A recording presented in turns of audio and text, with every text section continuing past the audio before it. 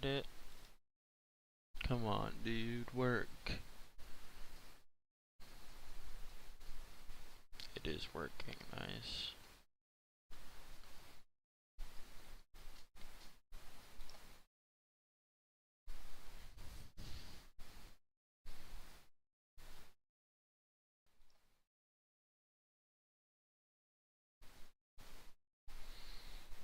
Now, let me move this like that. Do that. Do this. Tired of streaming to 0. Let's change that. Only at blah blah blah blah blah. Shut your bitch ass up.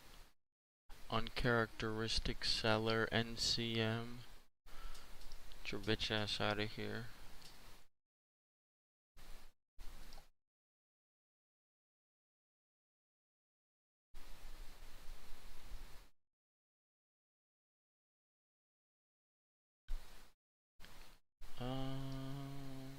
Yeah, I was gonna do this. Do that, do that. Alright, let's see how we're doing live wise, if it's gonna lag or not. Lagging a bit yesterday, but hopefully we good now.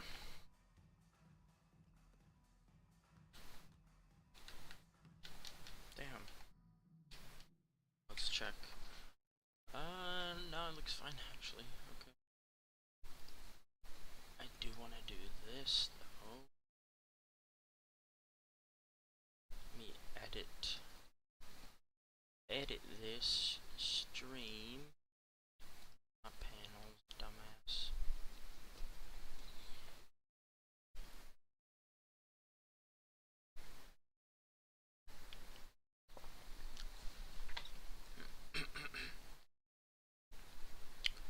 Dang, how do I can't remember. What's this?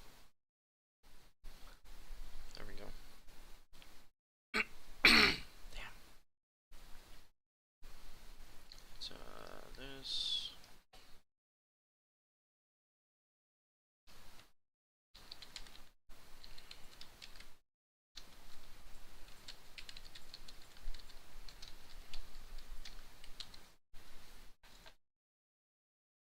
There we go.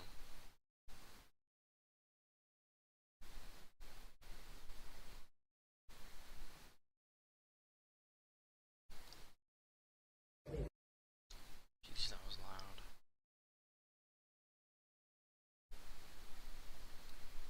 Okay, do that. Do this. I'll change this though.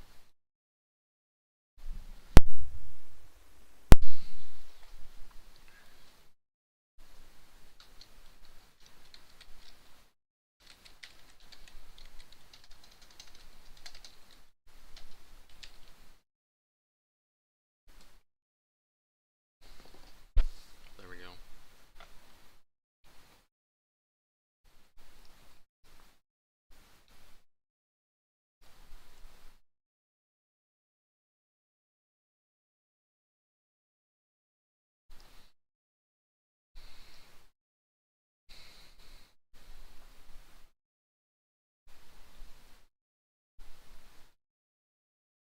Give me one more second, or like 20 more seconds, to be honest.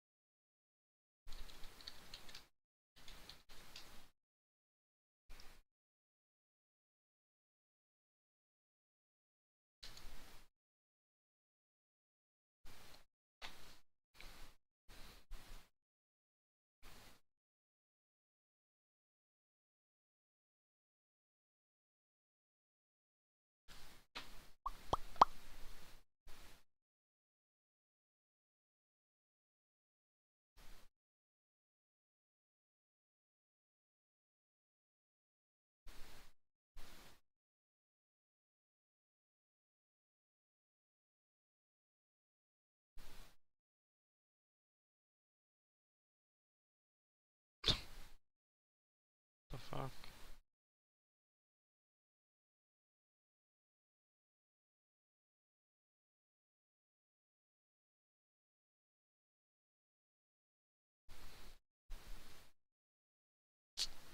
Bro. It's annoying. Just did this.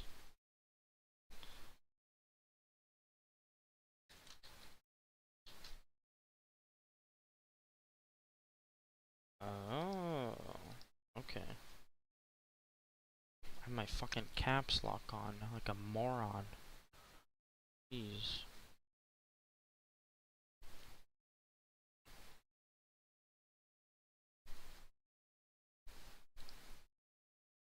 One more thing.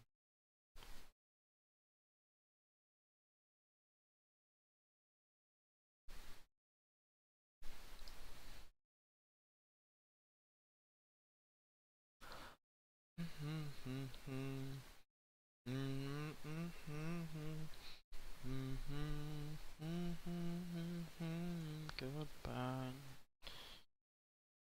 No need to forgive. No need to forget. I know your mistakes and you know mine. That song is good. Maybe people have heard it. It's my time to take the monsters away. Sleep a lifetime. I can't sing. But hey, it's a good song.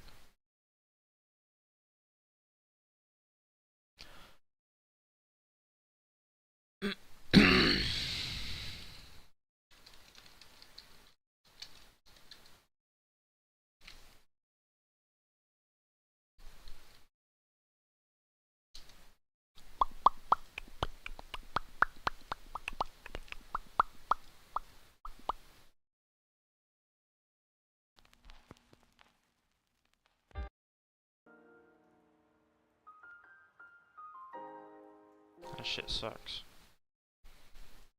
Let's listen to this.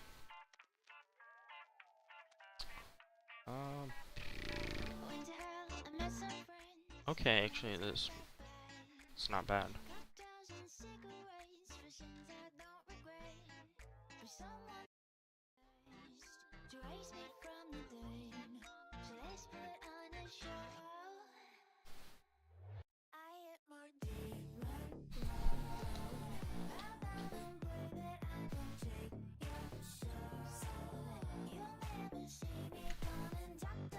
Okay, it's not lagging, so we're fine.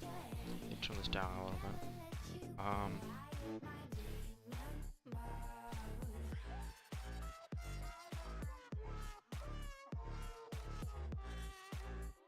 It's too loud.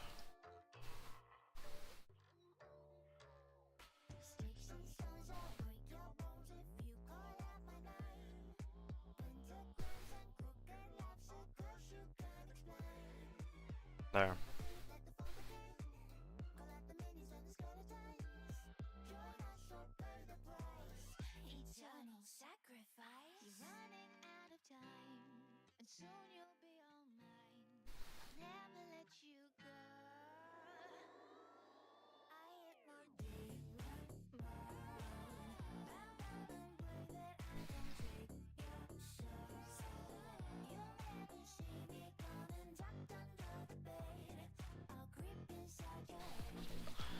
Do one more thing. This is on my Discord.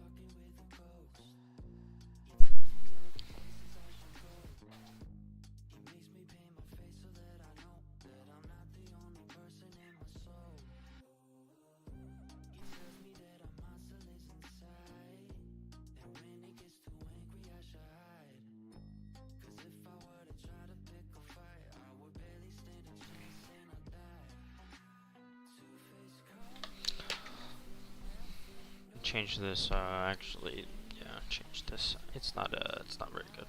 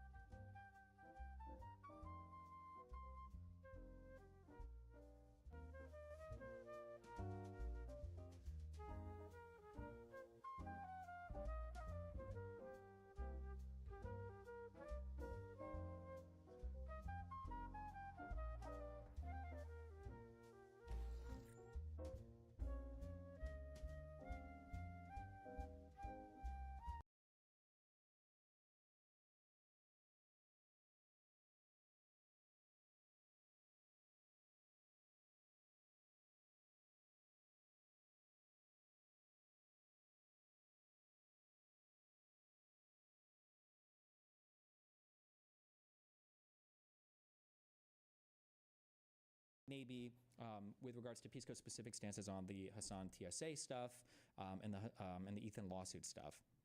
Although both of those things were like, I feel like these are substantive disagreements. I'm not saying like, wow, Peace Corps is a loser or whatever, but I'm like, I don't understand how you have these positions, right? They're very clear. And last night in my conversation with Pisco, I think I even asked him that. I was like, what? Because he said like, I think you're doing a spite-based, unhinged personal attack. And I asked Pisco, I was like, hold on, when was I mean to you, right?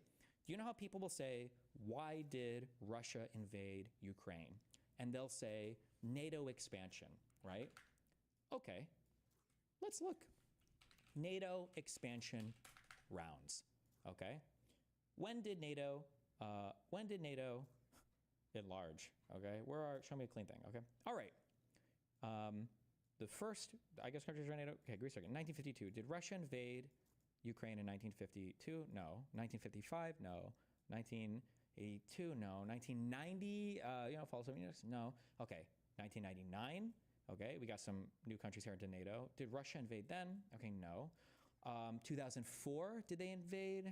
Okay, no. What about 2010, 2009? Okay, not when Albania, okay. Also, neighboring countries. These are neighboring NATO countries to Russia, right? Did they invade that? No, okay. Okay, so in 2010, when did they invade Crimea? Well, did they invade Crimea in like 2009, 2010? When did Russia invade Crimea? Let's see, 2010, 29? Oh no, interesting, 2014. So is there any other explainer for what could have caused that? Was there any huge thing that happened? Oh, well, this happened in February of 2014. The ousting of Yanukovych. If I'm looking at why Russia and their little green men, okay, would have shown up and invaded and annexed Crimea, why would I point to all of this? No invasion after this, after this, after this, after this, after this, after this, after this. But right after this, there was a big invasion, right? Seems like maybe this was a huge issue, maybe, you know? Now, maybe you could say this NATO expansion played into it, but it seems like this was probably your big inciting moment. It's interesting to mention Russia annexing Crimea and not bringing this up, right? So if Pisco was looking to say, like, I'm being a bad faith, spite-filled actor, and I think I asked him last night, I was like, well, what was I criticizing you for? What happened? And he was like, okay, yeah, you were nice to me up to this point. Up to what point? And he was like, well, it was up to when I gave the Hassan TSA takes, and it was up to the Ethan lawsuits. I was like, okay, could I not have just legitimately disagreed with you there? Like, wouldn't that just simply and easily explain all of the past behavior? Like, doesn't that make the most sense? Where it's like, okay, well, he supported me through all of this stuff or gave me favorable coverage because he agreed with me here, and then in these two events, he gave me a lot of negative coverage. Did I suddenly become spite-filled and hateful, or did I just like think you give really bad takes on these, right? Like, it seems like that's the real, and I think last night he admitted that. He was like, okay, yeah, maybe, yeah. It's like, so why would we assume that I'm being mega spite-faced, okay? However, all right, I will say that, so something that felt very, very fucking weird was, it's so hard to put this into words, but when I am arguing with Pisco, and I know that all this stuff is working in the background, I know that his co-host is hopping onto Gistigal Stream and shitting on Ethan for months and all this stuff. I know that all these people are working together. And then when I have a debate with Pisco, and Pisco wheels out sped as an insult that I don't think I've ever heard him say in my life, that Queeman says quite often. And then when he refers to Connor as a white blood cell, which is a term that was originated by Mr. Girl to explain people that defended me. Keep in mind, Connor and I were barely on the same side in that debate. There was a time where I was like, yeah, Connor might think that he's a Republican. We don't agree on everything, right? Like, how am I not? Okay. Sorry. So catching us on. So with all of this work in the background, I can demonstrate this. I can demonstrate any single one of these points a million times. I've only shown you like a very small, like 1% of 1% of all the red collective, right? When I hear people wheel out these assaults, like, what am I supposed to think in my mind? And then last night, he's wheeling out you use Dan Saltman as your attack dog. That's another, I think that was a Mr. Girl thing, and that's also amplified a lot in the Jessica and Queeman space, right? When I start to hear these things pop up, like, what am I, and then I'm being called the one that's being spite-filled and doing the personal attacks, like, the picture? Yeah. If you don't know what the attack dog thing is like a reference to, this also originated in Mr. Girl's community where his, Jesus Christ, where his girlfriend drew a picture of me using my subreddit mod as an attack dog to keep all of my orbiters in line, all of my white blood cells in line, and then all of them are here to attack people, okay, that don't totally toe the line, right? And like, look at the, like, it doesn't even make sense. Like, Abba, you know, made a huge video, you know, disowning me. Supreme is this unhinged, obsessive, weird freak that's in Justical server posting all day about me. Showed Logic, obviously, you know, on his thumbnail, like, called me irrelevant, said that I deserve to go to jail or something, or needs to be on a sex offender registry list. Stardust is probably still okay. Brittany Simon, like, very weirdly and derangedly, obsessively covers me and makes random. I think in our last video she said that when we were all out to eat, that Dan admitted to cheating on his wife. I've never heard Dan say anything like this in my entire life. Cherry obviously is on her whatever Justical BPD breakout arc. Kyle, I guess, is still locked under chain. Melina and I are split up. Like, it just doesn't even make sense. And then meanwhile, right, like, imagine drawing this the other way, where Justicle's the guy here with the attack dog, and all of these other people are kept, like, lock and chain. You have to toe the line. You have to toe the line on everything. Or else your whole internet career will be destroyed and you'll be excised, you know, from the community completely. Somebody said, to be fair, she made the drawing before a lot of those falling outs. Yeah, but that's my point. Like, I've never like enforced any sort of hardcore rigidity on any of these people. All these people are always free to say whatever they want, and sometimes they did. Like the idea that I'm like sitting here like trying to, you know. But yeah, anyway, so that, yeah, it's just I don't know what I'm supposed to say. And then when you have like people like Pisco, you know, screeching about how like, oh well, you know, I don't co-sign what any of these people say. Why are you attacking my co-host about this or whatever? Like there's not like a specific thing I can point to, but like when those insults are starting to come out, we're getting like the white blood cell thing coming out. It's like, what the f am I supposed to say? You know? Yeah. One of the things that I realized, I'll just run down a couple things I wrote down really quickly. One of the things I realized that I'm a lot better about now than I was before, and it is one of the reasons I'll call out Aaron, and I will call out Aaron because I guess like not my friend anymore, but I will call it out. Is I had a close friend point out to me. A long time ago.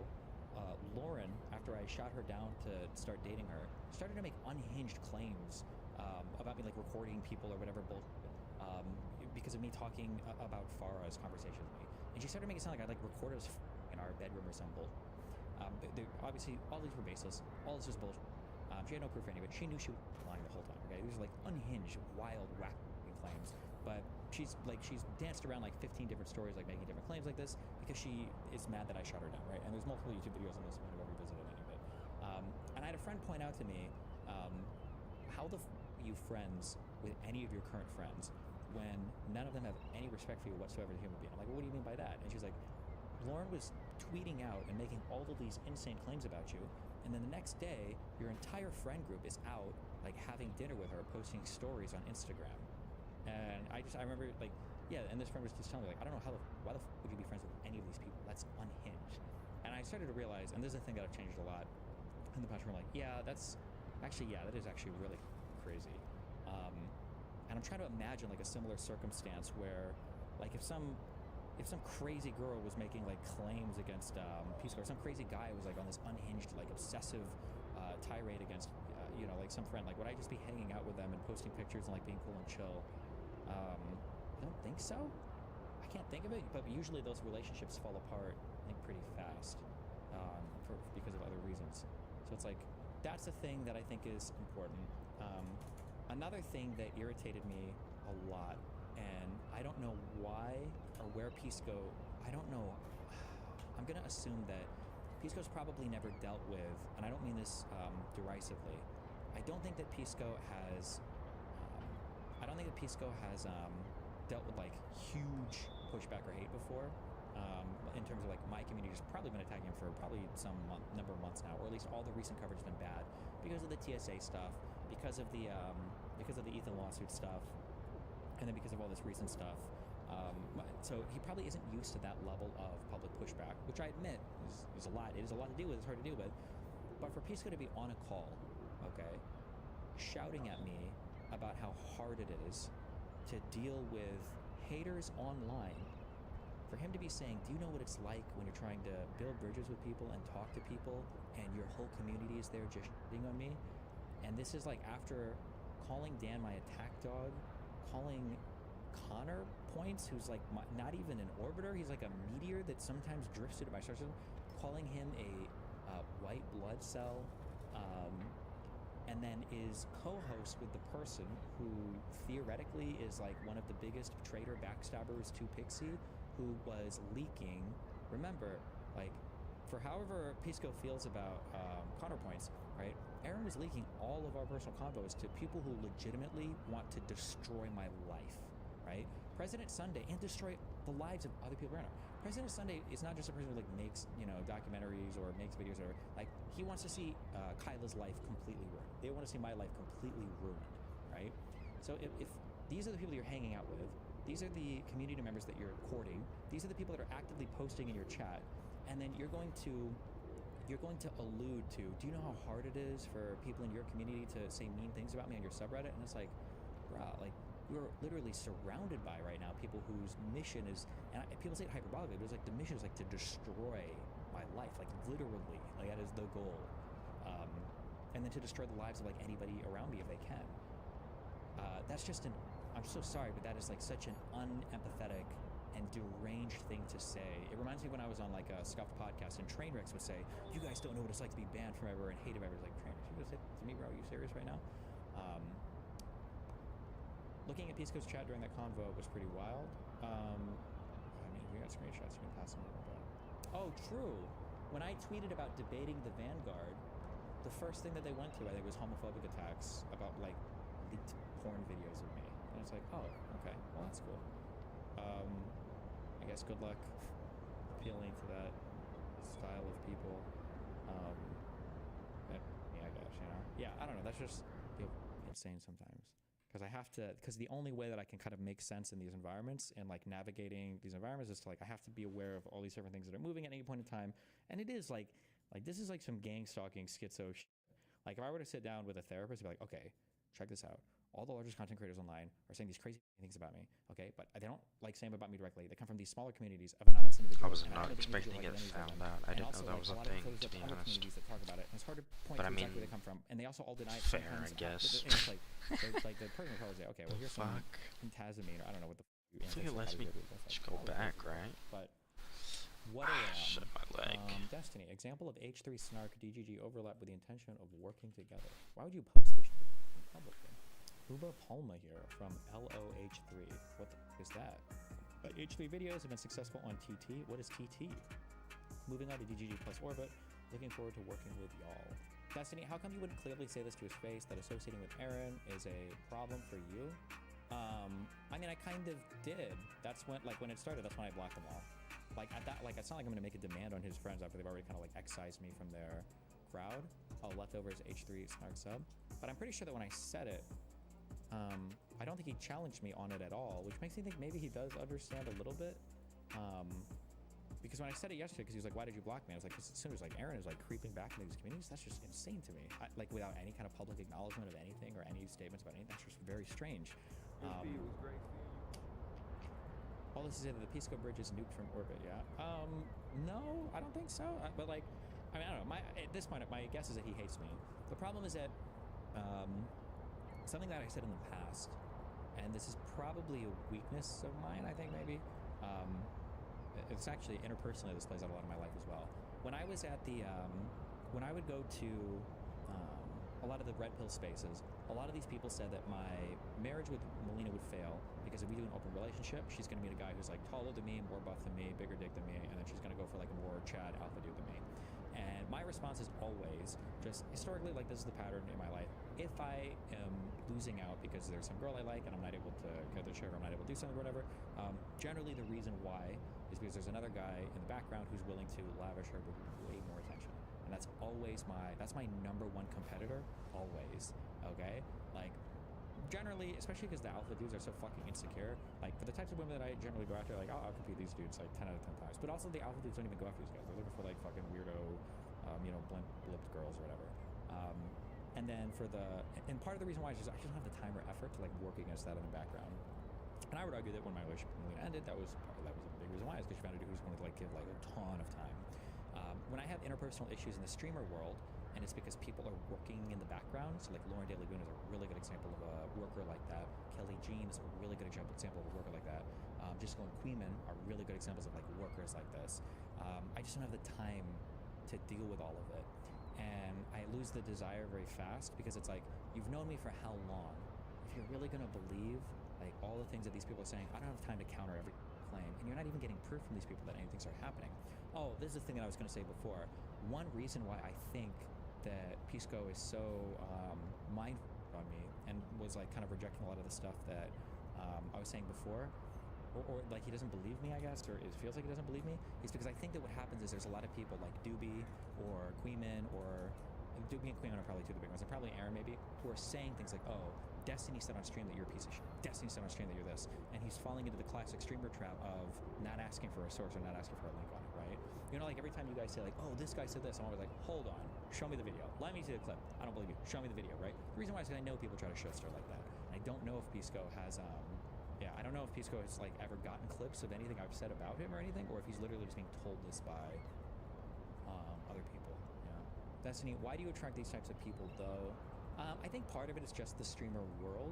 But this is why I said, like, especially 24 on, where like most of my friends, like all the new friends and everything, these are people that are like outside of the streamer world. Like it's not worth it. And I don't have any of these issues with real life friends. I don't. Like this like really weird, hyper obsessive, competitive, gossipy, high schooly, like on Discord servers, obsessing about me, my son, and then obsessing about like sucking videos of me and calling me a like all of these like real world people that I know I don't have to worry about or even think about them. It's incredibly not part of my real life. But like when you're drafting people from that world and they're like you're like it's all like part of the same thing, it's like, yeah, Jesus. Like if I was starting politics right now, I don't think I would have to deal with all this stuff as much, because remember, a huge source of this, unfortunately, you can say it's my fault, you can say it's for things I've done, is because I dragged a lot of these people from these spaces. So they're kind of like along for the ride. And because, not just because I've dragged them from there, but also because people like Hassan like hardcore feed into it and play into it, because they would rather discuss anything but the issues.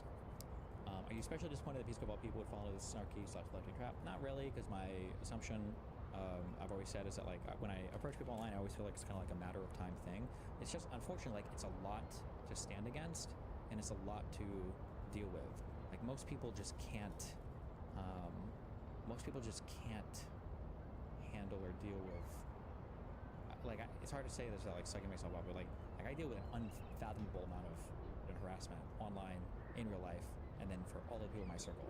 But for whatever reason, developmentally, biologically, whatever, I just have like some triggers or levers in my mind that allow me to deal with it really well. The vast majority of people would go insane in this environment. So it's a lot of stuff.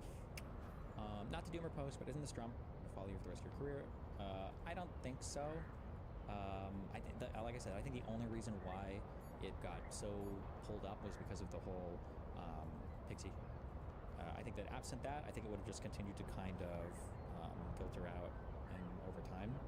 I think it can still now, but it'll be when I'm 40 or 41 or whatever, however long it takes for I guess all of this to subside and then moving forward. Because like these types of people don't follow, you know, like Brian Tyler Cohen, or follow you know, like David Pakman or any of that. Now who's to say, maybe if Hassan were to sort of focus on those people, maybe they would start to, I don't know. Do you think that Pisco's moderation has to do with this? He said you ban all dissent, but he keeps his critics around, and but looks like some of the people he doesn't ban are dissentful spreaders. Pisco doesn't believe that. Pisco got his start, I think, on my stream debating me and arguing with me. Pisco significantly changed my position on a lot of things. Remember, the whole January 6th obsession arc came from me and Pisco having a 2-day screaming fest at each other for like 12 hours with me saying that his position was unfounded, he couldn't justify it at all, right? That whole thing, my whole deep dive into the J6 Select Committee, that 900-page report, was as a result of like my fighting with Pisco on that. The reason why Pisco says that is because that's a very common talking point from Kiwi Farms. If I had a slideshow for you today, I could show you. But like one of the things that's repeated in my Kiwi Farms thread over and over again, because the narrative on the court case stuff changed so much. In the very beginning, it was the end of my career. 15 women were going to come out and say that them or spread their videos without permission or recorded them non-consensual. All of this was supposed to happen.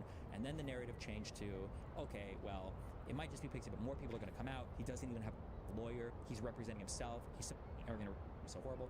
Then the narrative changed to, oh my God, he hired the pro lawyer who defended Prince Andrew. It's because he knows he's guilty. Pixie's gonna guy, it's gonna be so funny. And then it changed to, oh my God, he's only gonna win because he has a good lawyer. Pixie's law firm is incompetent. She's getting bullied because she couldn't raise enough money, and he's just trying to win because he's paying his lawyers more. Then it changed to, okay, maybe she doesn't have the best case, but it's epic that she's raping him financially. Even there are other people in Discord servers that still can come forward. Justicle's trying to help people, I guess, like filter out into the court case or whatever. And then it changed to, even if he wins the court case, it doesn't matter. We all know that we all know that he did these bad things because of the one message to Pixie where I said, like, sorry, like, I violated trust in the worst way possible. Because I feel like I did, because I'm entrusted with a video that leaked publicly. But people read into that as like, oh, he's admitting to saying non-consensually, blah, blah, even though there wasn't a single conversation that me and Pixie had for weeks after, until on the 11th or 12th, after Lauren started messaging me, then all of a sudden that narrative came, and then Pixie realized that she had a special attack that she started to use against every single person on the internet.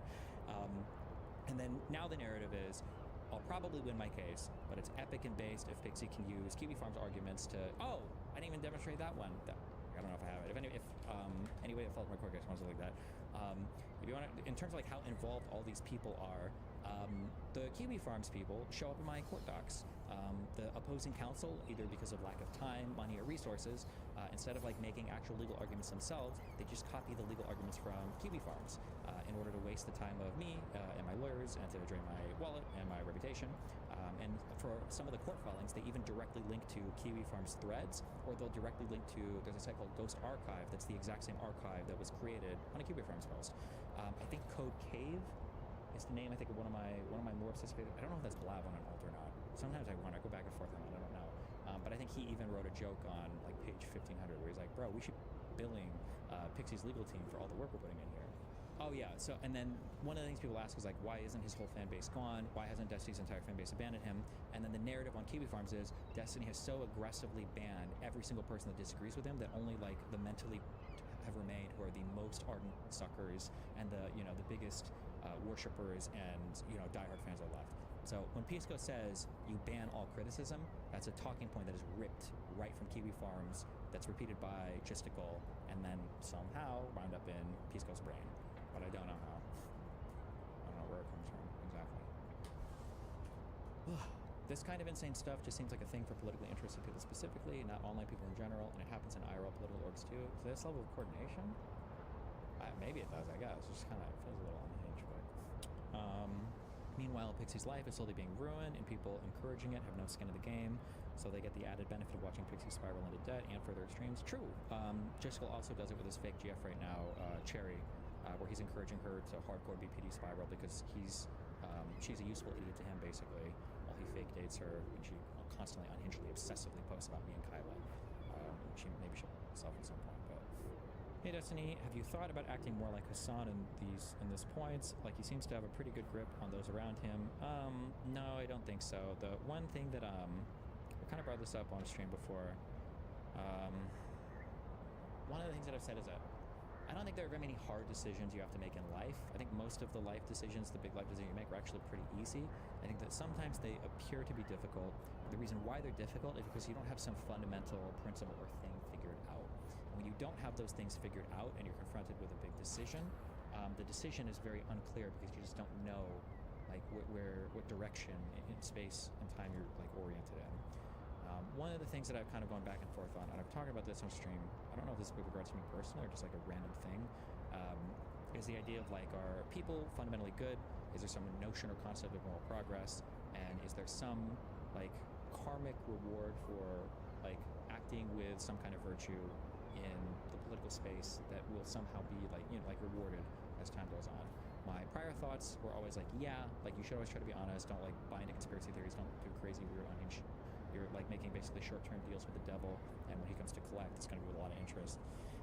And then I think for the last like 5 months after the Pixie stuff, I started to heavily reconsider that. I'm like, maybe it's just like the unhinged. It's like maybe that is like the way to go.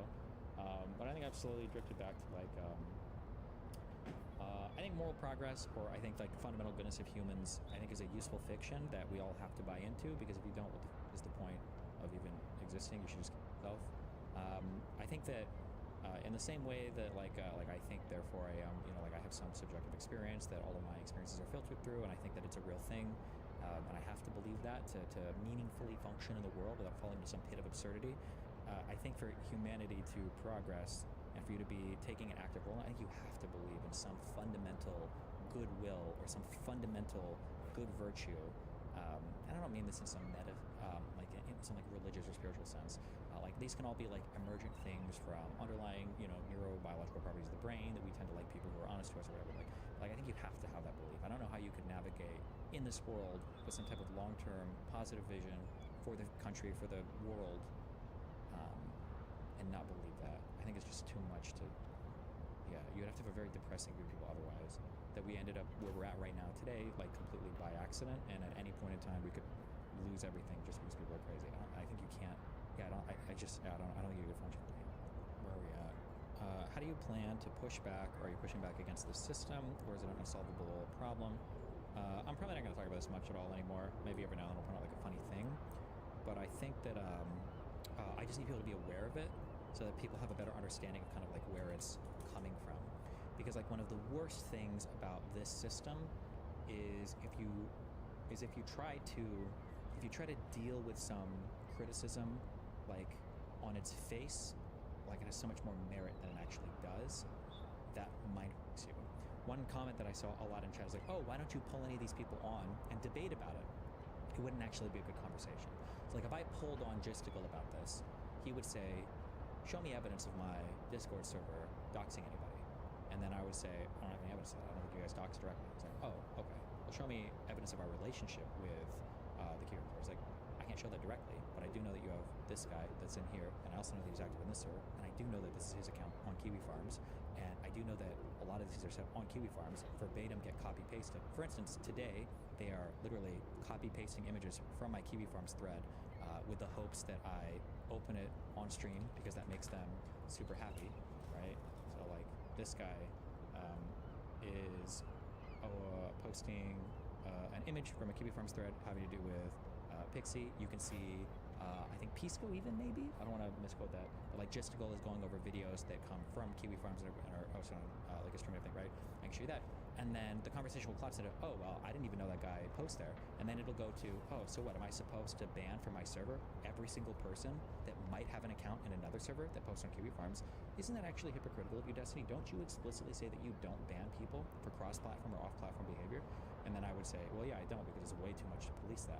And you go, oh, so should it be expected that I have to go and police all of that off-platform behavior? And it's like, well, I don't know. I guess it's kind of a hard thing to say. It's probably not a reasonable expectation for you. It's like, oh, exactly. So do you have anything else for me that you would like to criticize on it? Am I not allowed to watch your content, right? The problem is that the way that this whole model works, everybody can see it and everybody knows what's going on. It's very hard to directly put your finger on it, right? How many hours have I streamed today? It took me like 2 hours just to kind of like build out and explain all of this. And if I show you a huge collection of screenshots and content and everything else, I can demonstrate a lot of the things that I'm talking about. But it's a lot. It's a lot to get through, right? Like, oh, cool, posting sex or whatever, or sexy messages or whatever between me and my wonderful friend from whose ex or whatever boyfriend leaked all my right? These things are being posted in Gisticle server. I bet you Destiny saw my profile pic and is now psychosexually obsessed with me. Plus he fetishizes Jewish women. Yeah, it's just like it's a lot of stuff. Destiny, that's me. That's me what? How is it that you can tear down Nazis but not stuff like this? You have the info in your Obsidian. I feel like if you take your time to read over everything, it would be fruitful and can gloat that none can make a reasonable point that I'm doing wrong. Gloating leads to people not being able to look away. I mean, it's hard to even. I mean, like I do make mistakes in life, or I do bad things sometimes. Like it happens. So, like for instance, like the Ryan Beard in his video, who, by the way, I respect him at the beginning of the video. It's very funny. He's like posting things where he's like, "What about this thing that happened with Mia Rose?" Like, "Oh, well, that's bad. Like, I shouldn't have done that." And he's like, he needs to take accountability. Like, okay, well, I said it's bad. Like, I made it with Mia. Like, what am I supposed to do? Right? What about this thing with Blue Teeth? Like, oh, that was bad too. These things like 13 years ago.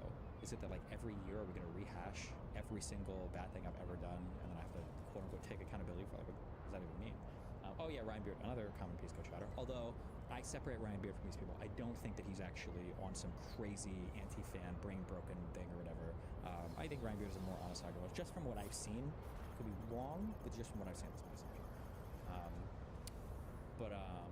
Yeah, it's just it's a lot into. It's just not like this isn't like what I want to. I don't want to do this. Like this is like I said before. Like unless maybe if RFK bans amphetamines, I don't have the tools personally, nor the desire, and I don't have the fan base to engage in this type of fight anymore. Like I want to go on shows right now and argue about the lab leak, or I want to argue about vaccine efficacy with conservatives, or I want to argue about the Epstein shit. Or I want to fight with lefties about whether or not they support the Democratic Party, or I want to fight about Israel-Palestine. Like I want to fight about these issues. It's way more entertaining to me.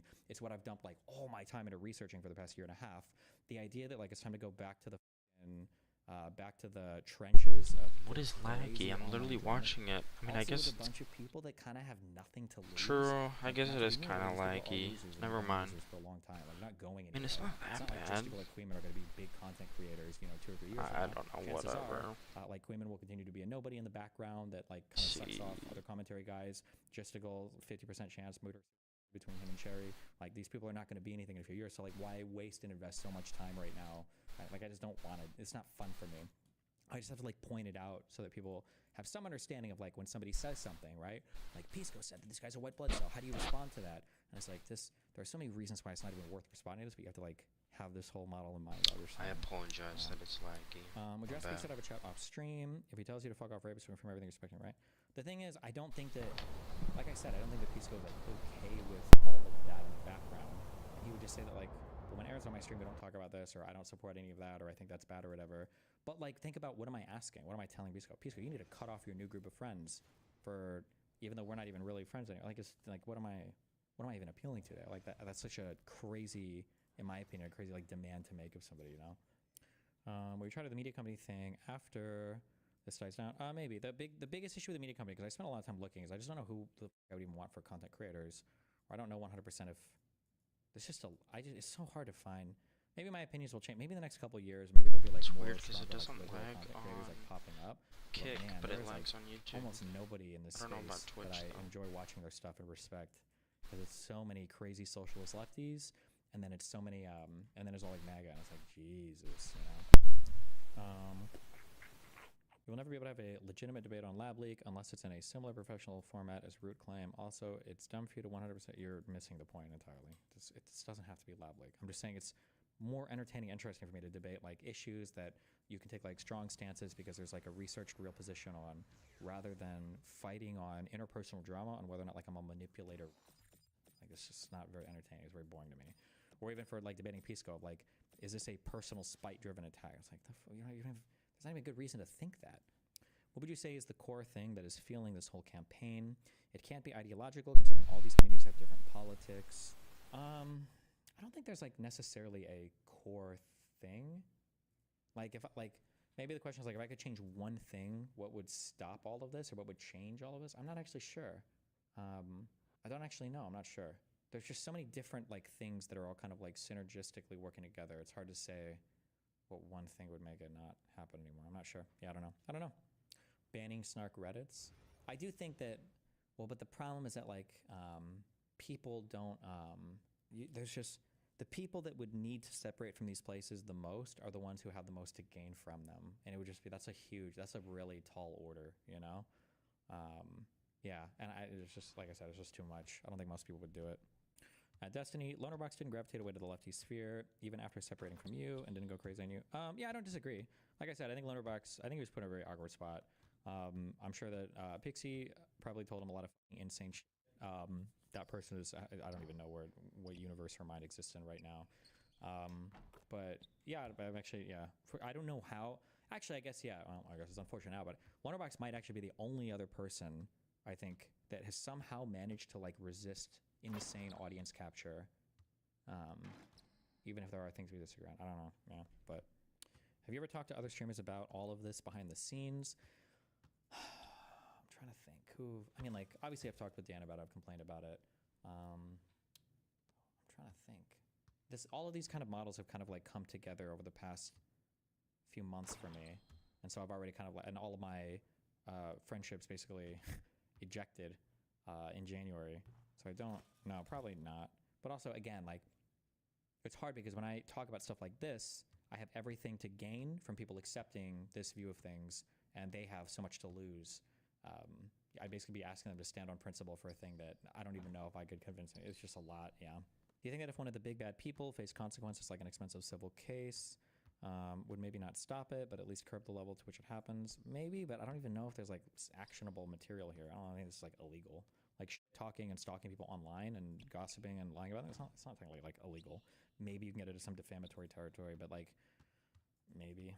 Would you have considered them good friends? Dan said you were thinking about moving to New York, and that's why he got bad vibes. Dan is very protective. I think like goodish friends. I think that one issue that kind of that f***ed me a little bit. This is so self-aggrandizing, but I don't give a. If people are close to me, I have disagreements with people, and I absolutely will have disagreements with people. But I do try to like protect their reputation as much as I can. Like I'm not like. There's nobody that you can personally ask. I mean, you can ask my haters, I guess. Like if you ask my haters, I don't know how many of them will be honest about it, but like, oh, like what did Destiny say about this guy or this guy or this guy in the background when you guys were off stream? Like I'm generally fair. I think I'm very honest about other people's things.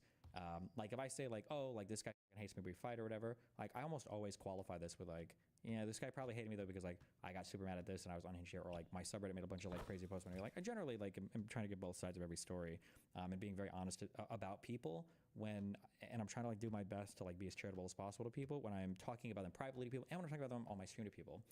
Now I would say this is good because I think it reflects positively on me, and then two, I think that it's good that if I'm around people, I want them to have positive reputations that are in my community and everything. But the issue that we run into then is that if they end up being like massive backstabbers, I've done so much work building credibility for some of these people that that now it's like. So somebody earlier asked me if I'm upset that people like jump ship when Pixie made the accusations. Like, yeah, obviously on an emotional level, on an intellectual level, I'm pretty bothered. I'm like, okay, what happened to wait for more evidence or whatever? However, if you watch my stream for any amount of time, I think I've basically only said positive things about Pixie ever, right? I don't think I've ever gone unhinged on her, even when she's given probably some of the most argumentation I've ever heard in my life. Remember the Tara Reid argument of, what was the Tara Reid argument? I'm going to say it, and it's going to sound like I'm being bad faith, but it was actually this retarded. I think Pixie said that if you get assaulted, you could invent any memory possible. And so any woman could say anything and maybe not have evidence for it, but you should always believe it because she could be having a traumatic response that could inhibit her ability to accurately recall things or something like that. It was that retarded. Because I think we finally ironed out the end of that debate as like, because I was saying like, hold on, so are you saying that a traumatized sexually assaulted woman could literally say anything about anything? And you would just believe it? And I think her answer was literally yes. I don't want to rehash. Somebody can timestamp it, maybe post it in chat. I don't know if I'll watch it. But like even on arguments as dumb as that, like I tried Destiny. I don't know if you remember, but she got destroyed by Zerka on stream, and you had to help her. Yeah. But again, I don't mind like if these are friends. I'm not going to be like. It's not like I'm covering for their views or I'm lying about what they believe. I'll still argue with them. I'll still say I think this is dumb, but I'm trying their best to help them workshop their point of view, and then I'm also trying my best to give people credit when they're correct on things, and to not just be like unhingedly, obsessively focusing on like one or two bad things. But then the issue is that like when Pixie got I guess like mind or by Lauren De Laguna, and when Pixie, this person who is universally praised, everybody has a positive opinion about her. She's integrated into the progressive victory stuff. She is like active in all of my politically active Discord servers, and she's doing all these things. When she comes out and she writes a Substack that's not just saying like, oh, Destiny sent a video of mine that I didn't consent to for him to send something. That wasn't what she wrote. What she wrote was that I was an egotistical, aggressive manipulator that preyed on her when she was 19 years old, got her into an uncomfortable situation, and then manipulated and used her so that I could show her body off to other young people online with the attempts of facilitating more sexual relationships with probably the hope that she said that it would all leak eventually because I would get off from the high of it, and that I'm implicitly threatening her by talking about suing people like Hassan, like I don't even care. Like when that's the post, it's like, if you're part of my community and if you're in my friend group and all you've seen me say are like positive things about the person that she comes out, like her credibility is not just high on its own. There's also high because I've extended a lot of my own, like, I don't want to say aura, credibility, I guess, to defending a reputation, to defending her credibility. But when she comes out with an accusation, it's like, whew, that's a lot. That's a lot of shit to. So like, so when you're around me and you're reading that, it's like, okay, well, pretty sure I've heard Destiny say a million times on stream, like, Pixie's like the nicest person I've ever met. She would never say anything mean or horrible. She wouldn't do anything, right? So, like, I understand why people would read that, and it's like, but then also in my mind, I'm like, Jesus, there's no way.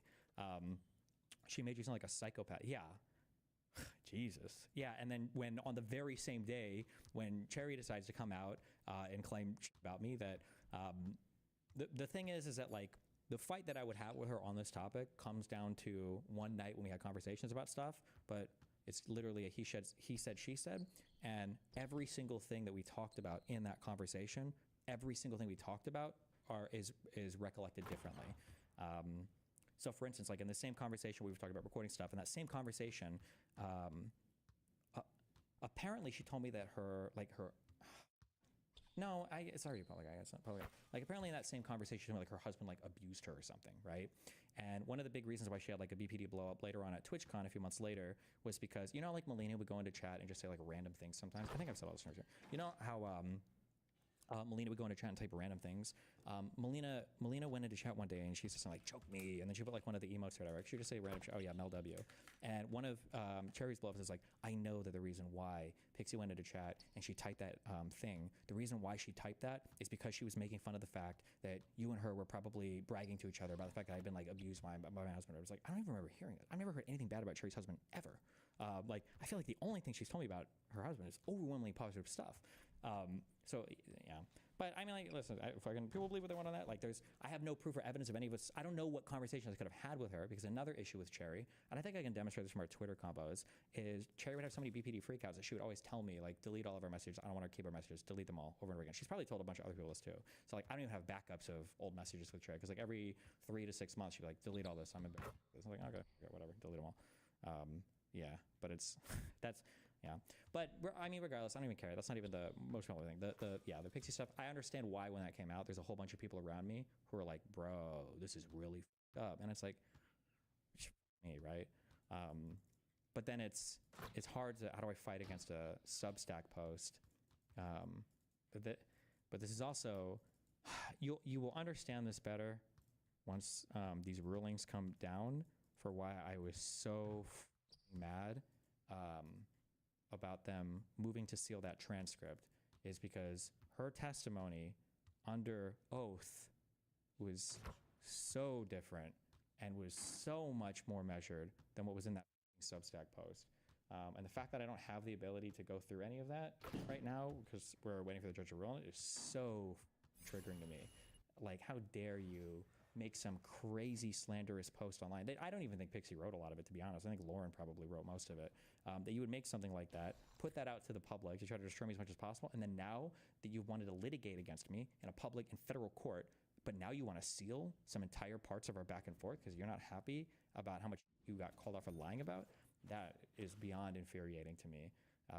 Yeah, but also, by the way, for all of my law students in chat, or for all of my lawyers in chat, half the redacted shit that's filed with this court, I don't even have copies of. I still don't even know what the actual original filings were for all anything, like half of the you see that's sealed or redacted, I don't even know what it is. They never provided copies of that to any of us. Federal Rules of Civil Procedure violation, like none of this is allowed or okay. There are no local rules in Florida that make it okay, but you know, it's just all a joke, yeah. Okay. All right, don't complain about that. Do you think the reason plaintiff hasn't involved Kiwi Farms in the lawsuits is so that she stays in their good graces and keeps getting material to throw at you? Possibly. Okay. Kiwi Farms is involved in linked LOL? No, they mean like as a defendant. What made her flip to hate you so much? I don't know. My theory is that one, she's super close friends with Lauren De Laguna. Lauren De Laguna is very much like one of the schemer people. I think I posted the picture in chat before. I don't know if somebody sees it, but like they literally posted. It's just so crazy how blatant it is too. Do I have this? Lauren posted on her Twitter and on her Instagram birthday pictures hanging out with her and Pixie, and then a third friend who hates me. It was very awkward because that third friend also lives here, and she got me in the courtyard one day. She's like, "You horrible person," and I'm like, "I barely even know you." I'm like 20 minutes behind, but one of the people talking in Pisco's ear is Doobie. He's convincing Pisco and his audience that he's not actually a neo-Nazi anti-Semite dude. Claiming he just plays one on panels despite still doing the same off stream. Oh, I don't know. I don't care. Yeah. I mean, like, if you're going to believe all this shit, like the fuck are. Oh yeah. Oh nice. You guys have the start streaming button in it too. Yeah, but like this is just so blatant and funny and hilarious to me. That like, and it's so funny too because I don't know how much of this ever came up on stream, but like Pixie and Lauren hated each other so much because Lauren was such a terrible roommate. And I had to coach Pixie through how to even talk to Lauren as a horrible roommate because Pixie would get ran over in conversation so much by Lauren about it. But like they're apparently the restaurant. I don't know if they live together now or what, but yeah, Jesus. Found the Tara Reid meme. Problem isn't a lack of evidence, it's the faking of evidence and the changing of, not just a lack of evidence, in ways that are inexplainable by trauma. Really? Yes, really. Saying that you filed a complaint, but it was a sexual harassment, and then later on when they say they're going to release, you're like, okay, well I didn't put sexual harassment. Like that's not explainable by trauma, not at all, not even close. I mean, I don't know if I necessarily agree with that. I mean, like I think that, or even in the sense of like what happened or the exact events that occurred, like trauma can up your like memory recollection. It can up like. And then you remember suddenly when somebody tells you that they can look up the complaint. I don't agree with that. I mean, you're did she say that? Yep. How do you call it? She said. She explicitly said initially that her complaint was a sexual harassment complaint, and then after it was stated that they can try to find those complaints, I don't even know if any complaint at all was found. But after it was explicitly stated that they can look for a complaint, she said, okay, well wait, that complaint didn't mention sexual harassment. But that seems like pretty in line with the whole idea of like Reid not coming fully out with his story before, like for example. And I know you don't consider. Okay, I'm not gonna really like this. Okay. Stop. There's not even any more watches. But yeah, this is but this is like 5 years ago. So whatever. Stop. Doesn't matter. Will the transcript become unsealed in the case ends? My guess is when the judge rules on it, that it will be unsealed. We're just waiting for the judge to rule on it. But they probably have a really busy backlog. It's a federal court, so.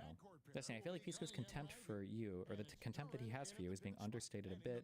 During the WIC debate, his behavior/body language was unhinged. True, but I think he was really heated. But I think it's because of a combination of a lot of the pushback he's gotten from my community, which is actually probably difficult to deal with, I imagine. I think that's legitimate. But also because of all the weird that people like Queeman and Doobie and probably Aaron are like feeding him, like whispering into his ear. Probably very, very weird. Destiny Live. What is this? What? Pollens. 19 hours ago. I'm not looking at this far. What up, Zip? Yo, yo, yo. Oh, How you doing, man? Doing all right. Meet your stream real quick. Watch this debate. This debate was horrendous. Is this worth watching? Why do you have a problem with saying that people are bound by Aaron when men do something like this for pussy all the time? Because it takes away the edge from the guys. It makes it so that you can... I don't like it when people use a thing to sidestep making arguments. So like, I think Lycan made a lot of really dark arguments. I think you can just attack the arguments. That's it. We don't have to do this weird sidesteppy thing. Especially because I also try to be very sensitive to like misogynistic or sexually related insults in my community, or simply related insults, because it's so, my community is so heavily male, right? It's like 90% male. So remember, because I'm trying to be cognizant of, you know, right, like who's on what side of the line, that if I start engaging in comments like this, they'll very, very, very quickly become pervasive, right? Like DGG is kept from being rampantly sexist by the thin pink line, or the thin, I don't know what the color line you want to call it, but like if I were to become sexist and just start going My bad, off, I don't know why it started lagging that bad. Give me 1 sec. See if it's better now. Well, like if I were to become actually sexist, I think like half my community would follow me almost instantly. Like, I got a lot of good reason to hate women. Just kidding. Hold on 1 second. Slow. 1 sec.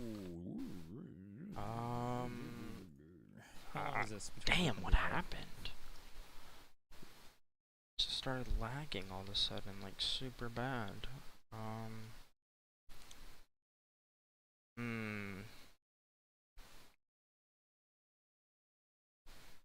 don't think I can do this midstream, can I? Look. Nope. Yes, I can. Let's go down to this. Apply. Let's hope that's better. Let me see.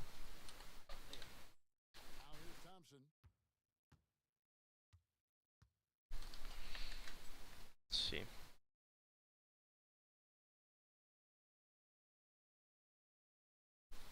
Damn, not really.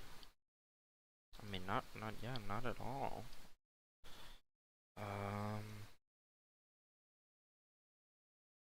That's already there. Be this.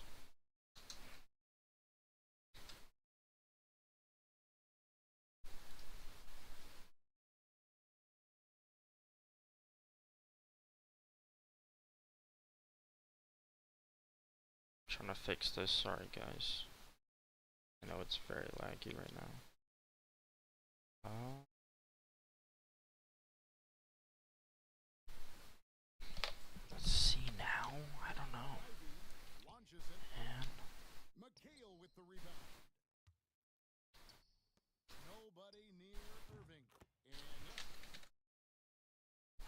it's still like super bad. What the hell? Why is it so bad? I'm so confused. Ow.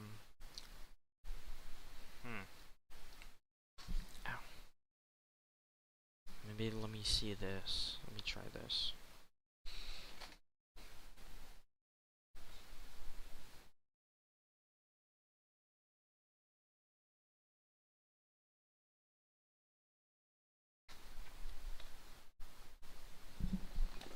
Finally drops after rolling around the rim. Irving's got 5 now. And I like to see this. They're calling his number early, and he's delivering. Well, he's going to just keep going now. Damn, it's still Now here is Harris. not doing good. Let me try one more thing. There's one more thing I could do.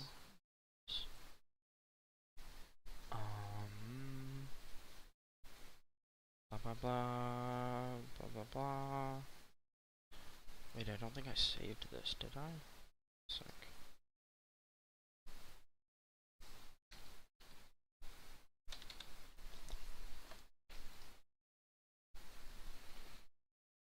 Alright, put it at 2000.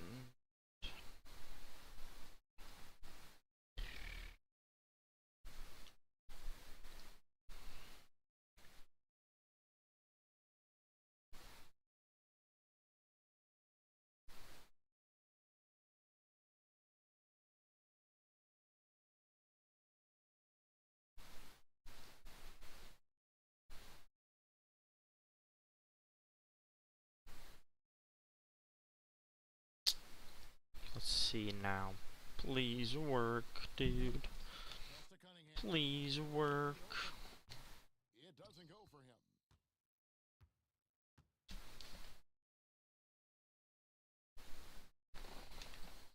McHale right side. Damn. Let me see. Bro, it's still that laggy. For no reason. I have no idea why it's... What?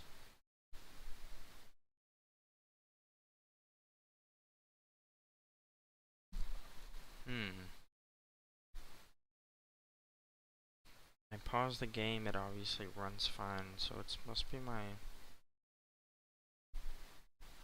something in my graphics. I obviously can't change it from...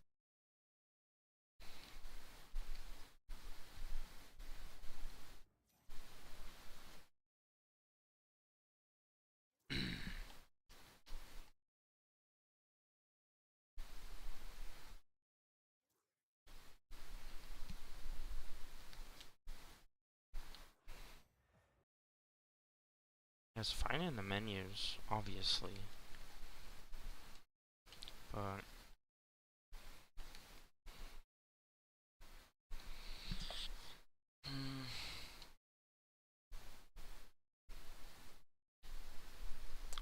let's just do...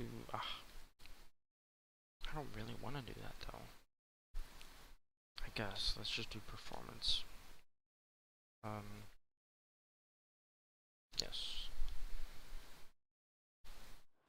Let's try it. We'll see.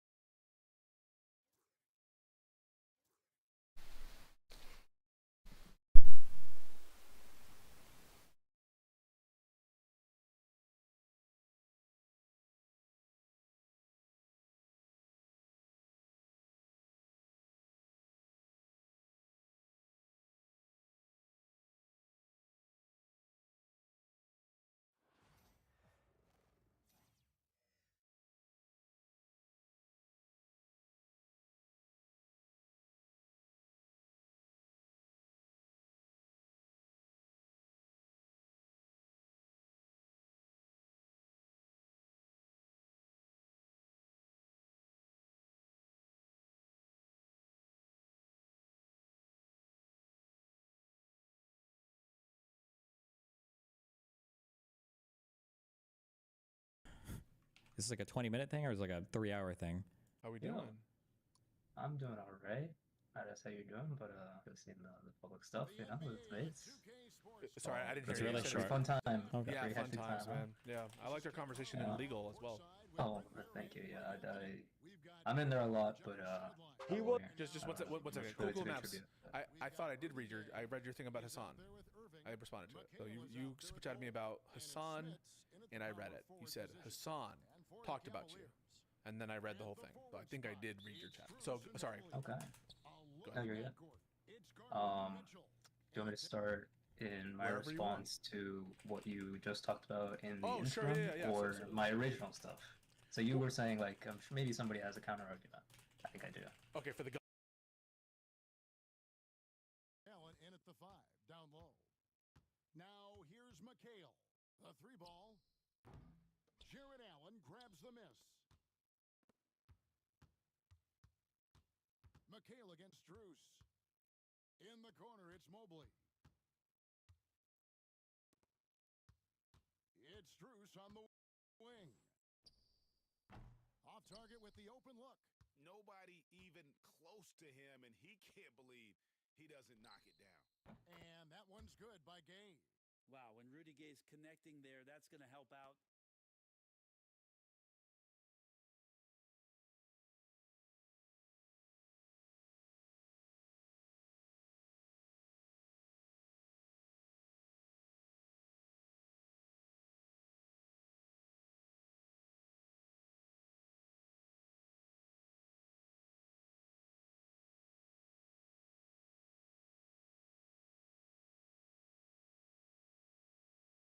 A lot. It really opens up the rest of the court. Garland, the pass to Allen. That one, no good. Some solid defense there from McHale. And here's Gay outside. It's good. The assist.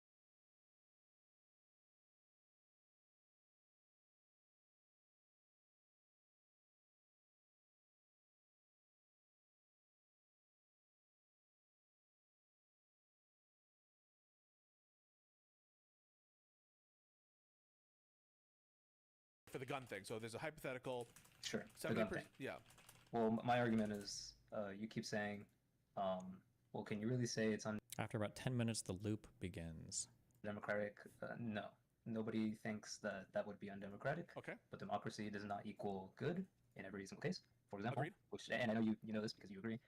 Currently, in our current presidential system, the current president was voted in democratically. However, he's still an authoritarian. He's still doing bad stuff. Just Totally agree. because it was democratic does not mean it's good. I totally agree. It's not mean it's just. Thanks, J-Dubs.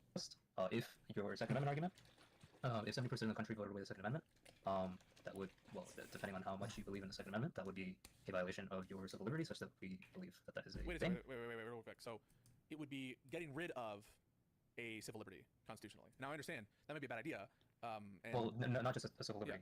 If you believe in the right to bear arms, you believe that to be a fundamental right, Correct. granted by God or self, whatever, then that would be bad. Okay, And you agree with this because you would argue.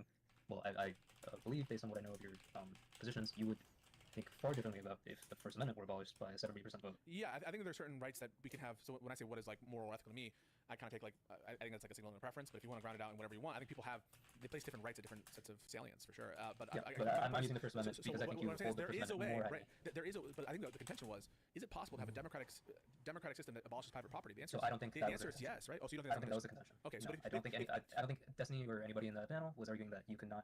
Well, maybe pragmatically, and a Boy actually agrees you cannot do it practically, democratically, possibly. Or he might say it might be possible. Well, then it's just trivially true. It would be his ideal. Trivially, you can grant that it would be democratic. However, the issue is not whether it's democratic; it's whether or not you would then enforce it by through the violence of the state, and whether. Oh no, that's true of everything, right? Yes, of course, it's true of everything. Right. However, the slavery was legal in this country. Just because it was legal does not mean it was good. No, I understand that, but you can enforce an unjust law. A just law can be passed democratically. What do you say? Sleeper was legal in this country? What do you say? Through the violence of the state, and whether. Oh no, that's true of everything, right? Yes, of course, it's true of everything. Right. However, the slavery was legal in this country. Oh, slavery. Just because it was legal does not mean it was good. No, I understand that, but you can enforce an unjust law. A just law can be passed democratically. But That doesn't make it let's good. just deal with So whether the it's just or argument not. is on the merits of the law for Yeah. this particular point about the abolition of capital and whether you enforce it through the violence of the state. Does he would not think that was he does not think that would be just because he values free trade, highly. Free trade? The liberal capitalist system, he values that enough that for him that would be a red line. Okay, so let's just walk through a couple things, make sure we have total clarity. So you agree that there's a democratic method by which to abolish private property, and you didn't believe that being contention, correct? It would be possible. Was this going to be like an ideological debate, or what is it? Why are we? Practically in the real world, no. Look, Bad Enchilada, maybe Bad Empanada is in chat. I don't know if Bad Empanada would be watching streams. I feel like it's just not his MO. But hypothetically, you can see that there's a lot of Right, and there's no... Right, that was never in contention. Okay, got it. And separately as well, you think But that... the issue is not how you get there. The issue is not whether democratically or authoritatively. You could do it either way. In either case, you would be enforcing it by the violence of the state. Now, from my understanding of Econoboy's model of how he would prefer things to be laid out, he would prefer voluntary, capital would become social by voluntary means. I don't know exactly if he would, at the end of the day, violently enforce it, the last 10% or whatever the heck the thing was, but that was the contention. If Econoboy does think he would, at the end of the day, have to do that by force, Destiny would think that's wrong, and Destiny would think that Econoboy is the quote-unquote bad.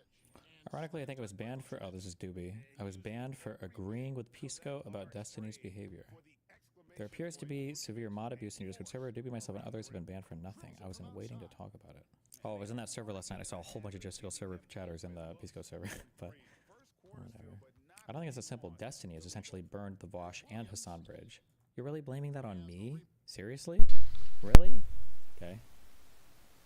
Bad socialist, whatever that means to him and to you, whatever shared definition you want to use or don't. Let's linearize, man. Let's just take it really... On that particular point. Let's just take it really slow. Okay, so take, for example, the abolition of alcohol, right? At time equals 0, in America, let's say, alcohol is legal. There are a lot of people who love alcohol, but the majority of the people, the vast majority, the super majority of the country says, 70%. We want to ban alcohol in the United States. And they pass a law, constitutional amendment says, the purchase, sale, consumption, transportation of alcohol in this country is hereby prohibited. I wonder if this has ever happened before. Yeah. In that instance, would you say that the kind of violence needed to enforce the prohibition of alcohol is the same kind of violence that would be needed to enforce the prohibition of private property? But this is not. That's not in contention. Okay, then just grant it, right? No, Why it's not not grant granted. it? Because obviously in any system you need the violence of the state to enforce laws. Yes, nobody disagrees with it. Destiny, the counter argument that Destiny, you believe in using the violence of the state to enforce laws. Yes, of course. Okay, so the only disagreement is whether the law is just in itself. So the only disagreement is it becomes trivially true, right? If what you're saying is I value... No, it does not become trivially true. I'm going to wait. Let me finish, right? If all you're saying, by the way, Ogre, what are my fellow liberals? If all you're saying is Destiny values... Sorry, it also feels a little bit crazy when Pisco was like, well, this guy came on to have a conversation about me and everything going on, okay, Destiny, and I want to hear you having a conversation about, the claim that this guy's making, and it's like, hold on, this, wait, hold on, no, it literally, the thumbnail's on my, never mind, me. Link me this Ogre Boy guy. This guy literally he's not here, but he's the guy that's in the, wait, did he delete his Twitter account? Wait, somebody link it. This guy literally has a tattoo of Hassan on him. Hold on, I'm trying to find this picture. I remember way back a year ago, Ogre Boy was on his Twitter and he wrote a tirade about how he was unemployed, had skills and time on his hands, and was going to make you his mission or something like that. Really? He admitted to it yesterday? Yeah, I know, but it's funnier to see the... whatever. These economic liberties, the right to own private property, and therefore anything that would abolish it is evil, that's just analytically true. If what you're saying is, if you can't distinguish the violence of it, if you can't distinguish the democracy is not of it, the issue. then the only thing is... The violence is the issue in the non-voluntary response. Then all you're saying is, Destiny likes private property, and therefore, to get rid of it would be bad. It's not just because he likes it. You understand that that's different than what I've described his position to be and what he's described his position to be about that, right? Well, I'm not sure if that's true. So tell me why... You think it's just because he likes private property and not because it's a fundamental belief that he believes in because of free trade, free markets, open markets, are good, right? Capitalism. He takes those to be good, it's right? Not just that you agree that what I just described, that's different from just liking it, right? Well, when I say he... Okay, I'm just sorry. It's just funny that this is the guy who ends up showing up at the one I'm in. At Hasanabi, any issue with me using fish and your likeness for my tattoo sleeve? So far I've got Bernie, Sam Cedar, and Michael Brooks, and a James Baldwin quote. The artist I use said I should get your permission. Hasanabi, wanting to add to my tattoo sleeve. Do you have any issues with me using? Hey, I'm thinking about adding you to my SJW tattoo sleeve. I was going to have that same guy do my Cedar and Brooks, blah, blah, blah, blah, blah. And then he did. This, I don't know if there's a better picture of it, but you can see the, on the side here. He likes it. Yes or no? So the answer is no, because I'm taking liking to mean having a preference for, and that's what I take an ethical statement to be. Right? He has a preference. Wait, do you agree with that or not? It's just a preference. It's the same as wait. fundamental belief, essentially. Hang on. So if I say, okay, then let me adjust my word if it triggers you. So oh, cute. And Cherry messages and talks to this guy as well. Crazy how they all just seem to be friends with each other, huh? I'll give the following phrase. You have an attachment to freedom of speech, correct? Yeah, I like freedom of speech. And so if someone said, yeah, you don't want You're to just like it. It's a You're punishment, accusing just me. like it. You hold it fundamentally as one of your deep hard principles. I didn't intend to have some kind of connotation when I said like. I literally meant to have a substitute for the word you have a preference for, meaning you think it's valuable. You think it's valuable as a rule, or you think it's valuable as a thing in and of itself. Wait. I have a series of black work tattoo bands up my right arm that end in a pattern on my shoulder that wraps over my collarbone. This is on the same strip in between the bands as Bernie. Jesus. Also, wait, is this just a debate on socialism versus liberalism? Is that all this is for the next 10 minutes? Is that what this is? Because I have another guy I'm supposed to talk to if this is... You value it. That's all I'm saying. But you got so triggered, so let's just calm down and let's take it step by step. So he values private property, presumably because he thinks that, I don't know, private property leads to good outcomes, or that private property is a natural right, or right, something like that. I would imagine it would be closer to the natural right side and just better. Okay, so he thinks it's the natural right, and so if all he's saying is, the reason why socialism is bad is because it abolishes a natural right, then he should say that instead of it requires enforcement. Let me finish it. Then he should say that instead of saying it's going to require to be enforced by the state. That's not the.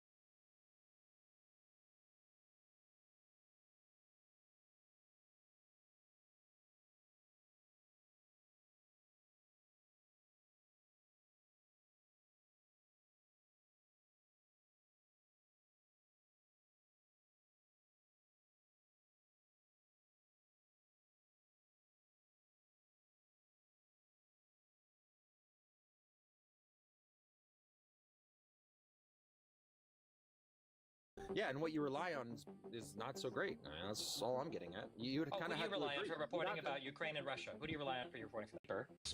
I would have voted for Tom. A big MAGA person. Yeah. Are you a big Kamala or are you a big Democrat? I'm a big Democrat. Yeah, I would have voted for Kamala. 100%. Yeah. Or I did vote for Kamala. I mean, I would have preferred Kamala right now. Well, why is that? And also, I feel like you kind of are, you're probably like more in the middle, possibly. You don't hold the same like far left ideals. For example, like you do use the R slur. I thought that was interesting. Most Democrats are definitely allergic to that word. Yeah, I mean, I'm an edgy gamer type person, but I mean, policy-wise, I would say that I line up pretty wholly with the Democratic Party right now, and I would say that especially People who don't use the R past slur. several months The R slur, they're I think in retards. basically every conceivable way, I would have probably wanted a Democrat in office over the. Well, that would mean you'd vote be a Trump supporter now because it's gone quite well. No. It's only in the Democratic. It's only in the Democrats' head that he's doing bad. What domain would you like to explore on in that? the Middle East. I just have to let him Destiny cook. Israel. Well, so for Iran, like that Russia, was Ukraine. Well, sure. I mean, I'm curious. So he said that the war in Russia and Ukraine would be over on day one, and that was a complete utter failure. Do you acknowledge that? He was being hyperbolic. He was doing what it took to get him elected, and he got elected, and he did the job. Like anybody that actually believed that, it must have been actually a Democrat. You know what I mean? So he said that the war was going to be over on day one for Ukraine Russia. That was a complete utter failure. Do you acknowledge that? That was just a malarkey, man. If you didn't see right through that, then you're just silly. Like you don't know Trump, right? And I think you do. And I don't actually think you thought he actually meant that. Okay, if Trump was serious about the war being over on day one, that was a complete utter failure, right? Do you acknowledge that? Well, he didn't mean it like that. So yeah, sure though. I don't care. I mean, I guess have they been unaliving each other lately? I haven't even heard of Ukraine and Russia. They've absolutely been continually bombing it. Trump himself has complained sometimes about it being bombed. I think he even truthed out that he was upset that he felt like Putin was playing him, which is laughable, given that's exactly what Putin does. But I don't think you know that. I think you're just making shit up. That Trump, you don't believe that Trump truthed out that he was upset because he felt like Putin was playing him? No, I don't. That's ridiculous too. I mean, if you could try to prove that, that's fine. But no, I'm saying like they're still. Wait, I'm just to be clear. You don't think that Trump truthed out that he felt like Putin was playing him? Is that what you're saying? You contesting that? Yeah, show me the truth. I didn't see the truth. Show me. I'm sure it doesn't say exactly what you say, and I'm sure I'll be able to poke holes in it. Just like all the other logic that you guys have, all your like other a debates. retard, Like a fucking retard, like a moron, like an idiot, like a baboon, like a buffoon. Okay. Yeah, I think you just sent for the left because I hate this guy. Lack, intelligent people with common sense. Okay. I'll wait till somebody links me his truths, because for some reason you can't Google search Someone send them the truth. Yeah, truths or whatever on. Just use the AI. Sir, we're not any closer to like an actual deal or a peaceful resolution to Ukraine-Russia. How do you know that? Right? Yeah, how do you know that? We don't, which means nothing. So there's no reason. Are we hemorrhaging money? Are people upset? Why aren't we sending them money? I mean, obviously something. I'm not asking about money. I'm asking about a peaceful resolution to the problem. We're not any closer to that actually coming about, right? Well, how do you know that? Well, it doesn't seem like it. They're still fighting. Nobody's publicly talking about a peace agreement unless a peace agreement There you magically... go. It's what you feel, what it seems like. So you're just kind of basing this off your emotions. Oh, no. I'm sorry, hold on. Is there a peace agreement right now between Russia and Ukraine? Is there a peace agreement? No, not that I know of. Okay, then there's not one. So there's not one. That doesn't mean they're bombing each other. That doesn't mean they're not closer to a peace deal. We haven't seen any evidence. There's no evidence of them being close to a peace deal, is there? You would have to make you would have to prove your claim. You stated a positive claim. You'd have to back that up. But when I ask you, you're like, well, it doesn't seem like it. Like, there's no actual deal. Sorry, when I say it doesn't seem like it, what I'm saying is that there's no evidence of them being any closer to a peaceful resolution.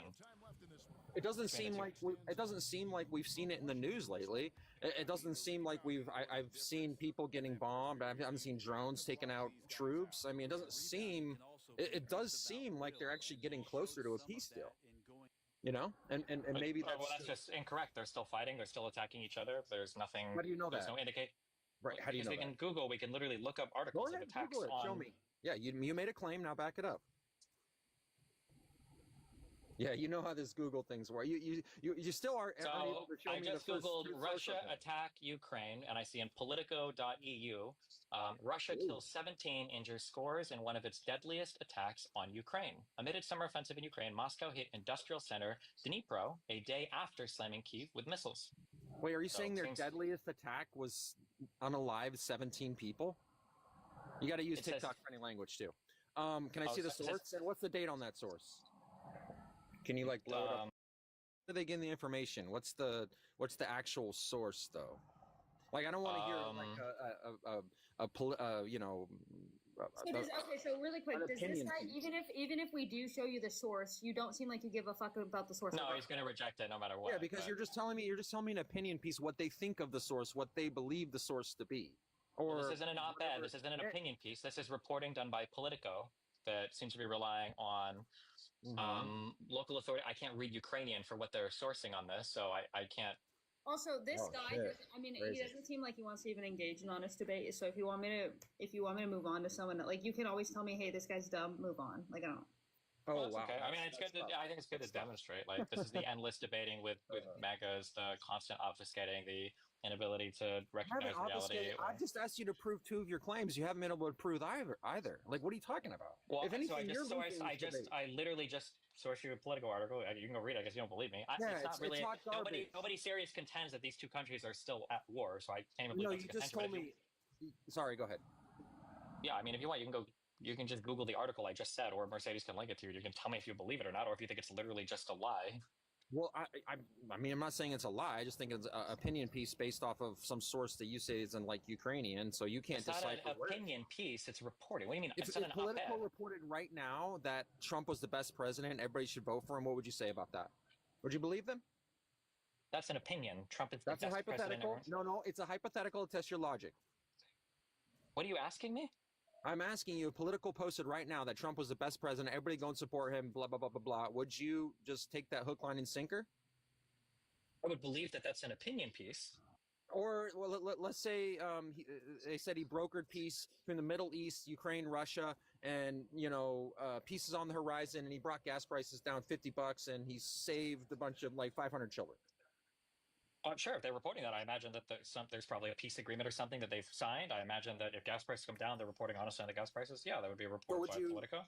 And okay, so you're just going to take that hook, line, and sinker? I don't know what you mean when you say hook, line, and sinker. I imagine they're reporting that. I would doubt they would just be totally fabricating numbers on their site. So I would probably believe the reporting on that. Yeah. I mean, if I'm skeptical of it, then I could dig through the underlying sources and see if I. Why do you say probably though? Right? Why do you say probably?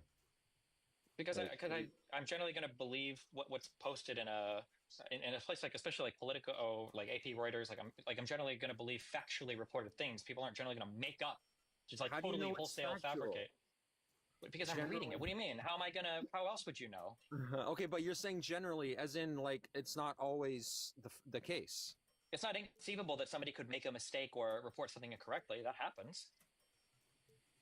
But just short of me flying to Ukraine and personally visiting Zelensky and then personally asking for visual proof so that I can see a document signed, at the end of the day, I'm always relying on somebody reporting something, no?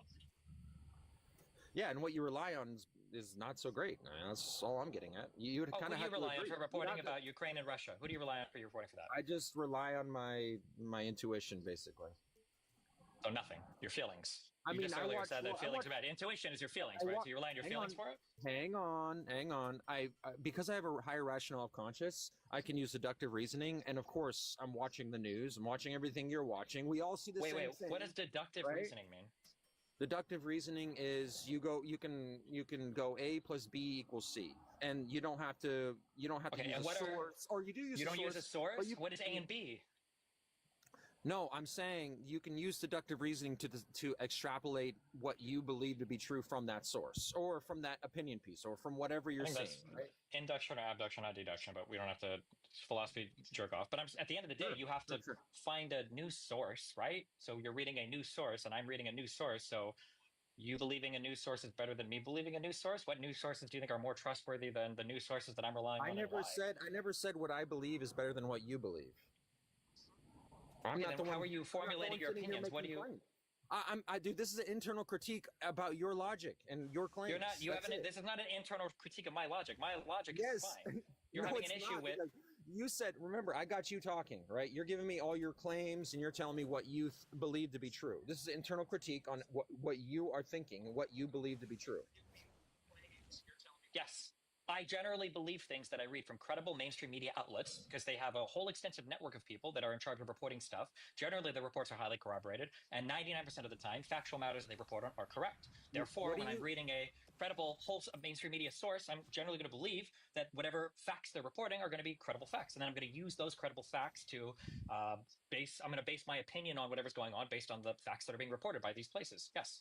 You just randomly Googled, and the first thing that came up, you believed. Right? That's what happened. Don't act like you were looking into this before. You had no idea. Is there any...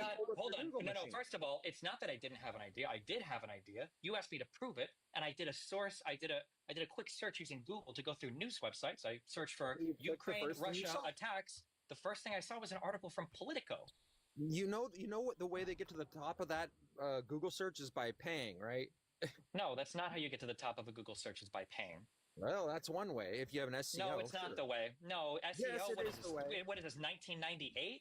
where you're hiding stuff in the header of your web page? No, you do it because it's linked for relevance, because there's a billion different types of algorithms that crawl through websites to figure out what's relevant to a thing that you're searching for. Yeah, all controlled by Google, which you believed hook, line, and sinker the first thing you looked and clicked, which was at the top. Am I wrong?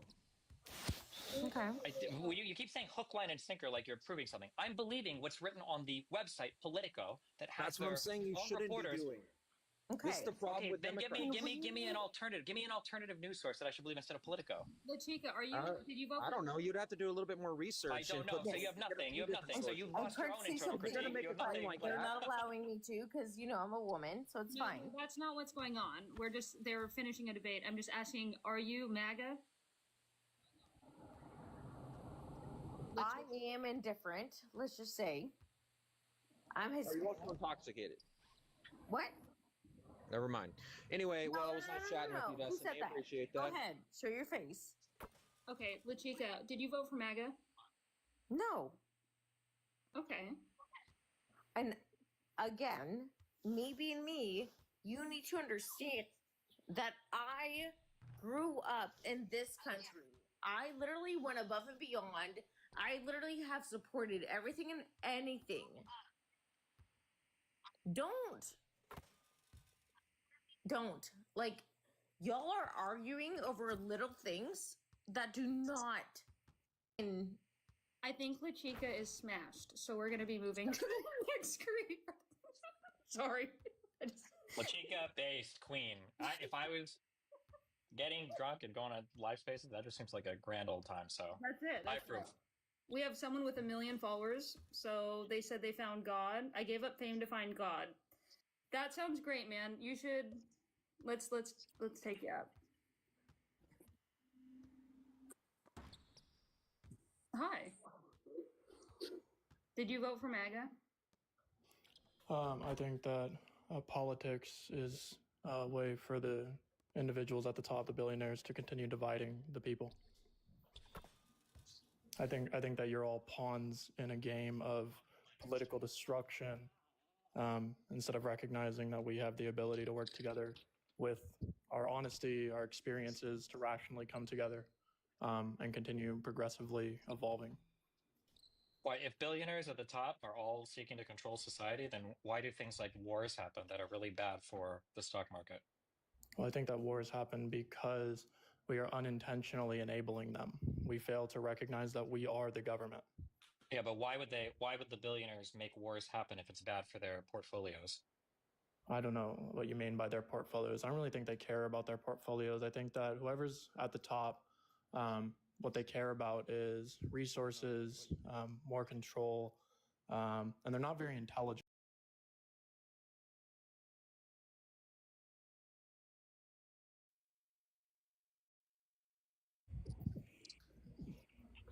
Yeah? Like any evidence at all that this is like a true thing? Oh, yeah. The evidence is going to be, it's self-evident. When you look at literally any kind of problem, literally point to anything, it's going to stem from... The evidence can't be that it's self-evident. I would just have to assume everything you're saying is true then, and I... Oh, okay. So when I'm saying that people at the top are going to benefit off of division, this is just going to be synthetically true, because the more divided we are, the more that they get to control us rather than us controlling ourselves. Wouldn't it be better? Wouldn't you be able to control a society that's more unified rather than a society that's more divided? No, the society would be controlling themselves. We wouldn't rely on things like money. We could have like barter systems. But why is a barter system better than money? Well, when we're analyzing, money is going to, it's not actually analyzing like our skill set, right? It's just another form of manipulation. So like, let's say that you had the skill to fix my sink and I don't know how to fix my sink, right? Mm-hmm. Then we work together as a community and you are willing to go and help people with their sink because our unity is all that we need. Okay, let's say that my skill was fixing like complex problems with your plumbing, but it takes me like 2 days to do that project. What am I supposed to eat while I'm working on your plumbing? How do I get food if I am only able to do that skill? Well, the more organized that we are, then the more like the farmers would want to be farmed. Like we all have an intrinsic desire, right? Sure. Right. So the intrinsic desire is going to be reflected within a social model if we're safe enough to reflect that. So the farmers want to farm, and through their farming, they get to provide. Wait, why would doing what they farmers want to farm? It's their intrinsic desire. We just went over this. No, you asked if we have intrinsic desire. I think we do. I think for like things that are pleasurable and fun, but I don't think it's fun to farm. I don't think about intrinsic desire to work. Then you wouldn't be a farmer, right? I think that there are people like my father-in-law. It loves farming. Okay, he's a farmer. If your father-in-law wasn't getting paid for it, do you think he would farm for free? Yeah, I grew up. I think he loves farming. Yeah, if there wasn't a societal need for like money, yeah, he would still want to farm. He loves farming. Yeah. Do you think people feel that way? Sorry, go ahead. I was saying I grew up farming. That's all I've ever done, and I literally just did it because it's what put food on the table. And then like when I continue farming in the future, it's to make money. I don't know if you've ever been in the fields, but I just don't think that's because I have an intrinsic desire to be out there. Yeah, I don't think we could fill every single job in society with an intrinsic desire to do a particular job. I don't know if we have enough people that would want to be heart surgeons or want to be farmers or want to be tailors or craftsmen or whatever. Yeah, I mean, I think that this does exist when there's a need. We're talented, evolved enough, sophisticated enough to fill these slots. And I think that you're seeing this, right? Like you experience that these discussions just create more division. They create more turmoil. Well, to be clear, we don't see that anywhere. There's never been any evidence in all of human history. The only evidence that people will work is usually in exchange for something. That's why even your alternative to money was another type of currency or transaction, which is bartering. What we would be getting is the fulfillment of our social, like if it's true that we are social creatures, then our intrinsic desire is to be able to achieve together socially without manipulation. So like, think of it like this. Do you agree that me and you are speaking a different language right now while operating under the same alphabet? Depending on how you want to define the words, sure. Well, yeah, everything is just going to be based on how we're defining the words, right? Well, I mean, but what you just said was reductively meaningless. I mean, like, we're speaking the same language if the language is English, but if you mean we have a different concept of how the world would work. English is not an alphabet. The alphabet is whatever I don't know what it's called, it's characters or whatever. English is the language we're speaking. Yeah, so we have, okay, so we don't have like an English alphabet? There is an English alphabet, but English is the language that we're speaking. Right. No, the language, like Latin or whatever, I don't know, whatever. The language that we're expressing is operating under a specific alphabet that is conveying personal truth that we find meaningful. That's how we communicate. This is Jordan. All right, regardless of all of this, the point of this live is obviously to talk about politics. You don't want to talk about politics, but if I can bring it to something that does relate to it, you yourself said you don't play the game that is politics. So are you saying that you didn't vote in this last election? Oh, no. I vote for the people. And who did you vote for in the last election that represented the people? I vote for us. I vote for communicating with people to help them understand their privatized personal language system, not to tell them that they're wrong or to destroy them or to be a linguistic terrorist, but to show that me and you can say different words or think that something could be beneficial. But if both of our words are truly good, then we can meet somewhere in the middle. That's what I vote for. That's what I believe. Okay, I understand that, but isn't there one administration that is trying to take away those words that you can say to others versus another one that promotes actual free speech? Wouldn't you want to vote for the party that does do that? I mean, I think if you're not gonna vote, then why are you? I mean, the conversation is not going to really go anywhere because it's going to go in circles with this. That was Jordan Peterson's long lost son. So we're going to go on to Dor. Thank you. Yeah, I mean that guy. I don't know. Me? Are you talking about me? Yeah, Trump's #1 guy. 17. Proof nuke. Yeah, I'd like to talk about immigration. Is that all right? Yeah. Yeah. So I advocate for a complete, basically, moratorium on immigration. I believe we should take almost the most restrictive stance as possible. I don't think immigration is beneficial to society or the country, or at least our country. And I'd like to defend that proposition. Yeah, I mean, immigration is clearly beneficial in a number of ways. It just matters what you care about the most, I guess. What are the things you're trying to protect by restricting immigration? Well, what do you mean by? Well, you say it's beneficial in a number of ways. We can go over the number of ways you think it's beneficial, and then we can go from there. I mean, labor is literally one of your most important inputs for an economy. It increases the supply of labor. It increases the ability for businesses to operate. It increases the amount, or decreases the cost of goods and services in society, so people can buy more stuff. Would you agree that an increase in the supply of cheap labor would also bring down wages? Would you agree with that? Yes, increase in supply of labor puts a downward pressure on wages. Would you agree that an infinite upward pressure on wages is bad? An infinite, not necessarily. No. You think you can have an infinite upwards pressure on wages, and that could be a good thing? For the most part, yeah. I mean, that's would why. Would you be supportive if Biden wanted to do? When you say somebody like wanted to have like $100 minimum wage, would you think it'd be a good idea? I mean, that wouldn't be a good idea, no. But when you say an infinite upward pressure on wages, that's generally why we want like low unemployment, is because it causes the labor market to be tighter, and thus wages are going up. More people are employed, more people are spending. Generally, we want labor to have somewhat of a larger, relationship, bargaining power, et cetera, over capital. Yeah, but when unemployment gets too low, that's not good. We want unemployment to be a little higher. Like if unemployment was 2% or 3%, like it was for a while, that's not good. There's too much upward pressure. Why is that not good?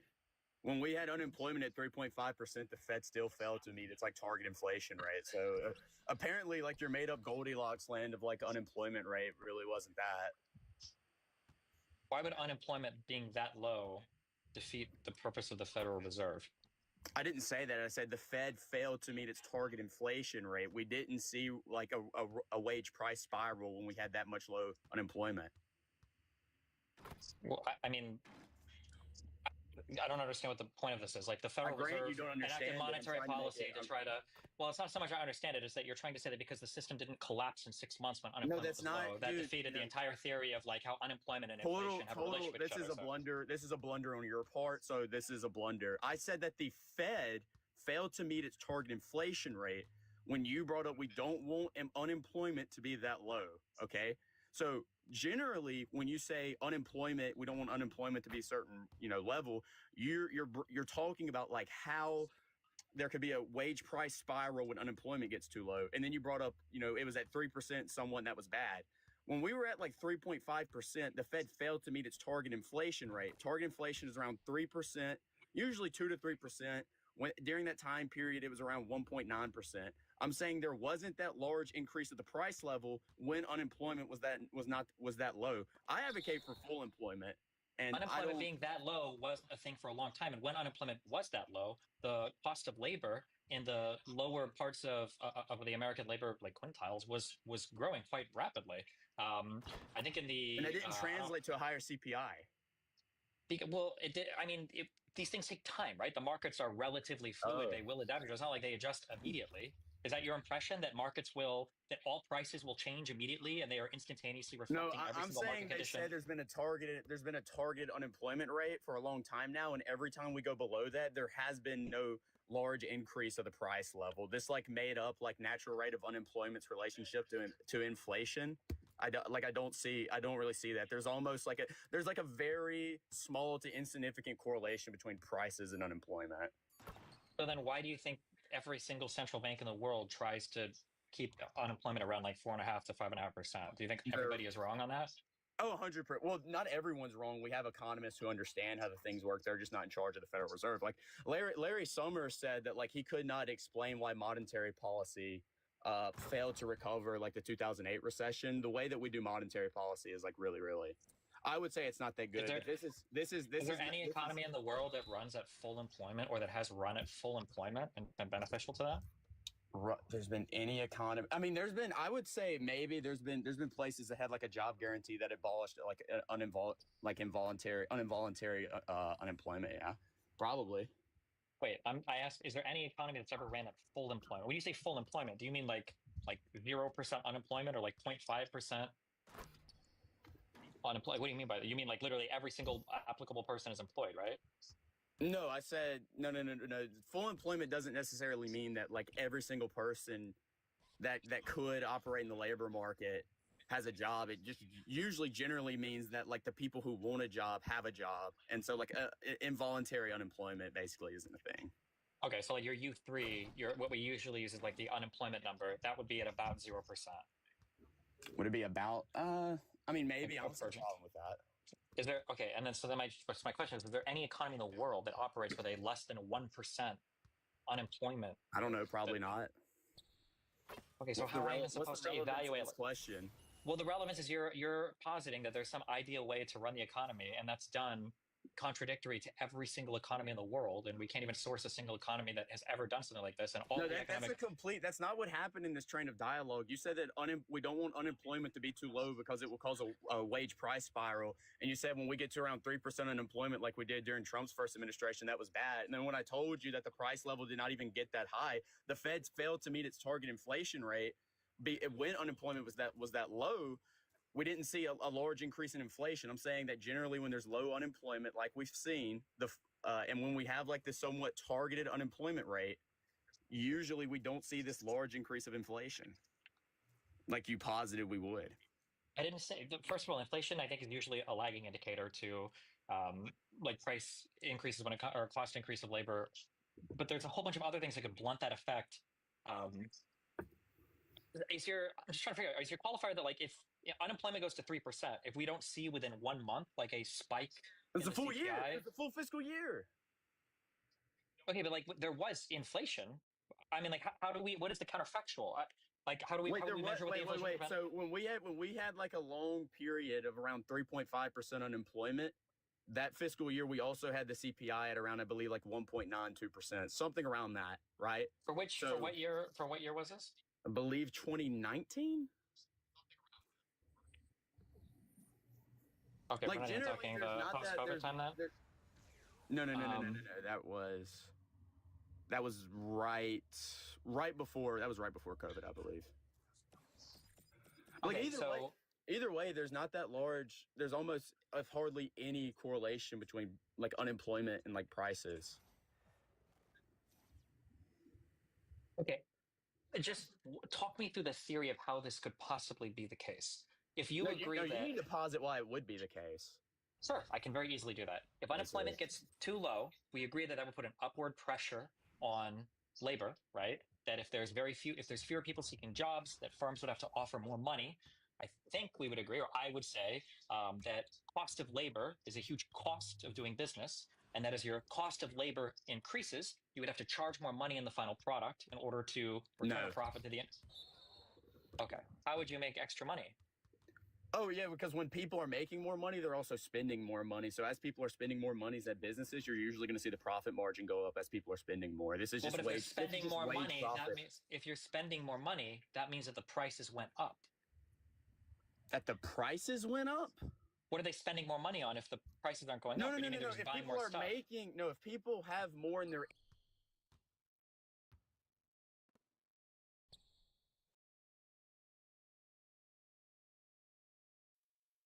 more things because they have a larger income. Yeah, but the cost of manufacturing those things is increasing if you're paying more money for labor. Labor is a huge component of the cost of manufacturing. Dude, this is just wage like wage profit. This is just like wage profit stuff, right? If people are wait, hold on. Stop. That sentence doesn't mean anything.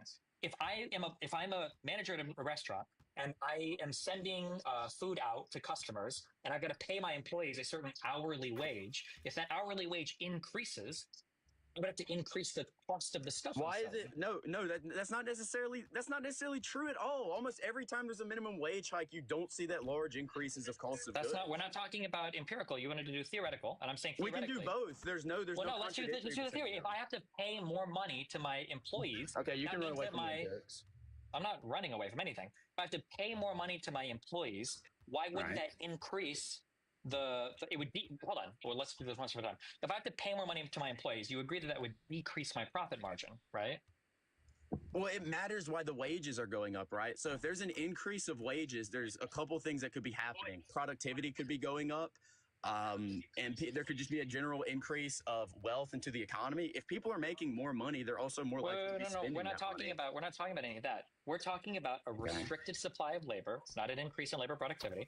We're talking about a restricted supply of labor such that I have to offer more money to hire the same employee to do what another employee would do for cheaper. I understand that. So if I'm paying more money to an employee per hour to do the same work that they would have done before, that means that my profit is decreasing per item sold. That's not okay.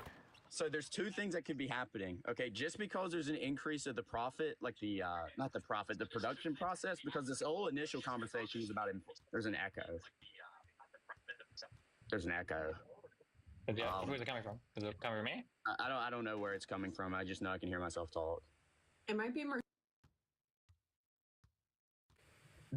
This initial conversation was about the cost of goods. Okay, so if wages are going up and the cost of labor is going up, okay, that is true. That's going to cause the production process to go up, right? Obviously. No, wait. This should be wait. I don't know why we're going all the way. This is a very simple question.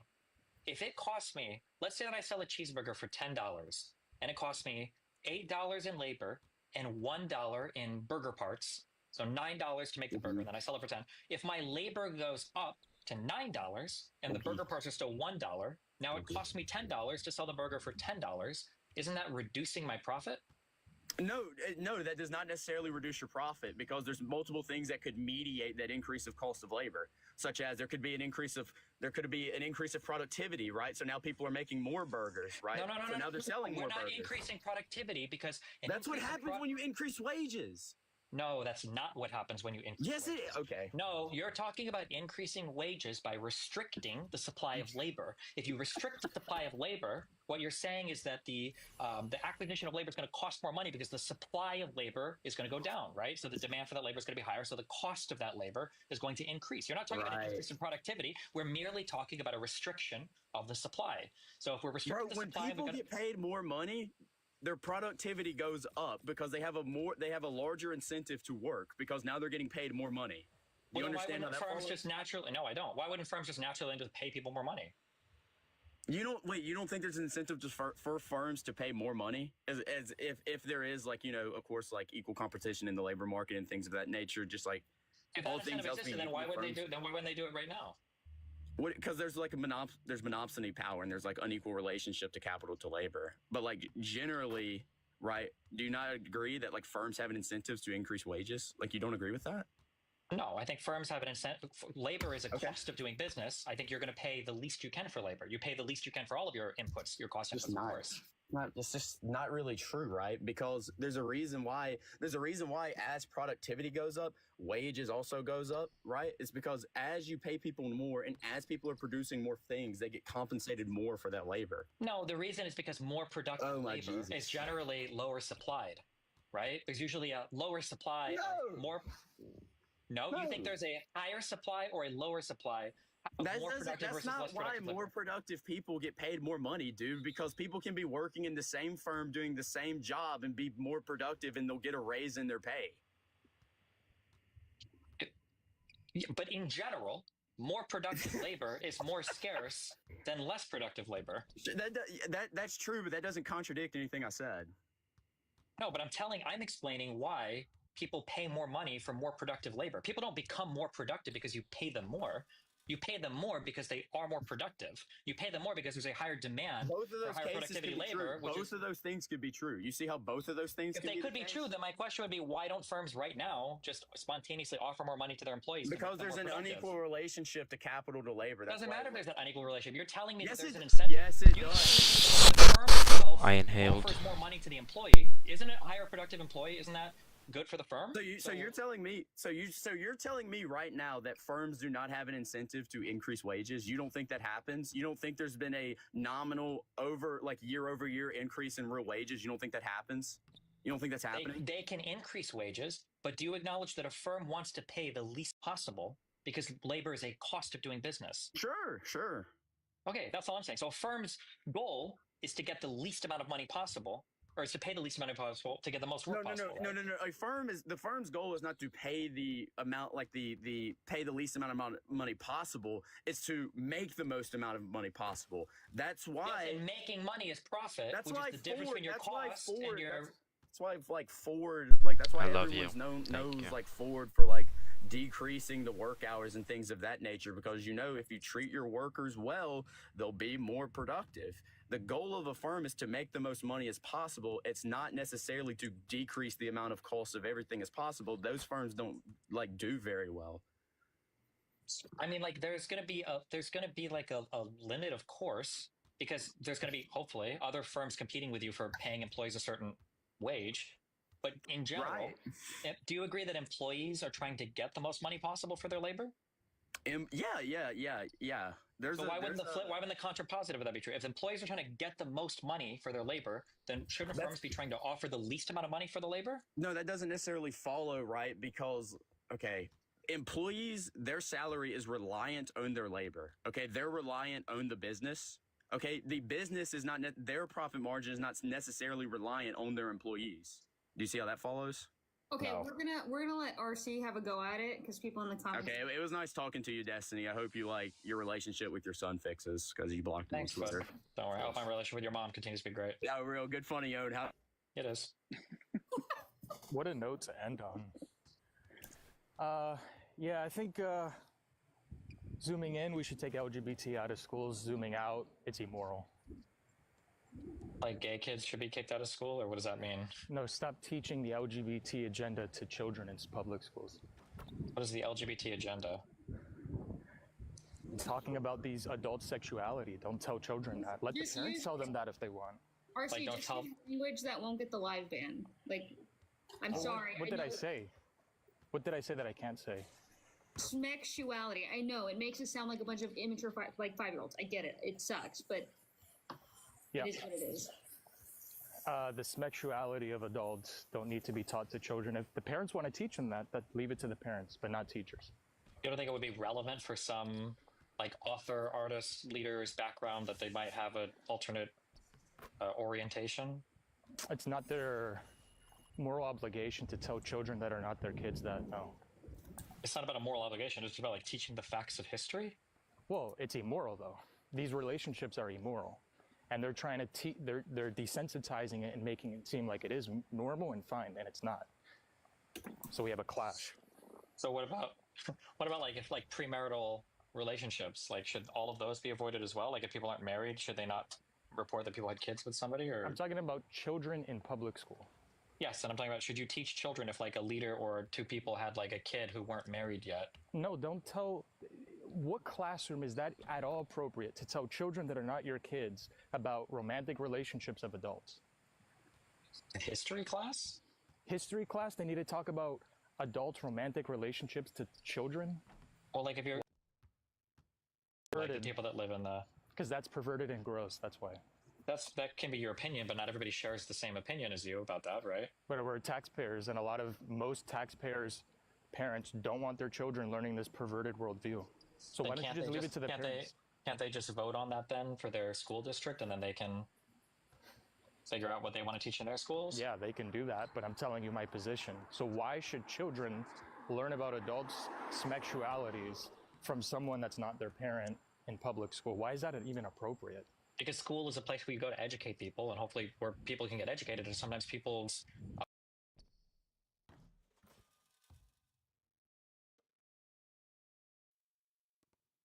What is a child learning that a grown man puts his...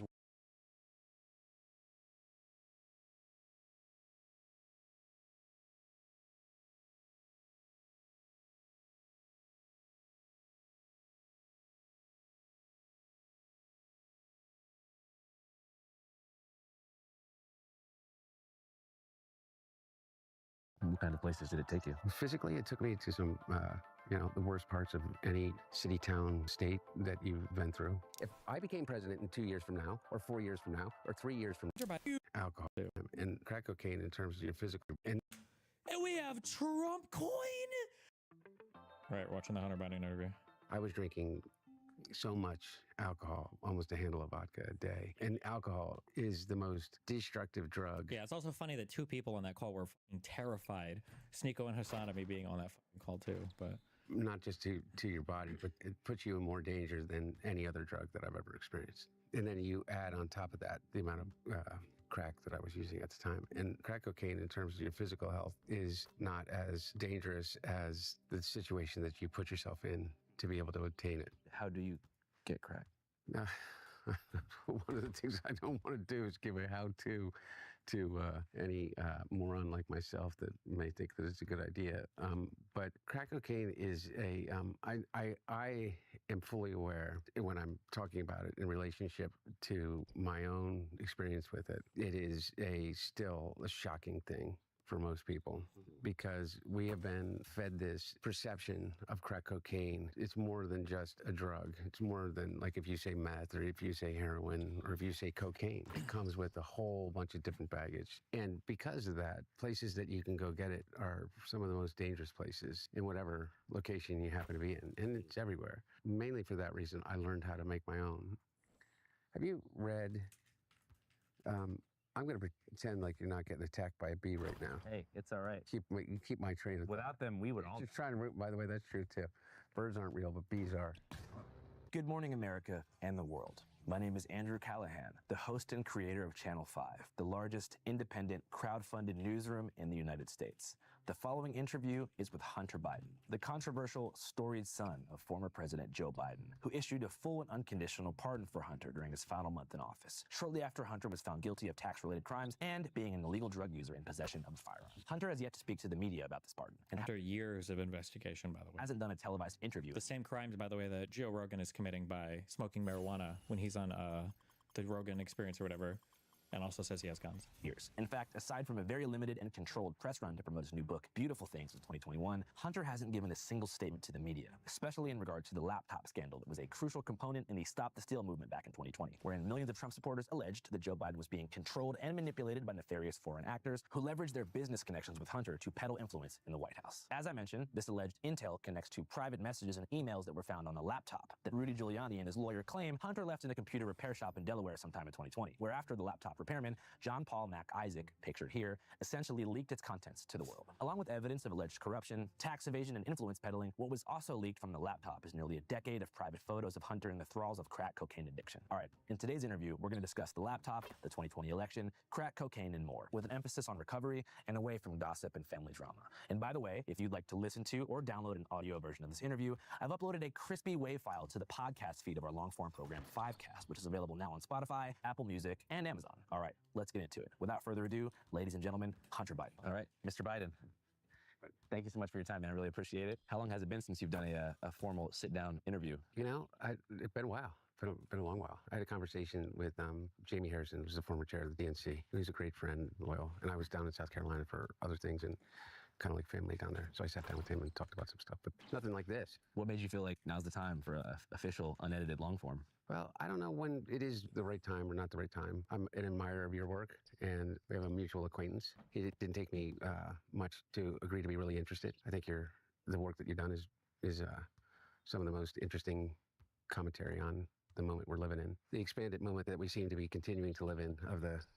from 2020 on. I hadn't seen much of the earlier work that you had done, but I do know that I at least appreciate the sincerity with which you approach everything that you do. I appreciate it. You said 2020 on. Do you feel like that's the year the world kind of went crazy? No.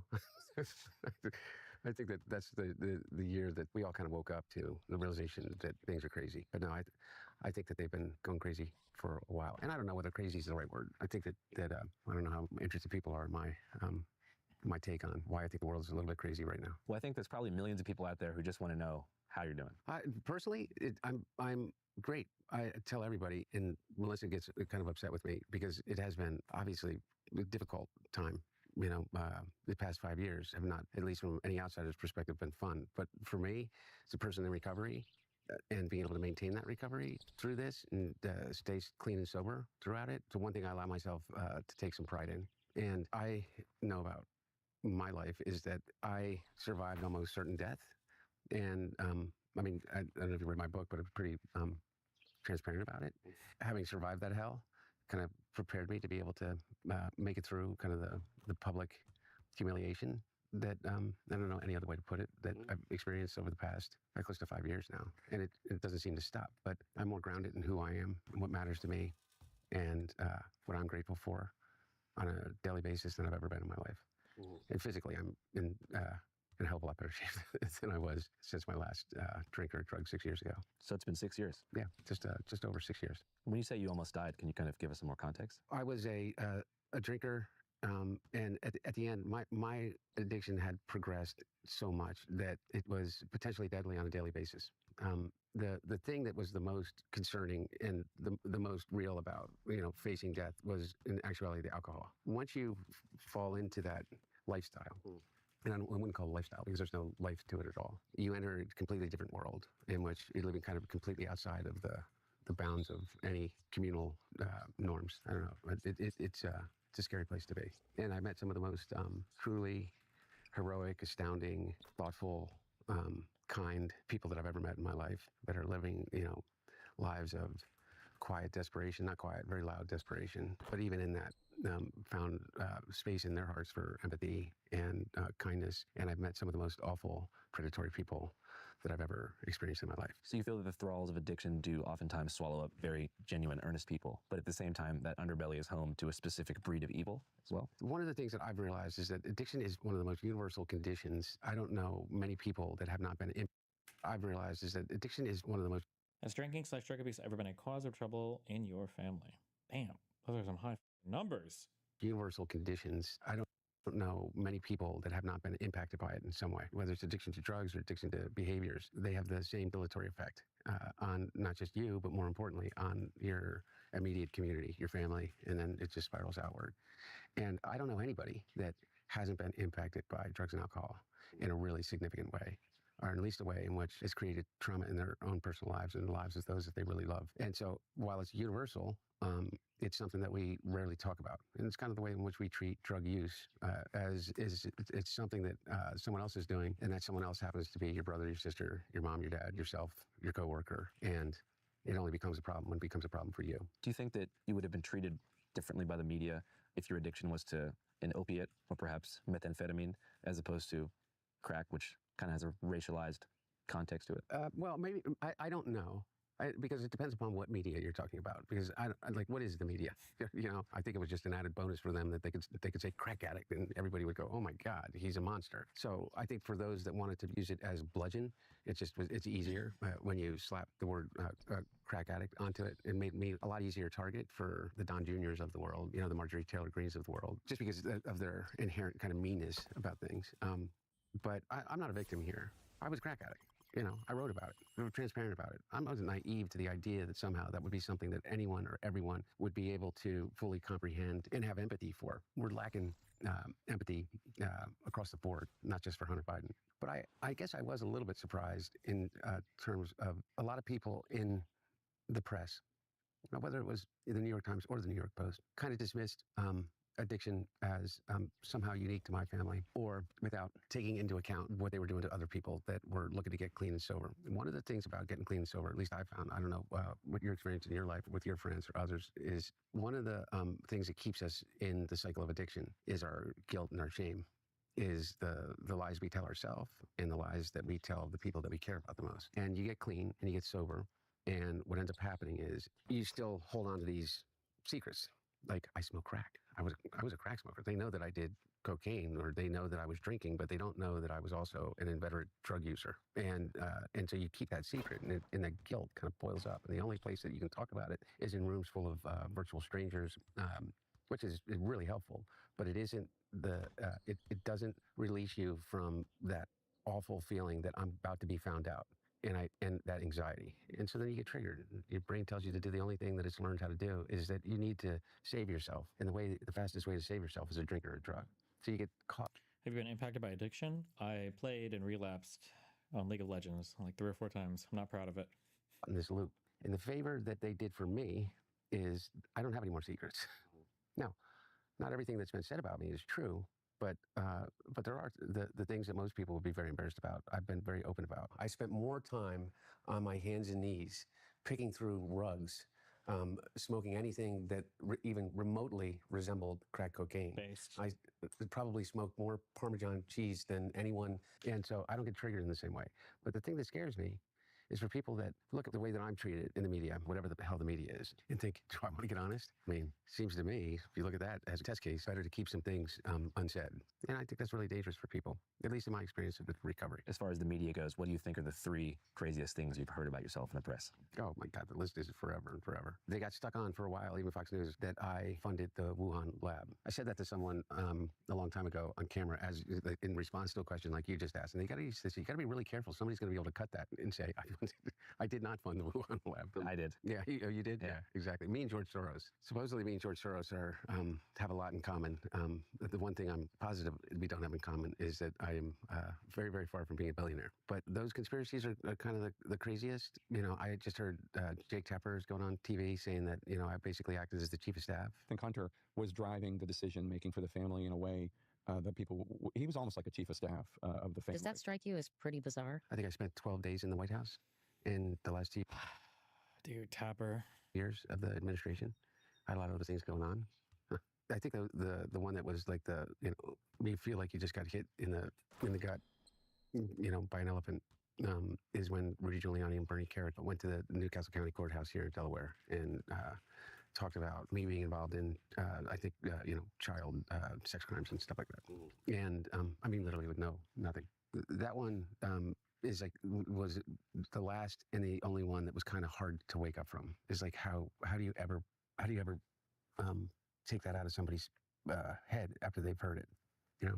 But I mean, truly, the list just goes on and on. Did you try to like sue for defamation or damages or anything after that? No, and I mean, I am in a defamation suit right now. I mean, one of the craziest ones is what Patrick Byrne said about me. And let me get this straight. He said that I was the key person in ensuring that the sanctioned Iranian oil money that was being held in South Korea was released at the behest of myself and somebody in Pakistan. And I took a 10% fee off the $8 billion for my family.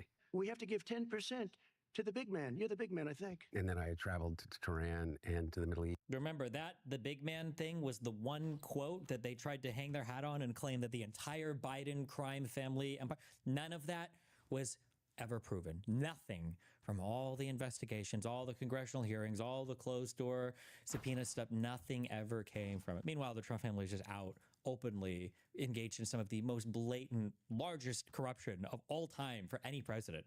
Having Witkoff and his son run around the world doing deals for this World Liberty Financial bullshit that Trump has a 60% stake in is unbelievable. In 2022 and 2023 in order to effectuate this. And then that ultimately his followers made the direct connection that that money was used to fund Hamas for the murder of over 1,400 Jews on October 7th. That's the kind of stuff. And now I know you guys look and say like, but who believes that? You know, I don't know. The million people that read that tweet, you know, I had one guy in California who is a, I don't remember his name, but he's associated with SpaceX, a big investor in SpaceX, a very, very wealthy guy, claim just months ago that I rented a house from him and that I trashed the house and I had the Secret Service stiff him on the rent and that I tried to pay him with a book of art made of my own feces. His ex-landlord claims he stiffed him on a whopping $300,000 in rent. What happens to the back rent that Hunter Biden owes my family? Is that pardoned now? And, you know, like, how insane is that, right? You know, but you look into the background of this person, and he's a major investor in SpaceX. He's probably worth a few $100 million, and he has this huge following on X. Elon Musk retweeted that, and it went, you know, and it went viral. It's pretty messed up, man. There's also some. Did he retweet it or did he quote tweet it and say, wow? Or did he say, shocking if true? Or did he say, need to look into that? People, though, who just think that if you leave the country. Or did he say, interesting, exclamation mark? You're a spy. You know what I mean? Like, why is he going so many places?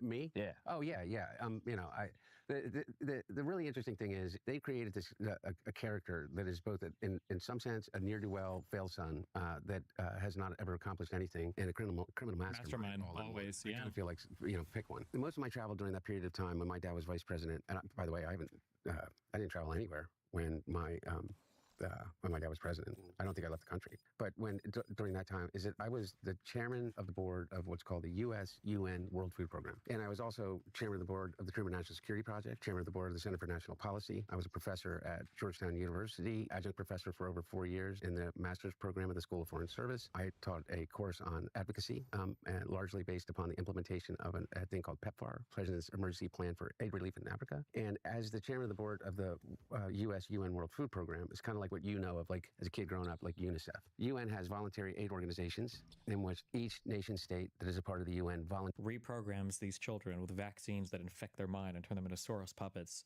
agents ready to strike Manchurian candidates. Militarily contributes to the continued operations of UNICEF, UNHCR, UNESCO. All of these organizations are all voluntary aid organizations. The UN World Food Program is the largest voluntary aid program in the United Nations, and it is the largest humanitarian organization in the world. It serves over 80 million meals on a daily basis in 72 different countries, and it is the first on the ground because it controls all the airlift and communications for all of the relief efforts globally in any natural disaster or civil war or conflict.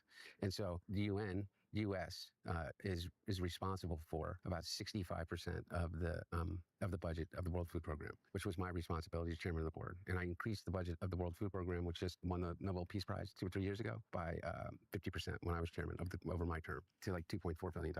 It's all gone now. Trump ended all of that. But point about traveling. So I went to the Philippines after Typhoon Haiyan. I went to Kenya to Dadaab when refugees were flowing in from across southern Africa and Ethiopia. I've been to Syria, Lebanon, and Jordan, and I've been to all over the world. 75% of my travel during that period of time was on behalf of the World Food Program and other, NGOs that I worked on behalf of. So I want to back all the way up to the very, very beginning. Yeah. A little short bio. We could do a long bio too. So you're born here in Delaware or born here in Pennsylvania? In Delaware. Okay, in Delaware. Yeah, Wilmington. Wilmington. Yeah, 10 minutes from here, 15. What are your thoughts on Wilmington, Delaware? Nice place? Oh, yeah. One of the things that I still do love about the East Coast and Delaware and the Mid-Atlantic is the history. And so I'm a little bit of a history geek. Yeah, because Delaware doesn't really get much representation because you got Philadelphia, powerhouse of history and culture. You got Rocky, a lot of other things going on there, too important stuff. Yeah. And then we agree on that. I'm basically living in a suburb of Philly. Yeah. Well, I don't want to say that, but you got Baltimore, The Wire. Yeah. You got people on horses in the streets out there. Yeah. People. Why do you think Hunter chose to do an interview with Andre over traditional media? I don't know if there are any traditional media shows that would do like a multi-hour interview.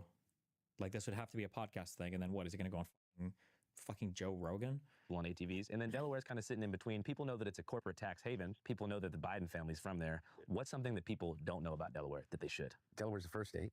I don't know if they should know this, but it's the first state to ratify the Constitution. When Thomas Penn basically colonized Pennsylvania, he carved out Delaware, and we called it the diamond and the jewel in the crown of the colonies. Delaware is almost a state of almost all coastline. Here's the thing that's interesting about Delaware. Delaware is geographically and historically and emotionally both a southern and a northern state. Mm-hmm. So the northern part of the state feels very much like Philadelphia. The southern part of the state feels very much like South Carolina. So do you see like Confederate flags in Dover? Maybe not Dover, but definitely Gumboro. Mm-hmm. I think that the National Association for the Advancement of White People started in Gumboro, Delaware. How are they doing? I don't know. It was a long, long time ago. Seems like they're doing pretty well. I think they probably had a real comeback. But that's because Delaware was a slave state that fought on the side of the Union. And the Mason-Dixon line, actually, Delaware is the only state that the Mason-Dixon line does not bisect. And that is because it starts at our western border, the actual line for the Mason-Dixon line, and right in the middle of the state. So there's 3 counties in Delaware. And if you go below the canal, you're in the southern part of Delaware, Kent and Sussex. And you were born in the 70s? I was born in 1970. Yeah. Wow. Yeah. A couple years after the Summer of Love. Yeah. My brother was born 1969, February 3rd, and I was born February 4th, 1970. And my sister was a year, a couple months after that, in 71. Now, I know that you've talked about this story before, but there was a tragedy pretty early on in your life. Can you kind of tell people what happened for those who don't know? Yeah, my dad got elected to the Senate on December 18th of 1972, so I was almost 3 years old. And my brother, myself, my little sister were with my mom and the dog in a station wagon, and we were hit by a tractor trailer. My mother and sisters were killed instantly. My brother and I were trapped inside the car, but they got us out. And I had significant head trauma. My brother basically broke almost every bone in his body and was in traction, and we were in the hospital together for weeks. And family and this community saved us. And my aunts and uncles moved in with my dad, and he figured out a way to be with us and be a dad to us, and also be a senator, commuted every day. And so I grew up here. I spent a lot of time with my dad. My brother and I had this rule with my dad, is that we could go with him whenever we wanted to. And kind of no questions asked. And obviously we didn't take advantage of it, otherwise it would have gone away, but we were smart enough to do that. But we spent a lot of time on the train going down to the Russell Senate office building with my dad, and just to be with him. We did everything together. The thing about my mom and my sister dying and my brother and I being in that accident, it's like the realization that I have with addiction and being somewhat public, is that this is in no way unique. Everybody's had a tragedy in their family. And when you're in the public eye and as transparent, I think, as my family has been about those tragedies and whether we wanted to or not, you have this incredible wellspring of other people that come to you and want to talk to you about your own experience or their experience. Like, how'd you get through it? And like, I had the same thing. And you realize that we are almost all universal in that way. Is the one thing that binds each and every one of us is not necessarily love. People can go through life without being loved. It's not the only experience that we will all have between the time we're born and then we die is pain. And being able to recognize pain is a thing that connects us all. Is a real gift, I think, at least, and given me a lot of strength when I needed it. How do you feel that particular experience impacted you growing up? I don't know. I think it's something that's a lifelong journey to be able to figure out what that kind of a trauma has on you. I don't know. I mean, I used to fight against the idea that it had anything to do with my addictive behavior. I don't fight about that as much anymore. It kind of makes sense to me in a way. I think that some of the genetics make sense to me in a way too. But in terms of that trauma and how I see it today, in the way that people responded, it's all about the love that I experienced during that time. I look back and I think of the way in which my family surrounded me. I was given the gift of having known and having two mothers that I consider my mom, both of them, my birth mother and my mom now. And I feel incredibly lucky for that. Instead of thinking of it as some tragedy, I feel incredibly lucky that I had my aunts and uncles that literally moved in with us. And I got the experience of having an extended family. My uncle is my best friend in the world, outside of my dad and my brother. And that, I don't know whether we would all be as close if it weren't for that. But, you know, I mean, you come from a big Irish Catholic family. This isn't like, oh, woe is me. Yeah. You know, I mean, everybody's gone through this. It was definitely a cultural kind of instinct to not allow ourselves to be defined by traumatic events and to take responsibility for the way that, you know, we've handled things that have happened. Oh, yeah, I think so. And I think ultimately, at the end of the day, we all have to take responsibility, regardless of the reason. The consequences aren't always fair, but I think the biggest question is whether you use it as an excuse or do you use it as a catalyst to be more empathetic with other people and also yourself. Yeah. That makes sense? Yeah, and it sounds like the kind of double-edged sword you're talking about, or the flip side of the coin is that even in the wake of tragedy allowed for your extended family, like your uncles and stuff, to become closer because they recognized that you needed like an extra layer of support. And so do you feel like without that happening, there wouldn't have been as strong of a bond within the family? I don't know. I do know this, is that my family is just incredibly close-knit, but I can't imagine that, I mean, obviously, yeah, I think your relationships are forged by the circumstances, and the more dire and consequential the circumstances, the stronger the bond. I mean, I don't know what your experience is, but I do know this, is that I feel very lucky, and the reason I feel very lucky is because this state, not just my family, but the people in this state. It's like when I was on trial here, I walked out of that courtroom after the conviction in Delaware in the gun case, and the first thing I said to the group of people that were there, my family and closest friends, is that how grateful I was. I mean, I'm truly grateful. It was like being able to go to your own funeral. I looked behind me and realized that no matter what, there was a whole courtroom full of people that knew who I was, and I had a whole family of people that were like aunts and uncles to me. I felt lucky, and I still feel lucky, and I don't take it for granted. I think in a lot of ways, catastrophe reveals character. You know, you're able to see how far someone's willing to go to help you, or how much they care about your well-being when things aren't going well. Yeah. And I feel like you've had a couple different cycles of that throughout your life. Yeah, it feels like a never-ending cycle of that, you know. But, you know, in this life, I hope that at the end of the day, like, look, If you take away the one scandal, do you think he could have been a good candidate for president? Who, Hunter Biden? I have no idea. We don't really know that much about like what his policies or any of that would be, or even really about that much of his life in general, I guess. Like Biden had decades in the Joe Biden had decades in the Senate, right? It was more predictable. Just trying to figure out how to make as clear as possible. Addiction is not an excuse, but it is an explanation. There are consequences for people. As you know, or anybody that's in recovery or spent any time, is regardless of whether those consequences are legal, financial, relationship-wise, or anyway, is that, you know, that addiction, and when I say addiction, I mean alcohol too, because I don't know of any more destructive drug than alcohol, there are consequences. And I'm still appropriately paying the price for some of it, or trying to make amends for stuff that are personal, that I believe that I still need to make amends for. I don't believe that there should be a continued, that somebody should have to wear scarlet A for the rest of their life. Yeah. You know, it's interesting the way that people talk about addicts, because if they just step back for a second. It's crazy how much he sounds like Joe Biden. Yeah, kind of, actually, if you really think about it. Wait, hold on. You think a little bit?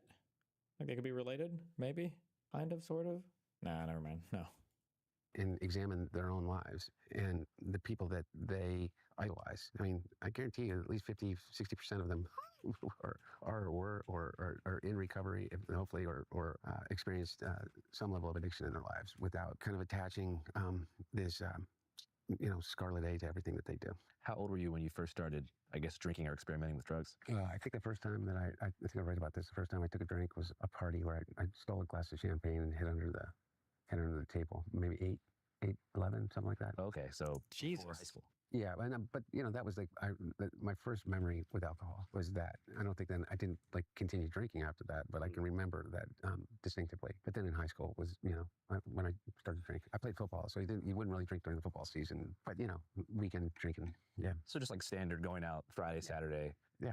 No, obviously no crack. No. I didn't. I experimented with drugs in high school, but drugs as an issue did not occur until crack. So it was just like you didn't go from cocaine to crack? No, it wasn't as linear as that. And so with me, what ended up happening was when my brother was dying, he was dying in a very slow but certain way because he had glioblastoma, multiform stage 4 cancer, which basically you have a 2% survival rate. And even that 2%, your chances of being fully intact physically and mentally are, basically 0.2% people survive without, their life, but almost a 98% certainty that you're not going to live outside of 2 years.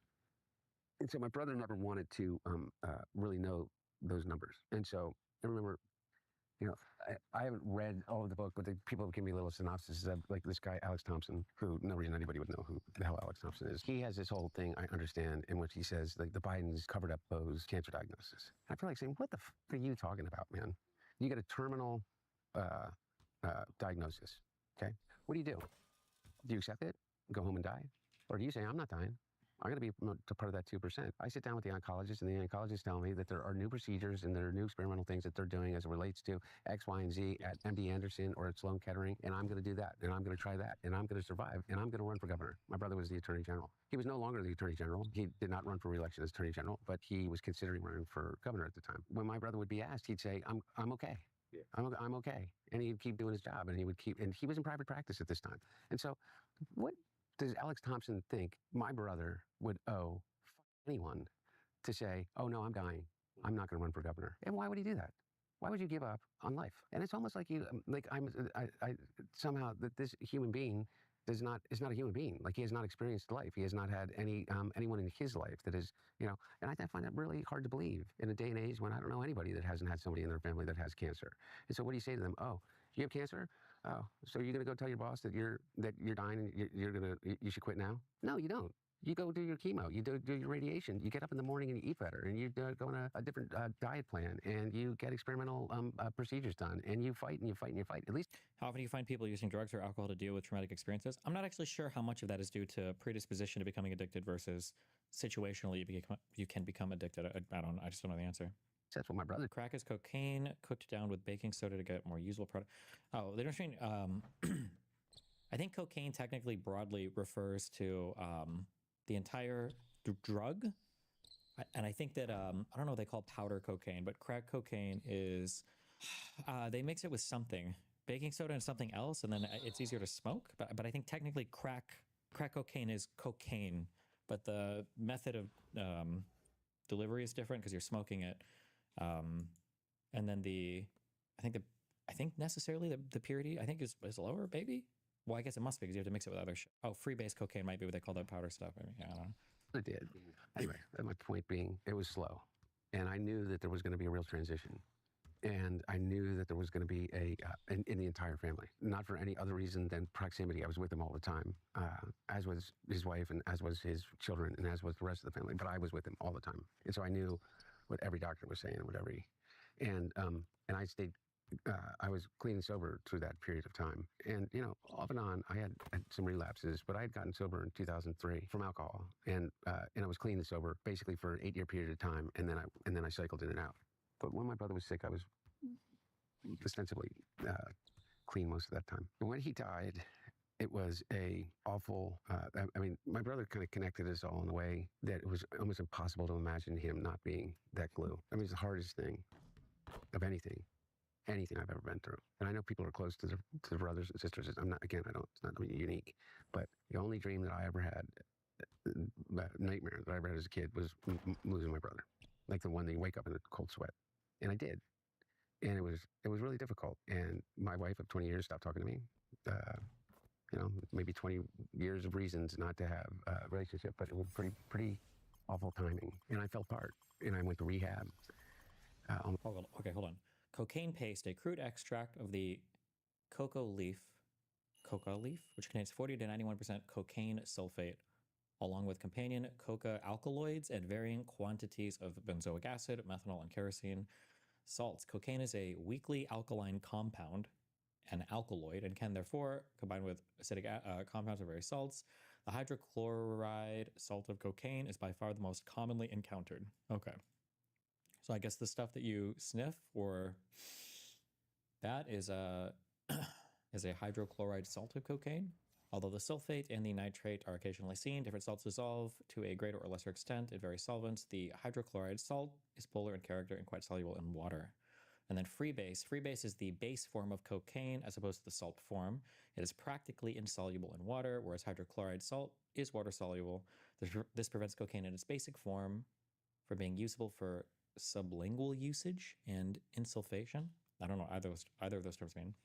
Freebase cocaine can be treated with ethers, isopropyl alcohol, and hydrochloric acid to turn it into the salt form. And then crack refers to a lower purity form of freebase cocaine that is usually produced by neutralization of cocaine hydrochloride with a solution of baking soda, sodium bicarbonate, NaHCO3, and water, producing a very hard/brittle, off-white to brown colored, amorphous material that contains sodium carbonate and trapped water and other byproducts as the main impurities. Smoking or vaporizing cocaine and inhaling it into the lungs produces an almost immediate high, can be very powerful and addictive. The initial buildup of stimulation is known as a rush. While the stimulating effects may last for hours, the euphoric sensation is very brief, prompting the user to smoke more immediately. There you go. Almost immediately, and I stayed in rehab for a long time. Inpatient, outpatient, for close to a year, and between up in a place in Pennsylvania and then back in D.C. to be near my kids, and not wanted by my ex-wife back in the house. And so for the first time in 46 years, I'm living alone. I don't have my brother. The rest of the family is in this awful state of grief. And we feel rudderless, I think, for the first time in my life. Completely rudderless. And anyway, long story short, is I kind of held it together for about a year, and almost exactly a year to my brother's death. And then I admitted that I slept off with a drink. And the doctor, the outpatient program that I was in, I was going to 4 times a day and getting tested. I said, look, I drank, so we want to test you anyway. I said, if you test me, it becomes part of a record, and I don't want it as a part of a record because it's not protected by HIPAA. And he said, well, you can't come back in if we don't test you. And I said, well, this is what I did. And they said, it doesn't matter, you're telling us, and we need it for our records. I said, well, you. And I walked out to the park across the street, in Lincoln Park in D.C., which is not very far from the White House. Lincoln Park. I knew to be kind of sometimes an open air, drug market. And I saw someone that I knew from my past life as being in the streets, a woman that I referred to as Bicycles. And I knew that it was kind of a suicidal thought. I said, do you got any crack? She sold me crack. And then that was it. From there, it just progressively got worse and worse. What kind of places did it take you? Physically, it took me to, geographically, it took me to some, the worst parts of any city, town, state that you've been through. And, I know that you've been through these places I've watched, but, it takes you to, metaphorically and literally, to the Super 8 motel off the highway, rooms for rent on an hourly or daily basis, for tens of dollars. And that's kind of where it takes you. Takes you to public housing too. Yeah, and not safe places. Places people live, but not safe places. How long was the run for after you saw Bicycles? That was in 2016, and then June of 2016, but almost 3 years. Wow. Yeah. Now there were periods where I would stop. I would try to get help or half try to get help or appease people in my life and say that I was getting help. And so I did a whole host of different things to try to pull myself out of it. I did try. And people would come in and out of my web and try to help me, and my level of toxicity would drag them down until they would kind of like disappear. And then people that would come into my life that were nothing but blood-sucking leeches that would literally saw vulnerability and latched on and drained me of literally every thing that I had, whether from emotional well-being to my physical well-being to my bank account. And that was the ebb and flow for almost 3 years until I met Melissa. The one thing that is true about it is that, as I said before, I met some people in that period of time that are living and have no escape. I had an escape, my family. I thought that I had burned all bridges. There was no exit. You know, I was in a hotel in a big city, and I don't want to name it the city, and this drug dealer who would pretend kind of to be my friend and would organize these, things around me where they just would live off of me for like days at a time, and they'd get hotel rooms and they'd bring people in, and it'd be like a big party, and I would find myself invariably kind of like trapped in the room and kind of. Did he say how old is he at this point when he's getting back together with Melissa? Trotted out to deal with hotel security or whatever at any time. Someone had given me something, and there was a spa tub, like a big hot tub pool, and they'd found me floating face down in the pool. Jesus. And this person saved me.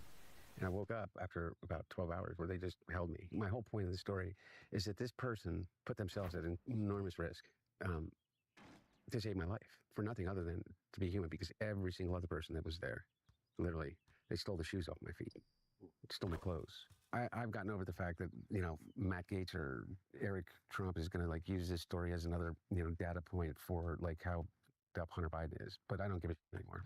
And what I don't give a shit about is because people, even in the midst of their addiction, some people can be so incredible and generous and humane and caring. And I mean, this person had literally nothing to gain, and I don't even know their name, but they saved my life, and they sat with me and they nursed me back to health until I was good enough to be able to get up and realize. But I mean, literally. For what? The most likely outcome for them was that the hotel walk in and and I was dead, and they get blamed for it. Yeah. Anyway, I guess my point is that I think I was worth saving, and I think there's millions of people out there that are suffering from addiction that are worth saving. You mentioned one thing earlier that I thought was pretty interesting, is that, you would take breaks throughout this period of time. Yeah. And I think that when you're in active addiction, especially, those tolerance breaks can give you the illusion of control, because you're like, oh, I'm just going to chill for a bit. It's the oldest story. I'm so good at, moderation. Wow, I'm the best. But in your mind, you're like, I'm chilling so that I can mentally be on board for the next vendor. Absolutely. You know what I'm talking about? 100%. And I mean, it's the oldest story in the rooms, at least my experience, is that so many relapses start with the assumption that, like, well, look, I can smoke pot, or, like I can drink beer, which is not hard liquor. Or, I can drink, but I'm not going to use hard drugs.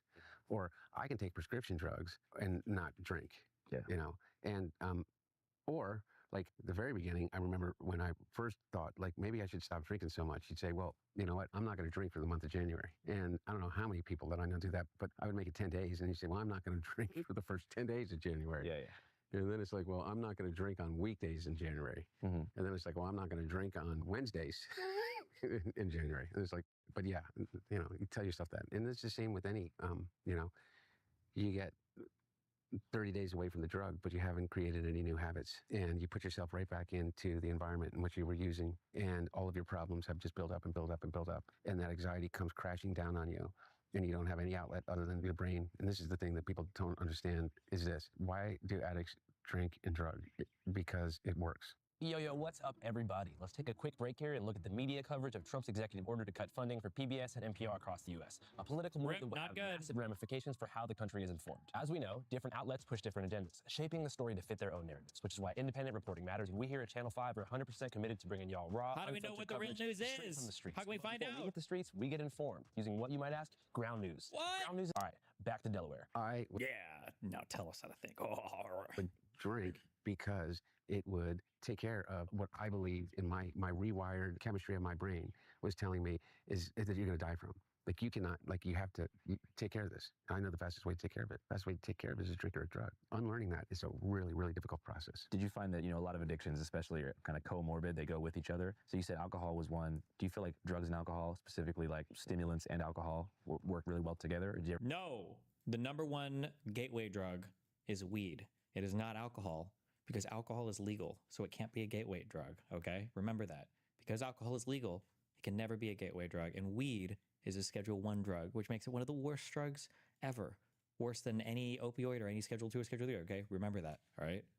You ever find yourself smoking crack just without drinking? No, it almost invariably, I've found with all the addicts I've had personal experience with over my life, whether it's the meth addicts with the benzodiazepams or the cocaine users with alcohol. I mean, really hardcore addicts, or when I say hardcore, what does that mean? Most people try to find like some kind of stasis in which they can withstand the downsides of whatever their addiction is, but it never works. And it always falls out of balance, and you always overdo one and don't prepare enough for another. Let's see this. Alcohol causes more death and violence than every single other drug combined times 5.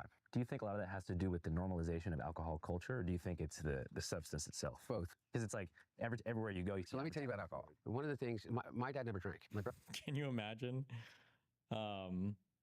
Oh God, how did I forget his name? Not Mewtwo. The toucher guy at Ludwig's party. If that guy was smoking crack, and they were like, "Let's go, one more puff." Bingo. Yeah, one more puff. Brother never drank, really. And the reason that they didn't isn't because of some bad experience that they had with alcohol. It's because they witnessed what alcohol did in the lives of the people around them. You're not talking about like Irish ancestral memory here. I am, kind of. Okay, cool. That's what I'm thinking. Yeah, no, I really am. I'm talking about, like, I think it is in our bones. I look at my family tree, and one of the cool things about your dad becoming president is the Latter-day Saints who have the largest database of genealogy in the world. I have this really, a lot of material on, both sides of the family, the Bidens, the Finnegans, the Hunters, and but mainly the Bidens and the Finnegans. And you go back, particularly on the Finnegan side, and you see Francis W. Finnegan died age 32, consumption. All these people that died age 39, left 4 children, consumption. And it's just a catch-all disease. And what it is it's alcoholism. You died of alcoholism. And the reason is alcohol is the only drug that impacts every single organ in your body. So from your brain to your liver to your kidney to your spleen, it enters your bloodstream, and it's the only drug that you can die from withdrawing from. What about Xanax? Except for benzodiazepams, which are in large quantities, you can die in because it has the same impact that alcohol does on your body. Because once you withdraw it from your body, it's the only drug, along with benzodiazepams, that can send you into seizures because your body is saying, I need this to live. And so it has tricked it so conclusively that the sugars of those alcohol in every single organ scream out, and basically you have seizures and die. The way in which alcohol as a disinhibitor works, causes people to do some of the most ridiculous of things that you can possibly imagine, from what they do in terms of what they say, to the car that they get in and get behind the wheel, to the anger with which they respond. Most people with alcohol, it simply is an amplification of their worst qualities. And your worst quality, mine was never violence, and I'm not going to judge what my worst qualities were. People are saying that consumptions means tuberculosis as well, so I don't know. But maybe there's delusions of grandeur. It's my worst things, but late 2017 or early 2018, Hunter Biden spent $200,000 a month on luxury hotels, cash withdrawals, dental work, and Porsche. This is the dumbest thing I've ever seen in my life. How do you spend money on a cash withdrawal? What does that mean? I guess they're just saying withdraw on his cash and spend on drugs. Dental work? He got dental work done every single month. Porsche? He bought a new Porsche every month? What? But like that, it's... Like, I feel like the Porsche is probably the biggest part of that, no? Or maybe they mean car payments? These were really, really toxic mix. For me, it's like extremely depressive nostalgia. Yeah, you know what I mean? I'll like hijack the touch tunes and play some song that makes me think of a different time. Yeah. I'll start getting really sad and talking about how I missed 2008. So your kind of most prolific bender was during the Trump era, between 2016 and 2020, which I think is... That's all of us, bro. Important to clarify, is not when your father was in the White House. Exactly. 100% not. There's this conflation that people have. I mean, I think they're opening up an investigation to cocaine that was found in a cubby outside the West Wing of the White House. I think it was Don Jr.? Oh, you're talking about old White House? Yeah, when my dad was there. Oh, so they just got to blame you automatically. Yeah, I mean, they're literally going to do an FBI, another congressional investigation, because they've convinced themselves that it had to be me, that there was a little tiny... And I guess my point of even bringing it up is that, no. I have been clean and sober since June of 2019, and I have not touched a drop of alcohol or a drug, and I'm incredibly, incredibly proud of that. And why would you bring cocaine to the White House? Why would I bring cocaine to the White House, stick it into a cubby outside the Situation Room in the West Wing when I wasn't there? Anyway, this must, who knows? And politicians, I mean, they do blow, right? I testified before the House Oversight, Judiciary, and Ways and Means Committee. It was a whole big family shindig on the Republican side. All of them showed up, from Marjorie Taylor Greene to Lauren Boebert to Matt Gaetz to, they're all sitting there. Now, none of them had the guts, except for a couple at the very end, to ask me any questions. At one point, in the 7 hours that I was being deposed, in which, by the way, I demanded that they do it in public, and they refused. And the reason is because they're morons. Matt Gaetz, of all people, was giving me Wrong. It's not because they're fucking morons. It's because they want to be able to twist and selectively leak the things you say privately, and they don't want a full testimony in public. This is very intentional. It's not an accident at all. I'm sure he knows that. But about my drug use. I said, really?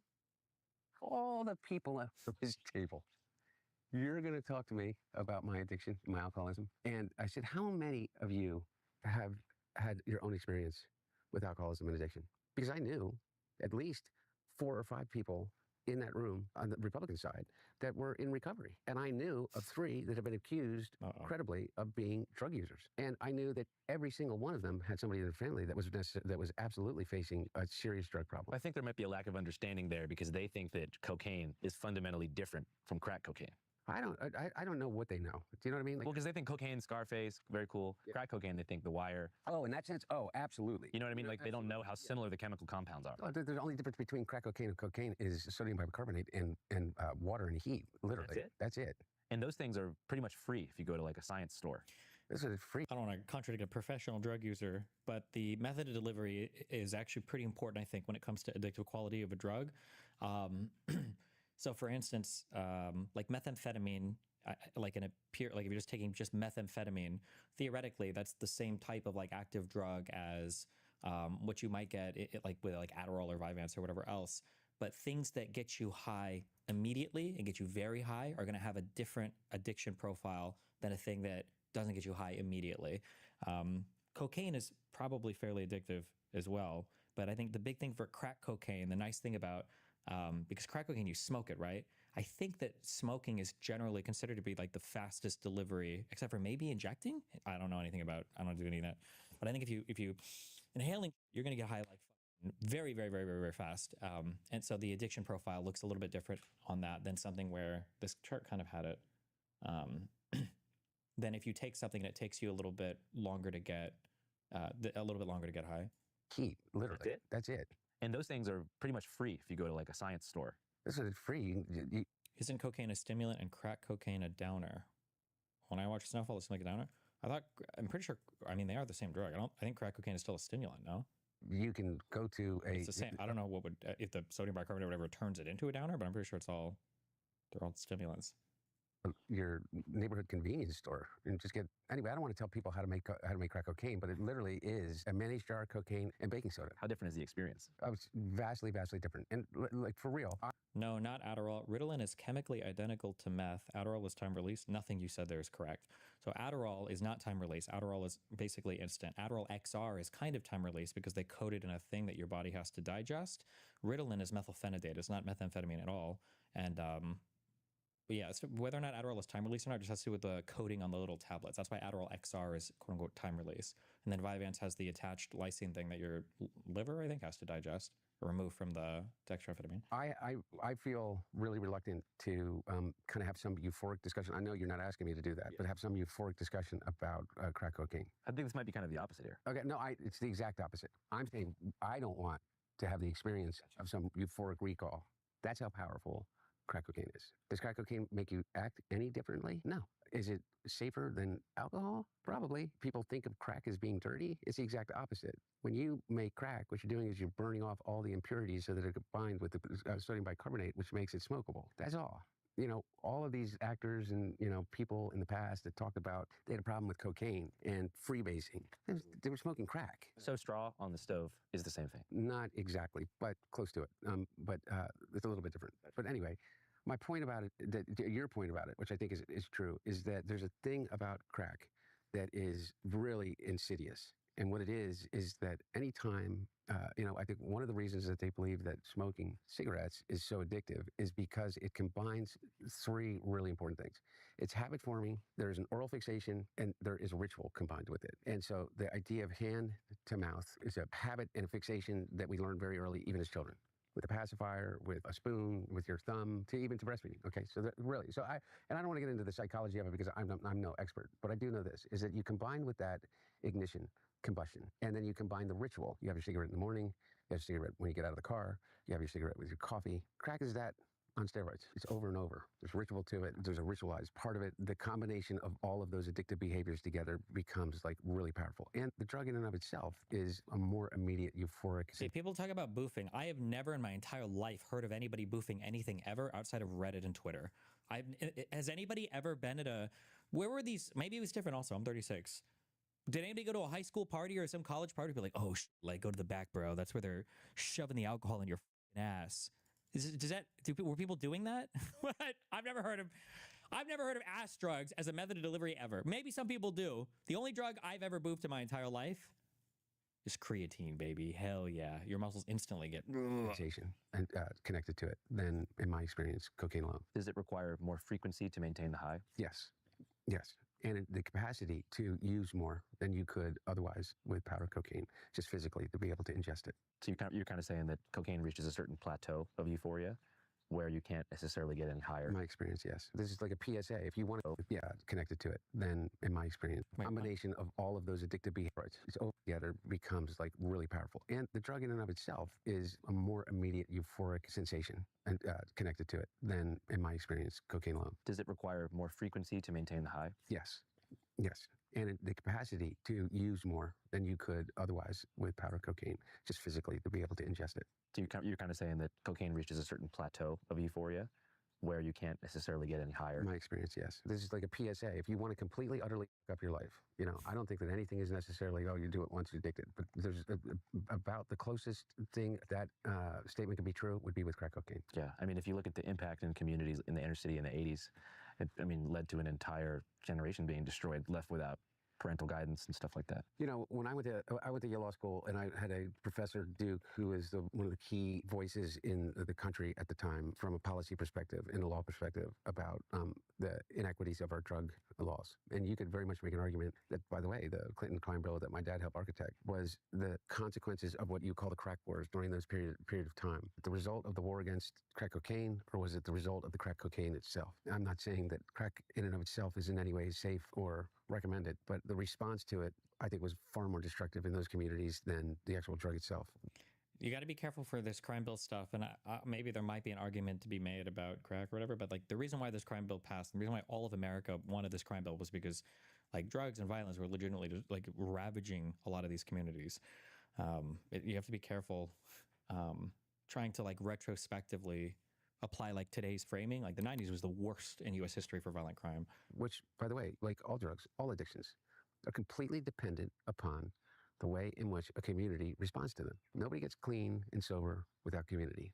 Nobody gets clean and sober without support. If, the response is, met with just violence from the dealing to the destruction, I don't, Do you think that like, looking back at the crime bill and stuff, your dad and that kind of... Oh, yeah. I mean, my point was, when I was at Yale, I wrote my senior analytical thesis was on the disparity between crack and powder cocaine sentencing. That was in 1996, in which, we knew then. And, that's when my dad became president. He did away with all of that. And I think that Obama did part of it, and he eradicated it all. And then he pardoned almost everybody at the very end of his administration that had been swept up and was still in prison as it related to those disparities in federal sentencing. Obviously, he has no control of the state, but hundreds of people were commuted sentences and were pardoned. And you feel like your paper at Yale kind of helped implant that idea in his mind and help forward that cause? No, I don't think he remembers my paper at Yale more than anybody remembers my paper at Yale. I think I'm the only one who remembers my paper at Yale. But I do know this, is that at the very end, I was the only thing that I can say that I truly weighed in on with my dad was on that level. And he was pushing on an open door. I think people forget the historic record number of people that he pardoned based upon the drug laws. Also, he pardoned Leonard Peltier, or commuted his sentence from life imprisonment in Florida to house arrest at the Turtle Mountain Reservation. I would never more proud of my dad. And again, literally the only things that I advocated for were those things. Peltier and the sentencing reform. Yeah. Yeah, we just did a report up in North Dakota about his homecoming event, and it was definitely interesting. I didn't think it would happen. Hey guys, here's a quick preview of our upcoming episode that's being referenced. Leonard Peltier Comes Home. Today is a victorious day as our relative is here in the flesh. President Joe Biden commuted the life sentence of Leonard Peltier. The 79-year-old has served nearly 50 years in prison after being convicted for the 1975 killing of 2 FBI agents. A young man who's spending his life in prison for something he almost certainly did not do. Leonard Peltier and others killed Williams and Collier in cold blood on the reservation because they happened to be there at the wrong place at the wrong time. He's considered by a lot of people to be America's longest serving political prisoner. People today don't understand the FBI of 73. They went after Martin Luther King. It is in that context that Peltier was gone after. The Peltier group, who could have just driven away, came to the agents' cars, Williams and Collier, and killed them both at point blank. I think I speak for all FBI agents. It's a kick in the balls. That's, yeah. I know in my heart I never killed nobody. Howdy there, Jake Fowler here with the C5 crew in beautiful Belcourt, North Dakota, homelands of the Turtle Mountain Band of Chippewa Indians. Right now, we're standing at the entrance to the casino here. Only Gen Z would interview a crackhead and respect him, and only MAGA would elect a rapist and worship him. And they're hosting an amazing event to honor the longest held political prisoner in the United States, Leonard Peltier. So let's check it out. My spirit name is One Who Carries the Light. Turtle Mountain, born and raised, just here to celebrate Leonard Peltier coming home. There's a town that you enter before you come into the Turtle Mountains. We got word that there was all sorts of community members who stood out on the side of the road, children, elders, probably 20 below, maybe even colder with the wind, and they're out there fist high cheering on Leonard, and it was a powerful moment. If you could describe today in one word, what word would that be? Today. Thank you, Turtle. I wish to be described. Come on, I love these people. So I've been studying his case, and you have to realize there are elements that were inside of the FBI that still, to the very end, were very threatening. Said that there would be huge consequences within that community of the former and current FBI agents who still firmly believe that Leonard Peltier was responsible for the death of that agent. Anyway, so I knew an inordinate amount about the case and had studied the case. I was in a course of a guy named Stephen Bright, who ran the Southern Center for Human Rights, not the Southern Poverty Law Center. 2 different organizations, same purpose, but the Southern Center for Human Rights, which mainly dealt with representing people on death row. One of the cases that we touched on, because I don't think Leonard was ever taken off of death row. Anyway, we worked on Hurricane Carter's case, and I became friendly with Stephen Bright, who's a leading expert in unjustly imprisoned people. And so we studied Leonard's case. I was really, really, really proud because it was a really courageous thing that I think that my dad did by letting him out. And I think some people take it for granted that, well, why wouldn't the president do that? It's the right thing to do. He was 80, blah, blah, blah. Because you have a lot of really, really powerful people that can really mess with your life, and particularly in this atmosphere, by doing the right thing. What do you think is the biggest inconsistency in the government's case against Peltier? The 2 cases that were held against his 2 accomplices, who both were acquitted, and the lack of evidence that was allowed in Leonard's case as related to the lead up to that event on Pine Ridge, where the tribal police force, along with the FBI, had basically created a goon squad. And over 60 individuals had been tribal members and living on the reservation. And I think it was over 60 had been murdered by this goon squad, had been taken out. Was it 60 or 16? I can't remember the exact numbers. But they were on a mission, basically backed by the FBI. And the judge never allowed all of that information, which they had got, into the case when Leonard was tried. And I can't remember all the other inconsistencies, but one of the things that also is that the woman that they said was Leonard's girlfriend, when they were able to extradite him from Canada to the United States, they used her testimony to justify the extradition from Canada. Once they got him back, she completely recanted and said that she was basically threatened by the FBI to say that she was Leonard Peltier's girlfriend and that she witnessed the whole thing, when in fact they hardly even knew each other. She had lived on the reservation but didn't have any relationship to Leonard. But there's a whole bunch of other inconsistencies. On a deeper level, what do you think it was about Leonard that scared the federal government in such a capacity? That's a good question. If you believe... Dustin, you are so wrong about the difference between meth and amphetamines. What am I so wrong? I'm pretty sure they're very, very, very similar in function. The only difference, I think, methamphetamine, I think, can penetrate the blood-brain barrier a bit easier because of the methyl group. I don't know exactly why, but otherwise, the impact, I think, is very, very, very similar. Leonard. Similar to identical, I think, once the methyl thing has been removed. Then you had to understand the rest of the story of what the federal government was doing. It was $100 dono! Please cover the reason for the crack epidemic in the U.S. in the 90s. If you don't know, look in Iran-Contra. Oh, don't worry, I know. It's because the FBI ran into all the neighborhoods and gave everybody crack cocaine. I got it. what they were systematically murdering members of an organization that were setting out to highlight the injustice that was occurring on reservations across the country. I think that we are in such a ahistorical, is that even the term, time right now? I know why they want to erase history. I know why they don't want to teach about the actual history of this country, because to do so makes a lie out of almost everything that they are trying to achieve. And how could anyone see the way in which Native Americans then and now are treated on Pine Ridge by the federal government, to the degree that they basically paid for and implemented a program to systematically murder those that were simply speaking the truth? Our government, the FBI. By the way, they were able to do much of it at his, but all of the documentation was available. All of the communications were available at the time of the trial. Bro's fouling. Why are you fouling, little Billy? You know what I just realized? Nah, Republicans it's were all just good. born Sorry, in the I'll wrong just era. shut up. MAGA, you know how people look back to the era of like knights and they're like, I wish I could have been a knight with Milady and I was born in the wrong era, XD. If Republicans, if like MAGA would have just been born in like the 60s and 70s, RCI and RFK Hey, shut up. a lot of like wild and wacky shit. There would have been so many more great conspiracies for them to actually sink their teeth into. Instead of today, it's just like the most retardedly stupid in the universe. They were born in like wrong generation, XD. Yeah, I mean, because if you look at the bigger picture, American Indian movement was just one of many groups they were targeting. Oh, absolutely. Maybe one of like 150. Yeah, absolutely. Absolutely. 40, 50 years later, what has it been? How long was it, Leonard, in 48? Something like 50. Yeah, almost exactly 50 years, I think, right? 75. Why do we still hold on to that? Because it still makes a lie. I don't believe in conspiracy theories in the sense of I don't believe that the government has the capacity to carry out a conspiracy. You know, a secret plan. It's all in the open, man. There's no conspiracy behind what ICE agents are doing in the streets of Los Angeles, you know, right now. Or, by the way, in the streets of Detroit or Chicago or Philadelphia or Tampa or whatever the hell they are, is that they're openly terrorizing people for the purpose of scaring the shit out of them. You know, people look at this moment in time and they get this Why won't Hunter just be honest and tell us what his DGG account is, okay? Question. I used to think it was hyperbole. I'm not so sure now. And the comparisons to 1930s and 1939 and 1932 and Crystal Knock and this is the time and are we before this, are we after this? And you know, I look at what we're going through right now as more associated with a moment in our own history, which was Reconstruction. You're talking about, for reference, after the Civil War. Yes, from 1865 to 1877. What people don't understand about Reconstruction is that we just fought the Civil War. All of the freedoms which the Constitution gave. Can I just say that I hate the fact that this guy knows more about everything than the entire Trump family combined, with the exception of, oh, whoa, never mind, hold on, I'm sorry. Kushner isn't Trump's son, no? He's, he married one of Trump's daughters, right? Kushner was, it seems like, an intelligent person. Can we go back to the corruption from, like, Trump 1 from his first term? Because at least he was mistakenly choosing people that had some level of competency. Like, Jared Kushner, love him or hate him, or regardless, whatever, right? And I have so many criticisms of the Abraham Accords. However, could you imagine fucking Don or Eric or whatever negotiating the Abraham Accords? Can you imagine Eric Trump on stage talking about anything in the Middle East? Like, at all? Like, it's unbelievable. Was guaranteed for black citizens that had just been released from slavery. And people think there was this great migration, it all fell apart. Can you imagine Trump talking about Reconstruction? He's like, what do you mean? Did one of my buildings fall over? Do you remember when Trump was in front of the... Oh my God. This was in the first term. Or was it the second one? Wait, Trump talks about liberalism, United Nations, kill me. Wait, they asked him about like the state of like Western liberalism. And Trump doesn't know what liberalism is.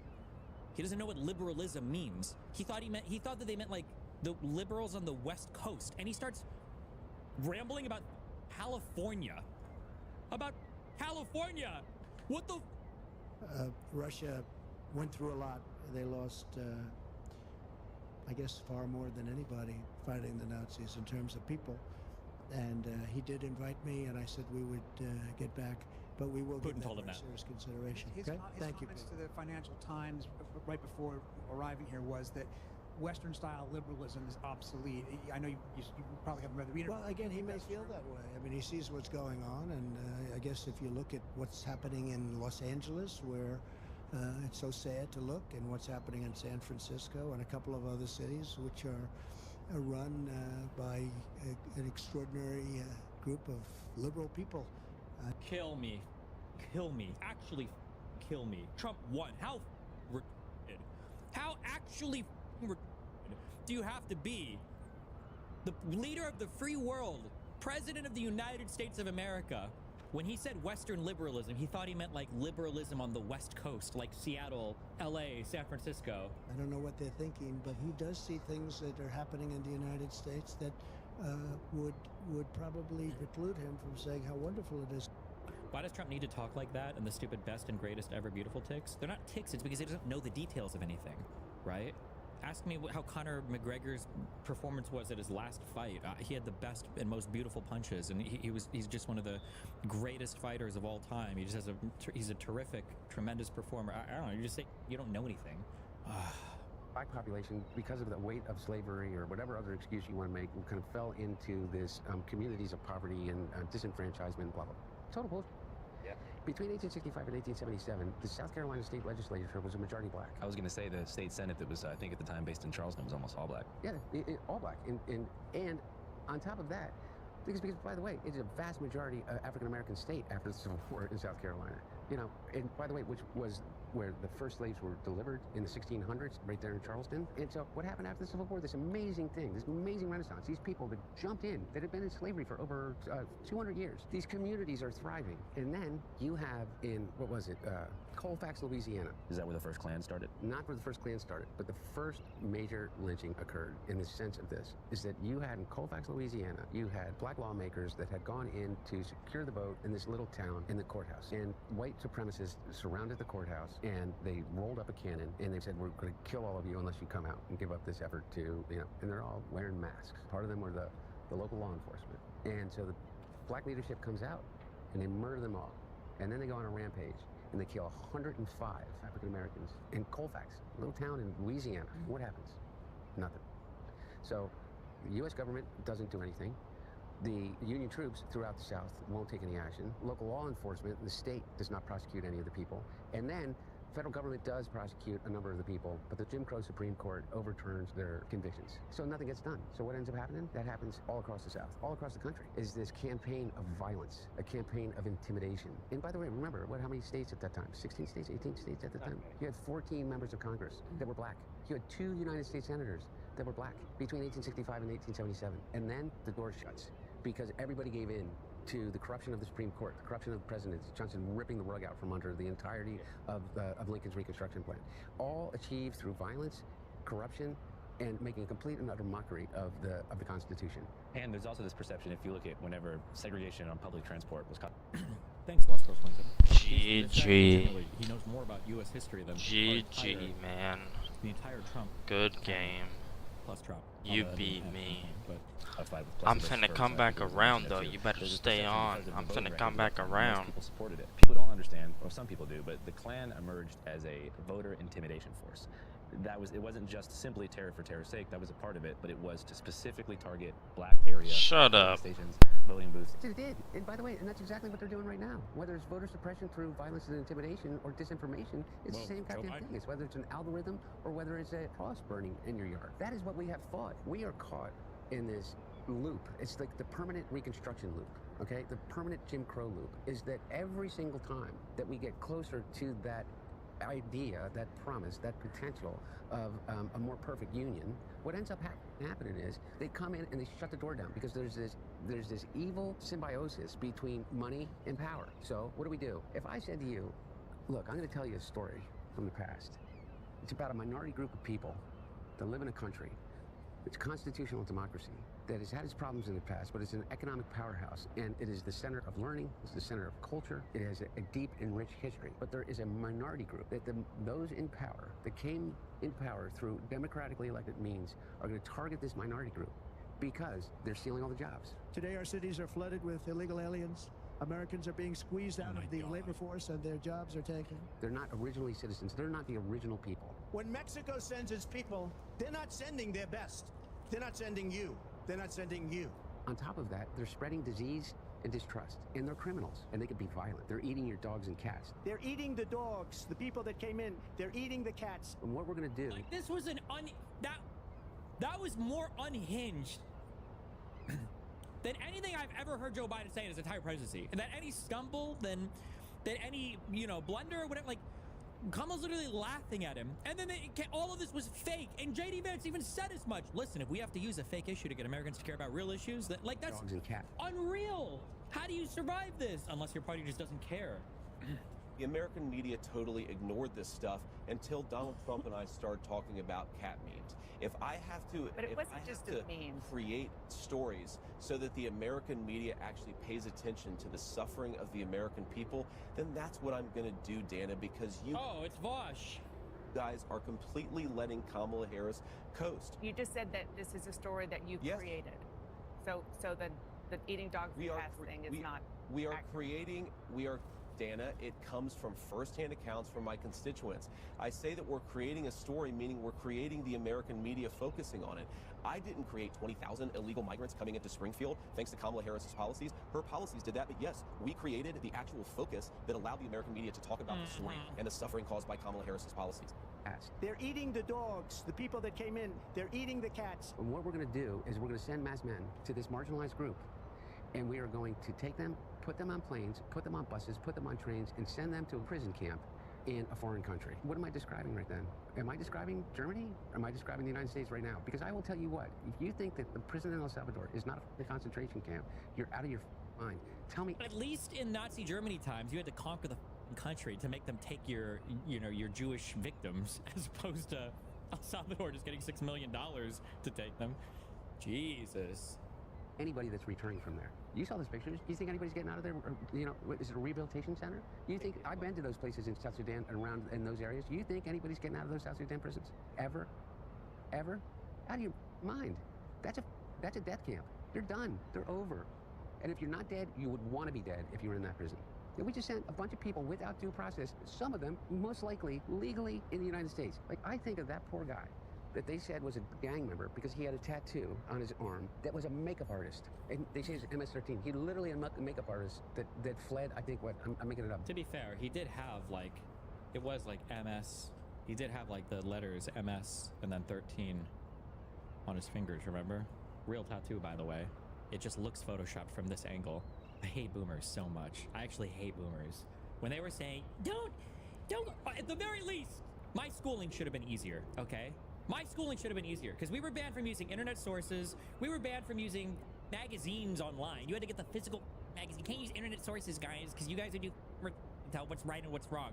You're too stupid to know what's real and what's not. You guys are using .coms when you should be using .orgs, and God forbid some of you using .nets because and now that we're older, it's the boomers that believe every random thing they see online. Every random thing they see, they believe. Holy it wasn't a warning, it was a prophecy.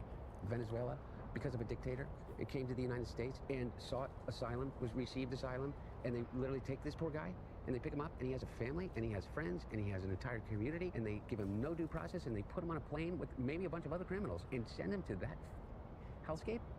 He's dead, and nobody gives a shit.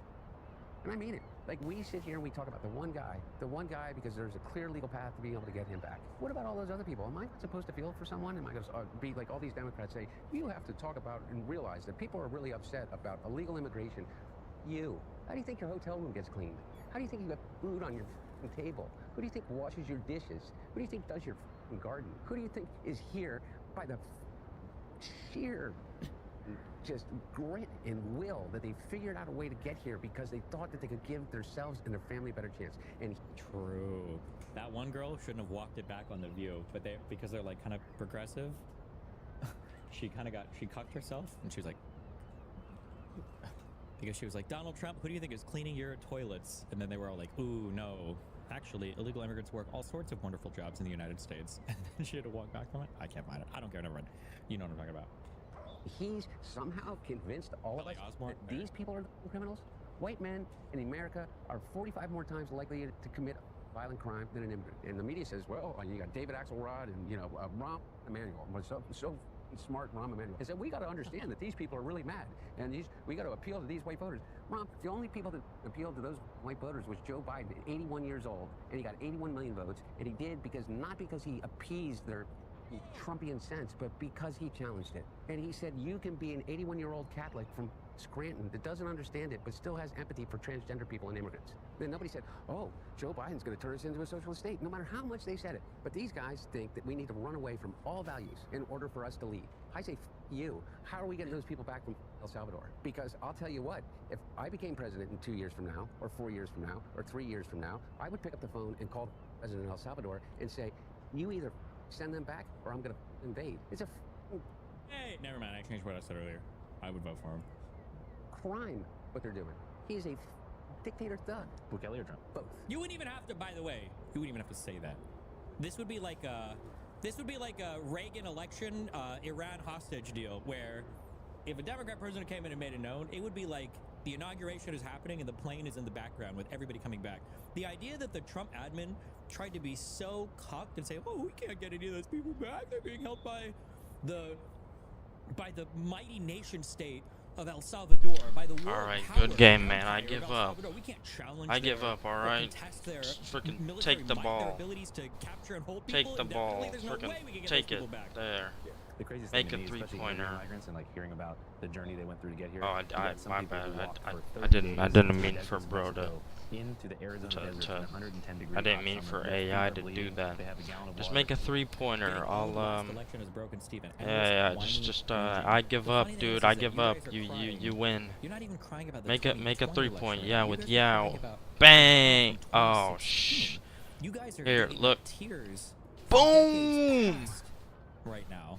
All right, There's you people got this, dropping dude. dead while they're walking. Make the They 3-point physically with cannot MJ. stop I'm gonna stay. Coyotes trafficking them will kill them if they stop. All too. right. And they finally get to the U.S. Good Just game. manual labor. I'm going The back people to saying, like, do it freaking. the right way. It's like, trust me, if there was an easier way, they would have done anything. I'm going like back that. to breakout secondly, so I can feel get like these anybody who goat goes to that length to get pieces. here deserves to be here. I mean, deserves to be an American. Like, we didn't do shit to get here. I mean, I'm sure at some point, like. Hey, you got a good team, man. I love you. See ya. Okay. Legally, we're instead of Appreciate way more playing with bigger you. than your You were lucky you got born here. Shut up and be happy. Okay. Our great-grandparents did get on the boat from Ireland, and we're like, I don't know what's going to be over there. But it wasn't like the grueling conditions that people experience on That the way guy here. was just and it's just a better. lack of humanity.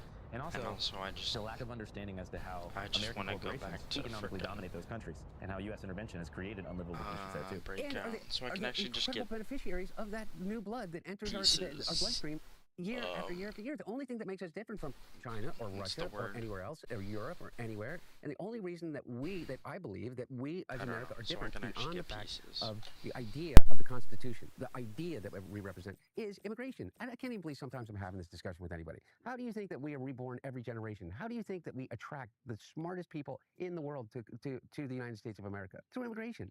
I mean, you sit here and I mean, like, just think about it. You got some motherfucker who's made over, what, $251 billion being a United States citizen that got here and stayed here illegally before he got his citizenship, sitting here lecturing us on who we should allow into the United States of America and giving us a Heil Hitler along the way. Are you kidding me? And talking about how gangs are like a threat that's going to come here from other places. I'm like, MS-13 started in a Koreatown in LA. Yeah. Not to mention, like, the U.S. prison system invented gangs. Yes. Like, we are basically like the creators of worldwide gang warfare. Like the styles, basically everything about it. And so it's just crazy the idea that like we're going to build a wall. I'm not 100% sure how true that is. Yeah. To keep gang members out. Yeah, 21 Savage is on Saturday Night Live. Yeah, exactly. Or, you know, or we sit here and watch Sons of Anarchy. It's just such bull. It's just such racism. It's just so easy pickings, and it just makes me so angry. Have you read the quote? Oh my God. Turn off the stream if you can't handle cringe for a second. I like your cut, bro. Where'd you get it? I honestly don't know. My girlfriend bought it for me. Yeah? You ride any motorcycles? You do? What do you ride? Harley 2000, V200, 2000. A V2000 Harley. You riding a club?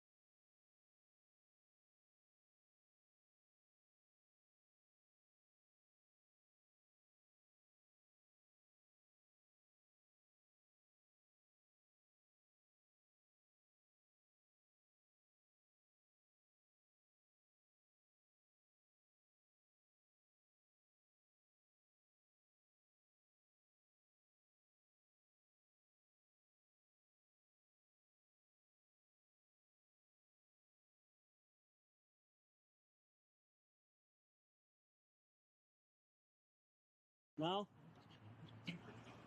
Nope, just heard from my friends. Anyone ever said anything to you about that? About what? That vest? I have occasional people here and there. Anybody on another motorcycle say anything to you? Oh, not really. You should be real careful wearing that. Oh, right. I should take it from you right now, but it's the middle of daytime. Just letting you know, though, you shouldn't wear that. Because you didn't earn it. There's a lot of people that died to wear patches on the back of their vest. In the Sons of Anarchy one, you're spitting in their face. Just a TV show, though. It is just a TV show. And you're riding around on everybody that worked their ass off for it. Yeah. Just Could you imagine going up to some dude that's wearing like a... Are there gyms in Naruto? Like a headband from the Naruto gym? And you're like, you better take off that headband, son. You haven't practiced any of your ninjutsus? I've never seen the anime, but you know what I mean, right? Is Sons of Anarchy a real motorcycle? No. No, it's a TV show. It's a TV show! letting you know. This is going to be basically your warning. But it's a nice present from her. I get it. But for your own sake, I'm giving you a freebie right now that you shouldn't wear that. Thank you for the warning. There's a lot of guys out there that do ride for real clubs that this conversation would go a lot different. So I'm just letting you know ahead of time. I should take it from you right now. But you don't really look like you knew, so I'm going to give you your one warning. Okay. Now, at least that way you know that if someone does stop you, and you get your face kicked in, at least that way you know why. So just an FYI. Just figured I'd let you know. It's Emmett, Idaho. There's not a lot of people here. Not a lot of people that ride in clubs in this general area, but, I'm just letting you know that for future sake, especially if your chick's with you, it's probably not good if you get your face stomped in front of your chick, but, I'm just letting you know that you may want to take that off. Just because it's not respectful. Like, you might be a respectable guy, but putting that on is a disrespectful move when people are on motorcycles. I can understand that. So if you could actually do me a huge favor and take that off right now and just put it in your back seat or something, or put it in your trunk, that'd be awesome.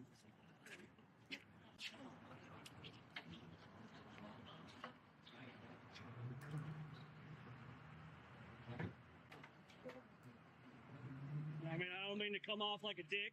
No. Because I'm in a nice mood right now. But if this were any other time, someone would definitely yank that from you. And the conversation would be a lot less friendly. I completely understand. So, it's a nice gift, I get it. But hang it on your wall and don't ever wear it in public. Because you're asking for trouble, basically. So, I appreciate you doing that. You have a good one. You too.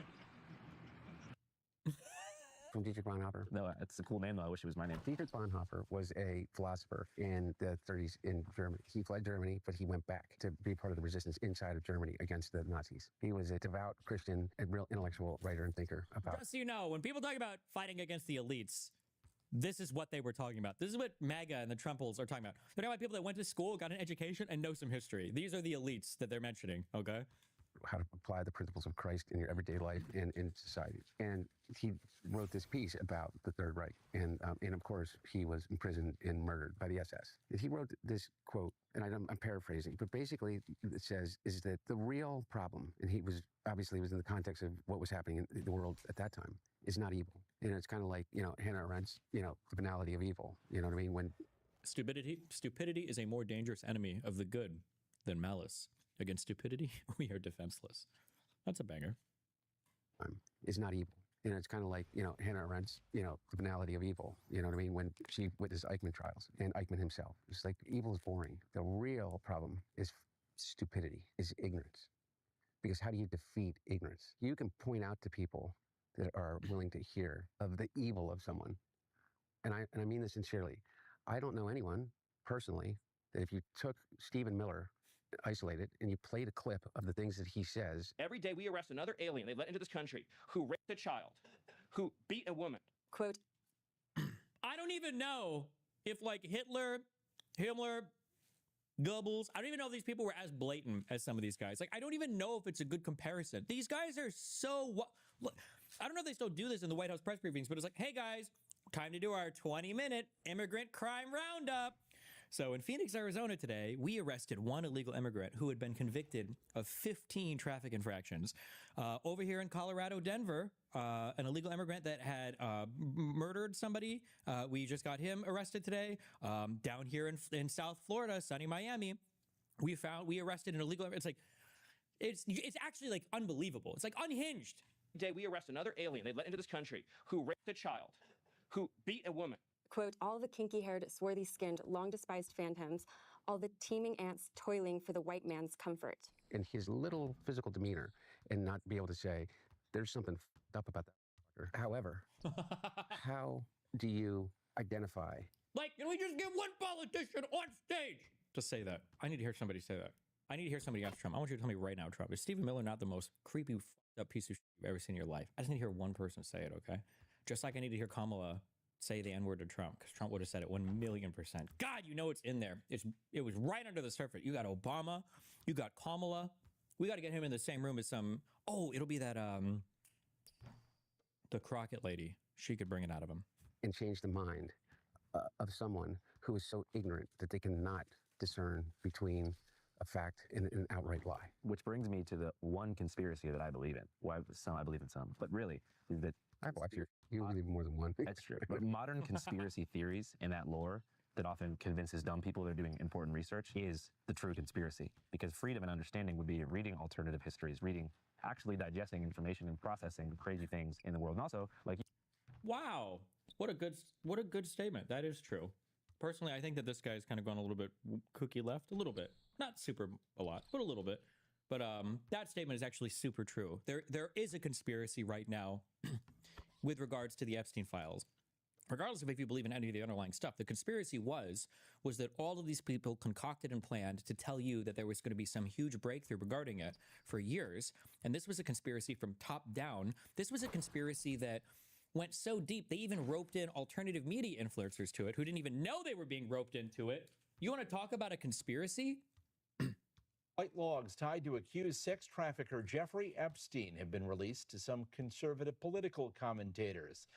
They walked out of the White House holding binders labeled the Epstein.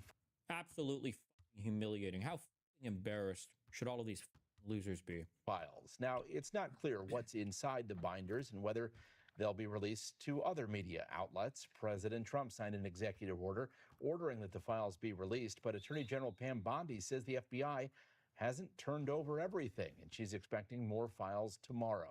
Epstein was known for socializing with billionaires, celebrities, and you said, coming to terms with the chaotic and unknown variables that lead to some of these situations. Wait, explain that to me again. What's the conspiracy in that? The conspiracy is that most mainstream conspiracy theories, flat Earth, chemtrails, QAnon, all that stuff, is deliberate misinformation to convince dumb people that they're doing important research and keep them away from the truth, which requires a higher. No, I totally believe that. 100%. Like, look, here, I'll give you the hierarchy of things. You have Steve Bannon. If you want to understand. Oh my God, is he about to do the? He's about to give the vertical.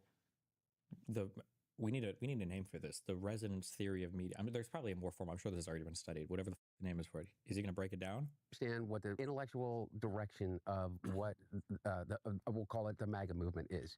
Just listen to Steve Bannon. He spells it out. He says flat out. He says that he's going to bring the war that they've known for a long time. That if the war for the United States of America is going to be won on the streets of Los Angeles. Steve Bannon. Oh, never mind. Actually, the thing that got me thinking about that the most was actually the FBI. I think it was the FBI that released that Russian propaganda model. I think that simmered in my mind for a while. Flat out said that, you know what we're going to do before the election was even over. He said that we're going to. People are saying apparently Andrew has swung back from the far left trajectory he was going. I think that's worth mentioning. Okay. Contest the election. Meliorator? Sure. Steve Bannon flat out said that, you know what we're going to do before the election was even over. He said that we're going to contest the election. We're going to say that the mail-in ballots were fraudulent, and we're going to contest the election, and we're going to go as far as we can, and we're going to break the institution as much as we possibly can. Almost 100% believe strongly that the 2020 election was stolen. And we're not going to allow this to be stolen in the canvassing room. And we'll break the courts. Was this when he was talking to the, I think this is in that Mother Jones article. I don't even know if I saved this one. I don't think it was this. Oh, wait. Was it this? I don't know why this author didn't release the full audio. If he has this, because I think he has the full audio of this. They posted a transcript, but they only ever played like a little bit of the audio. And what Trump's going to do... This was before the election, by the way. It's just declare victory, right? He's going to declare victory But that doesn't mean he's the winner. He's just going to say he's the winner. The Democrats. Like, all of the Republicans acted so confused about this, and they said that this was proof. They all said that this was proof that there was a huge conspiracy to rig the election in 2020, right? Hold on. But I hate this. Is all so stupid. This is all a waste of time, by the way. We're wasting our time right now. All of this is a fucking waste of time. Okay. So the election is November 3rd, and it's been said that we won't know the results until days later. When do you think we'll know the results? All right. Jimmy, you raise an important point, and I hope the American people understand it, because this is something I worry about. My view is every vote must be counted. For reasons which I don't have the time to get into tonight, you're going to have a situation, I suspect, in states like Pennsylvania, Michigan, Wisconsin, other states, where they are going to be receiving huge amounts of mail-in ballots. And unlike states like Florida or Vermont, they're not being able, for bad reasons, to begin processing those ballots until, I don't know, election day, or maybe when the polls close. That means you're going to have states dealing with perhaps millions of mail-in ballots. Here is my worry. What polls show, and what studies have shown, is that for whatever reason, Democrats are more likely to use mail-in ballots. For whatever reason. The reason was because Trump told them that mail-in ballots were going to be rigged for a year. Republicans are more likely to walk into polling booths on election day. It is likely that the first votes that will be counted will be those people who came in on election day, which will be Republican. And here is the fear, and I hope everybody hears that. It could well be, and I don't know what's going to happen, nobody does, but it could well be that at 10 o'clock on election night, Trump is winning in Michigan, he's winning in Pennsylvania, he's winning in Wisconsin, and he gets on the television and he says, "Thank you, Americans, for re-electing me. It's all over. Have a good day." But then the next day and the day following, all of those mail-in ballots start getting counted, and it turns out that Biden has won those states. At which point Trump says, "See, I told you the whole thing was fraudulent." Like, everybody knew this was going to happen, but it wasn't just like the smart liberals knew and the conservatives were stupid. The Democrats, more of our people vote early that count. Theirs vote in the mail. And so they're going to have a natural disadvantage. This is Bannon talking to a group of, I think, Chinese media people before the election. And Trump's going to take advantage of that. That's our strategy. He's going to declare himself the winner. So when you wake up Wednesday morning, it's going to be a firestorm. You're going to have Antifa crazy, the media crazy, the courts are crazy. And Trump's going to be sitting there mocking, tweeting out, "You lose, I'm the winner, I'm the king." And he'll be all over. He'll be going, "Where's Hunter? Is Hunter on a crack pipe?" I mean, no, he'll be, because then it doesn't matter. Remember, here's the thing. After then, Trump never has to go to a voter again. He's going to fire Wray, the FBI director. He's going to say, "F you, how about that?" Because he's done his last election. Oh, he's going to be off the chain. It's going to be crazy. He's going to be crazy. Like, they already had this, like, they knew that this was going to be the whole thing from the beginning. Like, everybody knew this, including them. He's going to sit right there and say that they stole it. "I'm directing the Attorney General to shut down all ballot places in all 50 states." He didn't go that far, thankfully, although partially it was because Barr quit, and then the new Rosen Attorney General wouldn't go along with it, and because his whole Department of Justice was going to quit if he fired Rosen and put in Jeffrey Clark 3 days earlier before this is before January 6th. But That's more of our people vote. Sorry. Okay. I wish they would release the whole audio for the. I should just email the author, or maybe they don't have the full audio and they just have a transcript and some of the audio. I'm so curious why. And we will break Congress, and we will break the Constitution. And he lays it out exactly what he intends to do. My point being is on the hierarchy of that, it goes from Steve Bannon to Alex Jones. And Alex Jones talks about the flat earth, and he talks about whatever Alex Jones talks about. I eat babies. I do every night. I eat with barbecue sauce. And I flew to the moon last night with a witch. And I took DMT with Easter bunnies. Sandy Hook and things like that. This unholy alliance has come together because of one really big reason. Trump. They've all figured out how to become incredibly rich because of it. So maybe the conspiracy isn't, Russia telling people what to do and how to think. It's I know people don't like to hear it, but I would be careful of that. Money misses a lot of stuff. It's not just money that's driving a lot of these people. If it was just money, we would be in a significantly better position. A lot of this is ideology. People like Bannon are heavily driven by ideology. I think Bannon has had lots of opportunities to moderate or to play ball more with Donald Trump and the rest of his party. I think Bannon is kind of an outsider now. I think a lot of these people are very, very heavily ideologically driven. Some might be driven financially. I think a lot of Trump's family, I think, is driven financially. Trump himself doesn't have an ideology. Trump is driven by narcissism. All of his family members, his spawn, are driven by money. But a lot of the people around him, like Stephen Miller, this is an ideologically possessed man. Bannon is absolutely an ideologically possessed man. It's just profit incentivized content creators farming outrage through these ridiculous conspiracies. Yeah, and I have, like, for instance, what is that? What's that thing called? It's a technique that the Russians perfected, and of course they had like a term of art for it. Neuro-linguistic programming. What? NLP, neuro-linguistic. No, it's more along the lines is that if you say the most outrageous thing possible about someone or a group of people, that by the time, if you say it over and over and over again, Rachel Maddow did a whole thing on it. I can't remember the term of art. We'll put it on screen here. Basically, here it is, and they did it. This is how I'll give you the example of how they did it. Apparently, the term is eliminating theory. Yeah, yikes! Big misspelling. Not good. The way that they did it is when Vladimir Putin came to power after Yeltsin in the early 2000s, okay, remember? And everybody looked at him and he said, hey, this guy may be okay. He is he's a technocrat, and he's really smart, and he has seemed to be able to quell all of these, and control all of these oligarchical tendencies that are occurring. And so what he systematically did is he eliminated all potential dissent from inside of Russia. It's not misspelled. It's called eliminatin. Okay. And the way that he did it to oligarchical tendencies that are occurring. And so what he systematically did is he eliminated all potential dissent from inside of Russia. And the way that he did it to many people was he took people that were of good stock, that were decent human beings, that were family people, and he accused them of being pedophiles. Everybody said, what are you kidding me? And it just didn't matter. They would send out these things. They'd say they're pedophiles. They're pedophiles. They're pedophiles. Use they're pedophiles. loyal press organizations to distribute that. Yeah, or just, at that time, as that time goes on, in whatever way that you distribute it, to the point that what he did to a couple of them, including one guy, I just saw an interview of him. He's an oligarch.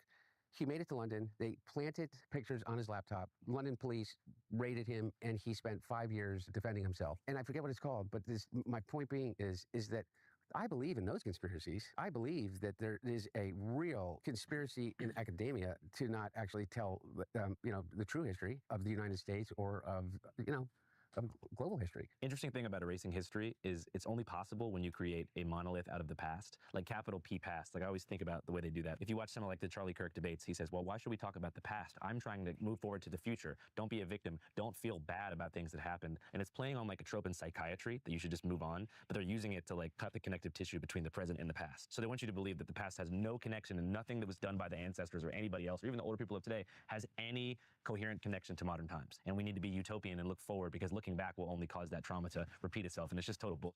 Yeah, it almost invariably ensures that we're going to repeat the past. Yeah.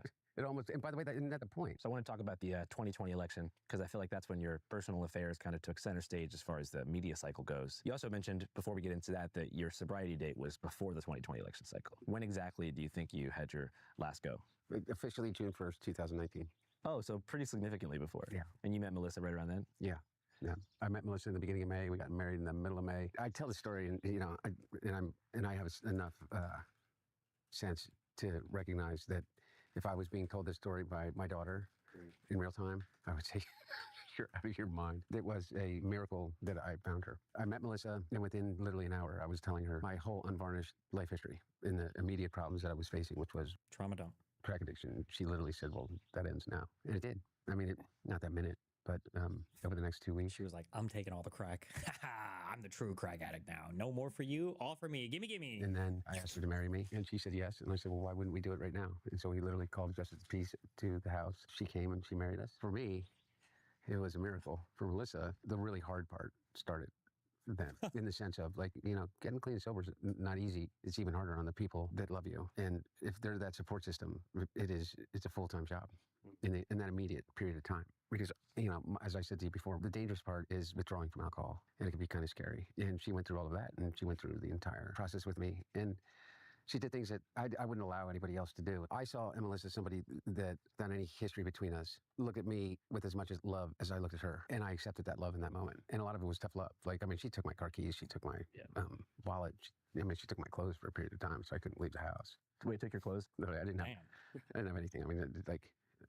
It would have been impossible. We were living in the Hollywood Hills. There was nowhere to go. And if I could go anywhere. Holy sh! Hassan's neighbor! There's nothing to buy anything with. So I can remember covering the 2020 election about a year later, and I think it was the first Stop the Steal rally at Reading Terminal Market in Philadelphia, and I saw what I thought was a BLM flag, Black Lives Matter, but it actually said Biden's laptop matters. Oh, yeah. And so I asked the guy, what the hell does that mean? And he just sort of kept yelling the slogan over and over again. Couldn't get much out of him. Yeah. So for those who don't know, what happened with that? Well, I don't know. You tell me. And I really mean that sincerely. You'll have a lot of people that will come up with something about the laptop. But I always say to anybody, you're steeped in and just through your work, the right-wing narrative around it. And my question to anybody that is keeping an open mind is, what is it that you think the laptop proves, or what you call the laptop? So everybody has a laptop. So when they say Hunter Biden's laptop, what is it that they're talking about? Do you know? Well, I know that your entire iCloud was connected to it, all of your personal text messages, private photos, all that kind of stuff. Like everybody's laptop. Yeah. Okay. And you left it with a repair shop owner who, for some reason, gave it to Rudy Giuliani. Not exactly sure how that's legal. He distributed it to the press, particularly I think the New York Post was involved in this. Did the FBI ever get the original laptop drive? This is one thing that I've kind of wanted to dig into, because I think there might still be some doubt to where the source of all of that stuff comes from. I don't know 100%. I haven't dug in hardcore to it. But Spearheading of this mass dissemination of your private materials. From what it seemed like, it was a lot of private text between you and your friends, family. Your entire sort of private life was on there. Yeah. And again, so everybody has a laptop. Everybody has a cloud. Assuming not. No, not everybody has a laptop. Everybody has a digital life. Almost everybody has a digital life. Everybody has a digital life, pretty much. And that includes voicemails and pictures and text messages and emails and location data and, everything. Everybody, you do, everybody that is here right now. By whatever means, they got my digital footprint going back decades. Over 20 years. Again, I ask anybody, you're steeped in this, and this isn't a challenging question, but it kind of makes my point. What does my laptop prove about the big guy? 10% to the big guy. That was everything, remember? Criminality or anything. So other than what I had already readily admitted to, completely transparent about. It proved how huge his schlong was. Is my drug addiction. Well, I'm trying to remember specifically what the most radical conspiracies that I heard. I think that a lot of people are concerned or curious about various international business dealings. So I served on the board of well over a dozen different entities, way more than that, including major global organizations. I was vice chairman of the board of National Passenger Rail Corporation, which is otherwise known as Amtrak. It's the largest passenger rail company in the world, which is more than just a rail company. It's also a real estate company. It's also a commercial real estate company. It's a residential real estate company. And it is probably the largest owners of property in urban metro centers of any organization in the country. And a huge employer. And hold on, no, wait. I'm sorry. Let me be more clear when I say what this means. And this is like a tech problem or information problem or competency problem. So I haven't dug deep into this, okay? So just know that, okay? Starting in 2021, news outlets began to authenticate some of the contents of the laptop. In 2021, Politico verified 2 key emails used in the post's initial reporting by cross-referencing emails with the data sets and contacting their recipients. CBS News published a forensic analysis which examined a clean copy of the data obtained directly from Mac Isaac, included the clean data, including over 120,000 emails originally by Hunter Biden and not been altered. So the question isn't whether or not the emails were real. My understanding is everything that came from the laptop was real. It wasn't a matter of like, were these fake pictures or fake emails? It was this a singular laptop that had all of this stuff on it that went to this place that was then eventually turned over to Giuliani? Or was there some kind of hack and like planned dissemination of this material, and the laptop just kind of became the vector or conduit through which that happened? I don't know what I don't know if that's ever been settled or solved. And a multi-billion-dollar business. And I was the chairman of the corporate governance committee on that board and vice chairman and elected chairman and then resigned before the Obama administration took. As I told you before, I was the chairman of the board of the UN World Food Program, responsible for sustaining. This is also funny because people always say like, what was Hunter Biden's qualifications to sit on the board? Like, this guy has a whole background, a history of like doing stuff before before Joe was like VP and all of it. Like the idea that he had no qualifications for anything, especially just to sit on a board. Like, and people are like, what does he know to sit on the board? What do you think a guy who sits on a board of directors or whatever does? Do you think this guy goes into the mines and, takes out the natural gas from the ground, or is like at the plant, like working the refinery or whatever? Like he sits on a board of directors. He could be there for any number of reasons. A budget above $2 billion a year for the World Food Program and the contribution the United States makes to the global relief effort as it relates to hunger. I was chairman of the board of the Center for National Policy. I was on the board of Catholic Charities. Based. Holy based. At Grok, is this real? Yes, the photos are real. Destiny's Beach selfie is a well-known, genuine image from around 2020, often memed for lens distortion, making him look shorter. Donut Operator seems authentic as he posed it himself. Destiny does mog in the comparison.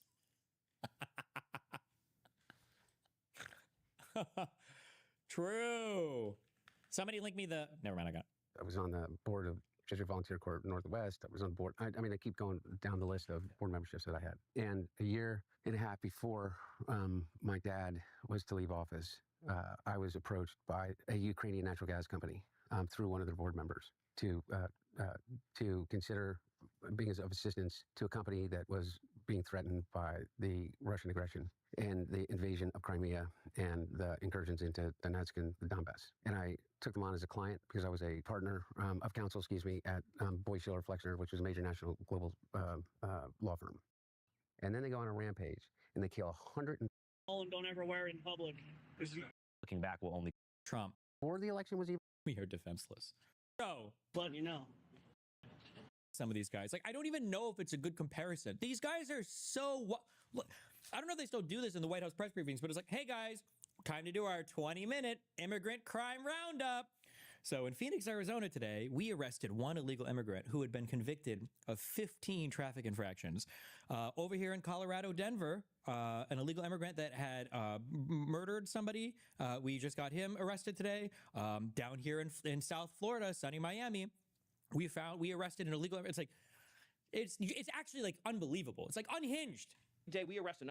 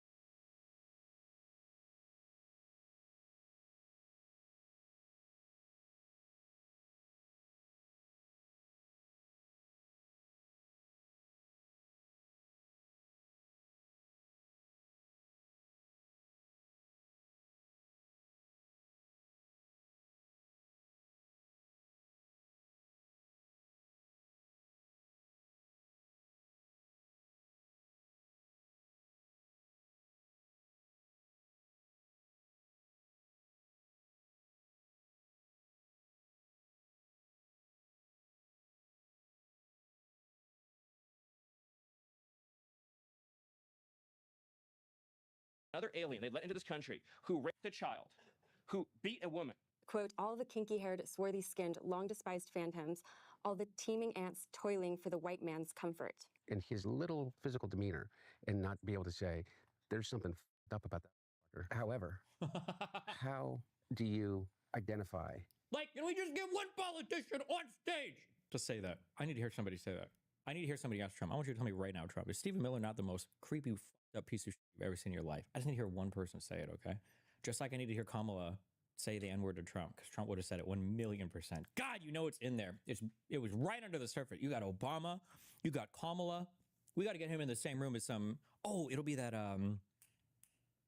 the Crockett lady. She could bring it out of him and change the mind of someone who is so ignorant that they cannot discern between a fact and an outright lie. Which brings me to the one conspiracy that I believe in. Well, I believe in some, but really, that I've watched you believe more than one. That's true. But modern conspiracy theories and that lore that often convinces dumb people they're doing important research is the true conspiracy. Because freedom and understanding would be reading alternative histories, actually digesting information and processing crazy things in the world. And also, like, wow, what a good statement. That is true.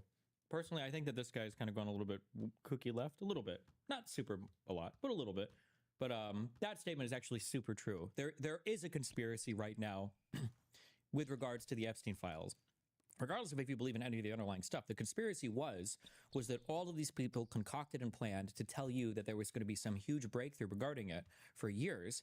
And this was a conspiracy from top down. This was a conspiracy that went so deep, they even roped in alternative media influencers to it who didn't even know they were being roped into it. You want to talk about a conspiracy?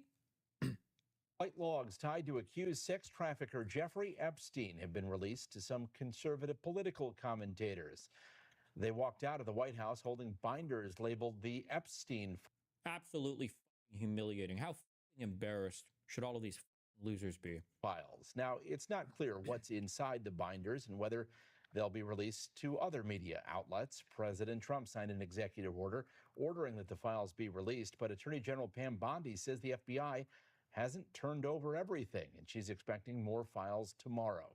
Epstein was known for socializing with billionaires, celebrities, and like you said, coming to terms with the chaotic and unknown variables that lead to some of these situations. Wait, explain that to me again. What's the conspiracy in that? The conspiracy is that most mainstream conspiracy theories, flat Earth, chemtrails, QAnon, all that stuff, is deliberate misinformation to convince dumb people that they're doing important research and keep them away from the truth, which requires a higher. No, I totally believe that. 100%. Like, look, here, I'll give you the hierarchy of things. You have Steve Bannon. If you want to understand. Oh my God, is he about to do the? He's about to give the vertical.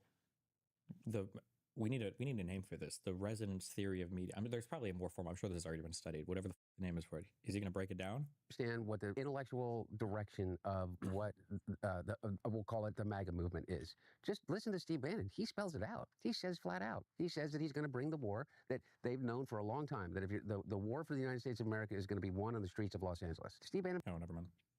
Actually, the thing that got me thinking about that the most was actually the FBI. I think it was the FBI that released that Russian propaganda model. I think that simmered in my mind for a while. Flat out said that, you know what we're going to do before the election was even over. He said that we're going to. People are saying apparently Andrew has swung back from the far left trajectory he was going. I think that's worth mentioning. Okay. Contest the election. Meliorator? Sure. Steve Bannon flat out said that, you know what we're going to do before the election was even over. He said that we're going to contest the election. We're going to say that the mail-in ballots were fraudulent, and we're going to contest the election, and we're going to go as far as we can, and we're going to break the institution as much as we possibly can. Almost 100% believe strongly that the 2020 election was stolen. And we're not going to allow this to be stolen in the canvassing room. And we'll break the courts. Was this when he was talking to the, I think this is in that Mother Jones article. I don't even know if I saved this one. I don't think it was this. Oh, wait. Was it this? I don't know why this author didn't release the full audio. If he has this, because I think he has the full. Simmered in my mind for a while. Flat out.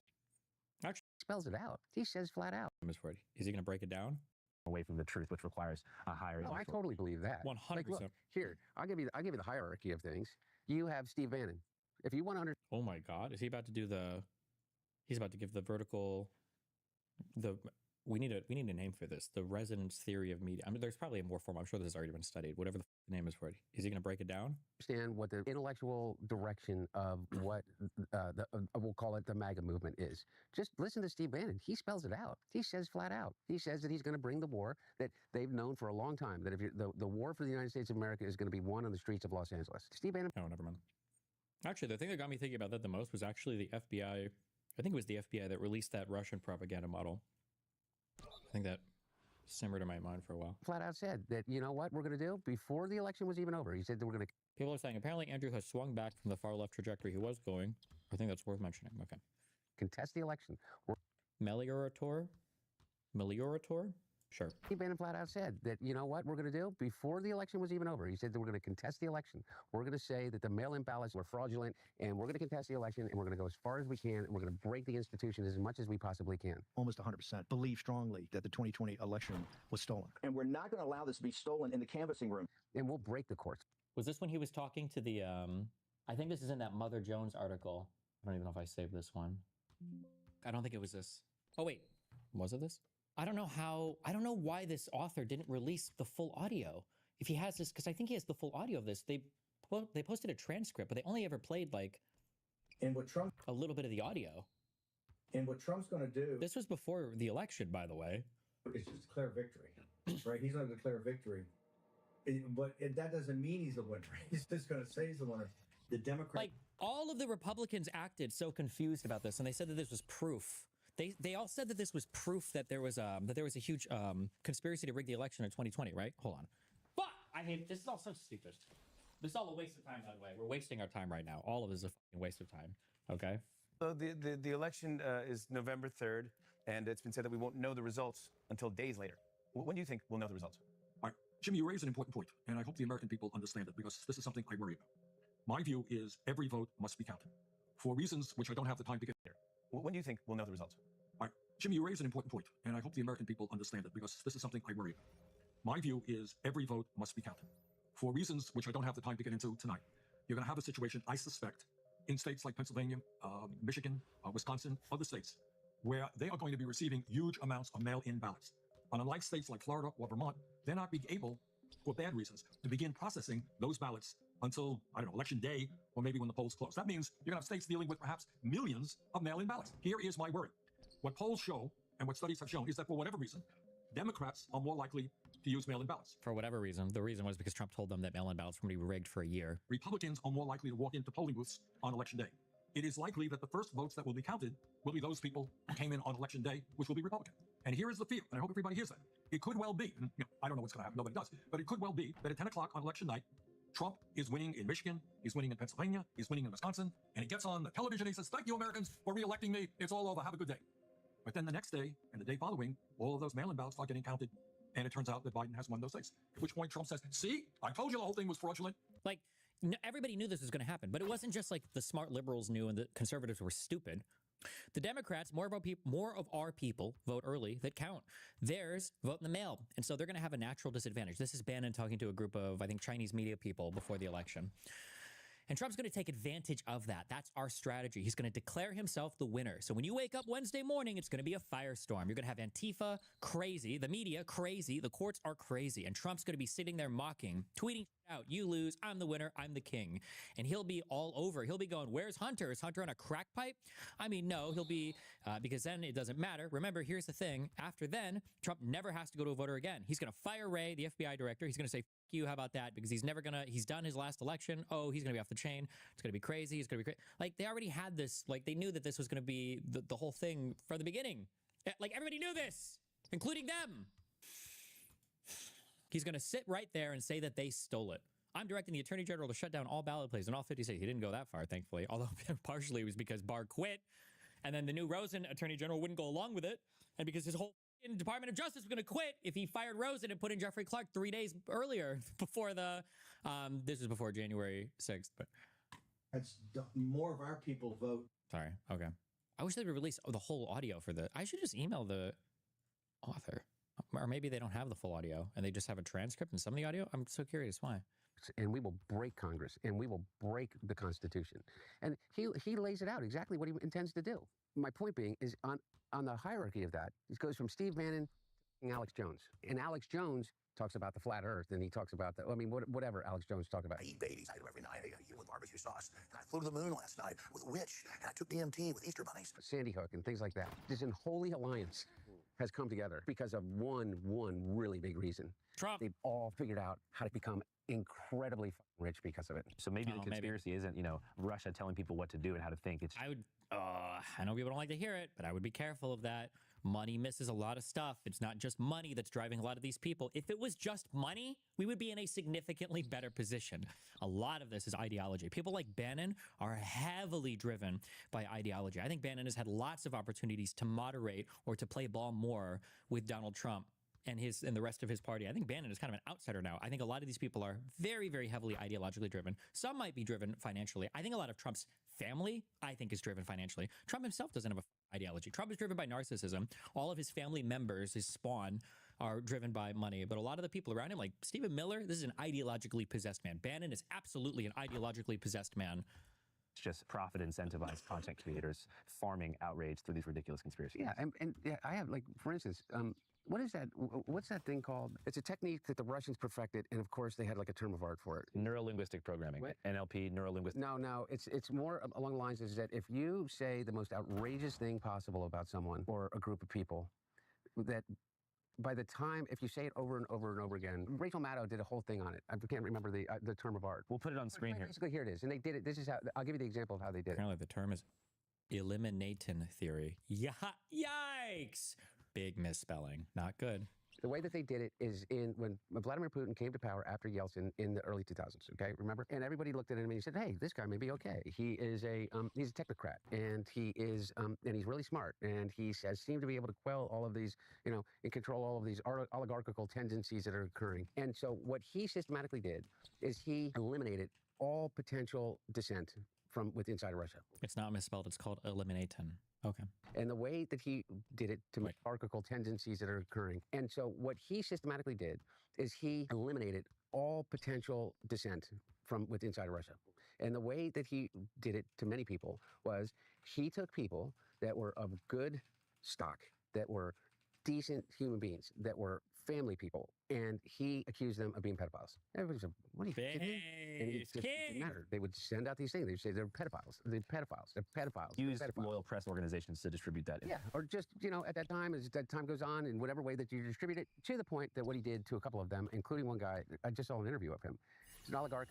He made it to London. They planted pictures on his laptop. London police raided him, and he spent 5 years defending himself. And I forget what it's called, but my point being is that I believe in those conspiracies. I believe that there is a real conspiracy in academia to not actually tell, the true history of the United States or of of global history. Interesting thing about erasing history is it's only possible when you create a monolith out of the past, like capital P past. Like I always think about the way they do that. If you watch some of like the Charlie Kirk debates, he says, well, why should we talk about the past? I'm trying to move forward to the future. Don't be a victim. Don't feel bad about things that happened. And it's playing on like a trope in psychiatry that you should just move on, but they're using it to like cut the connective tissue between the present and the past. So they want you to believe that the past has no connection and nothing that was done by the ancestors or anybody else, or even the older people of today, has any coherent connection to modern times. And we need to be utopian and look forward, because looking back will only cause that trauma to repeat itself. And it's just total bull.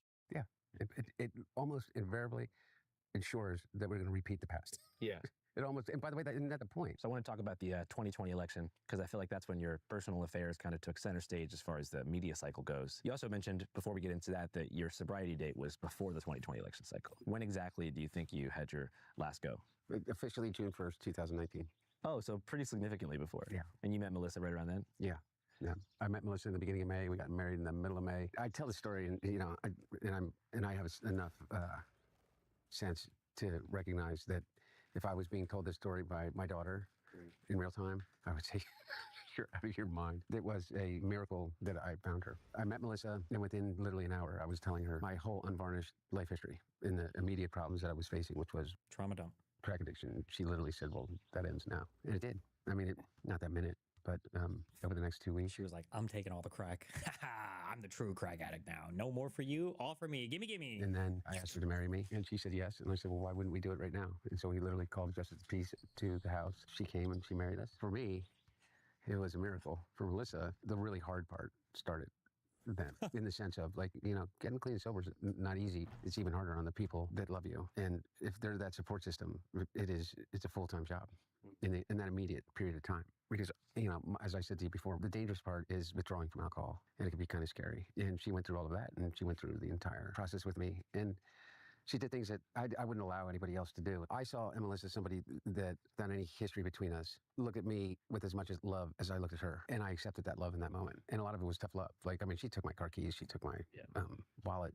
She took my clothes for a period of time, so I couldn't leave the house. Wait, take your clothes? No, I didn't have anything. I mean, like, it would have been impossible. We were living in the Hollywood Hills. There was nowhere to go. And if I could go anywhere. Holy Hassan's neighbor. There's nothing to buy anything with. So I can remember covering the 2020 election about a year later, and I think it was the first Stop the Steal rally at Reading Terminal Market in Philadelphia, and I saw what I thought was a BLM flag, Black Lives Matter, but it actually said Biden's laptop matters. Oh, yeah. And so I asked the guy, what the hell does that mean? And he just sort of kept yelling the slogan over and over again. Couldn't get much out of him. Yeah. So for those who don't know, what happened with that? Well, I don't know. You tell me. And I really mean that sincerely. Like, you'll have a lot of people that will come up with something about the laptop. But I always say to anybody, I mean, you're steeped in and just through your work, the right-wing narrative around it. And my question to anybody that is keeping an open mind is, what is it that you think the laptop proves, or what you call the laptop? So everybody has a laptop. So when they say Hunter Biden's laptop, what is it that they're talking about? Do you know? Well, I know that you your entire iCloud was connected to it, all of your personal text messages,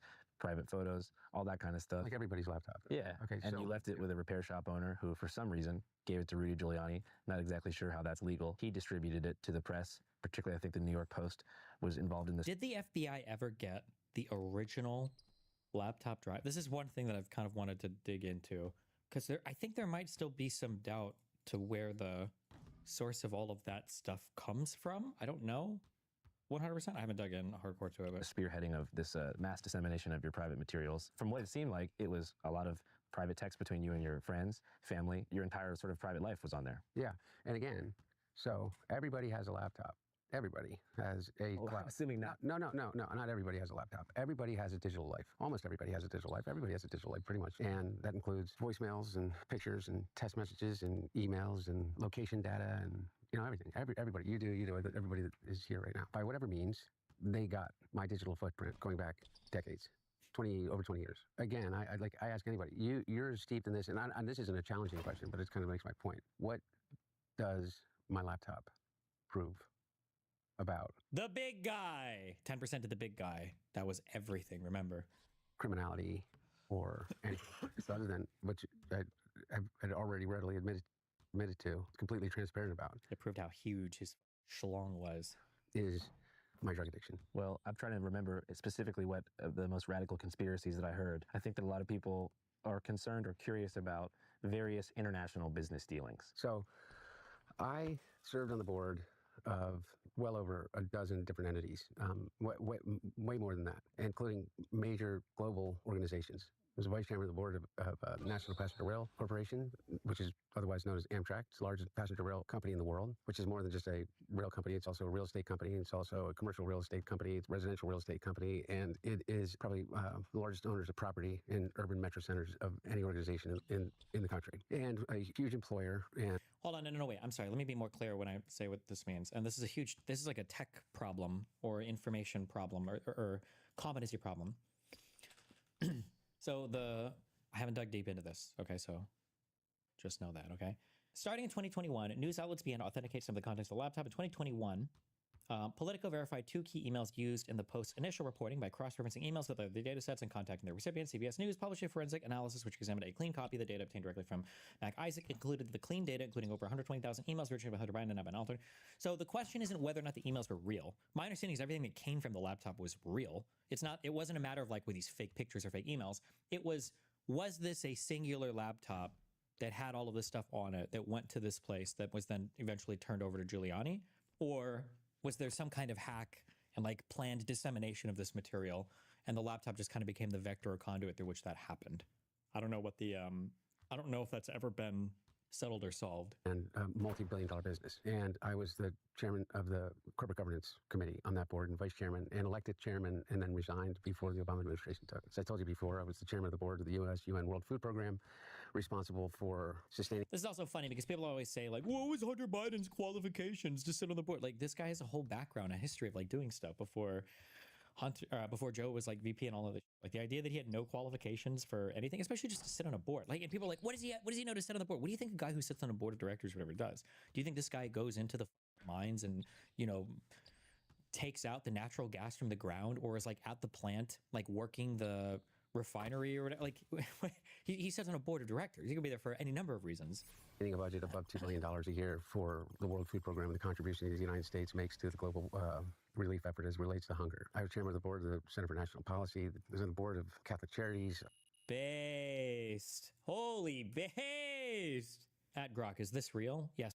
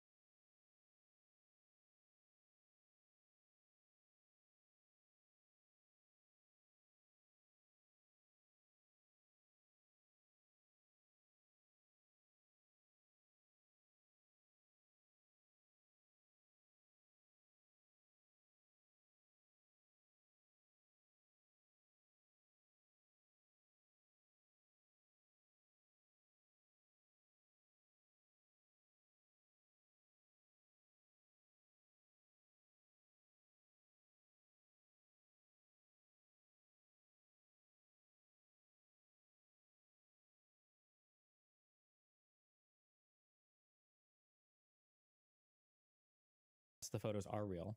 Destiny's beach selfie is a well-known, genuine image from around 2020, often memed for lens distortion, making him look shorter. Donut operator seems authentic as he posed it himself. Destiny does mog in the comparison.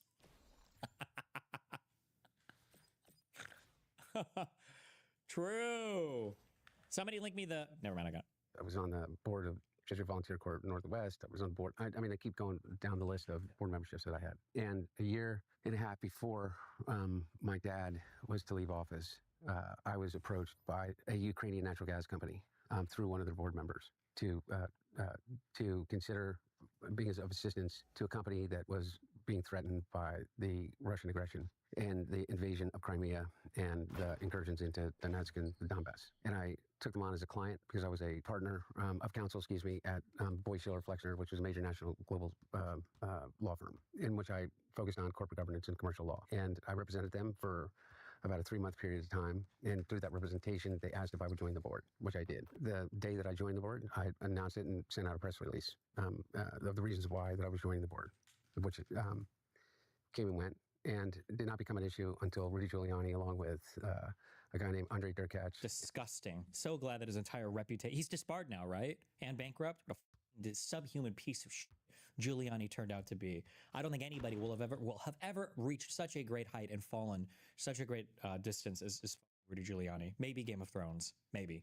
And did not become an issue until Rudy Giuliani, along with a guy named Andre Derkach and a number of others that have all been convicted of treason for being Russian agents, came up with a conspiracy that Joe Biden was involved in a bribery scheme. The FBI arrested the person who offered those allegations for falsifying his Don't care.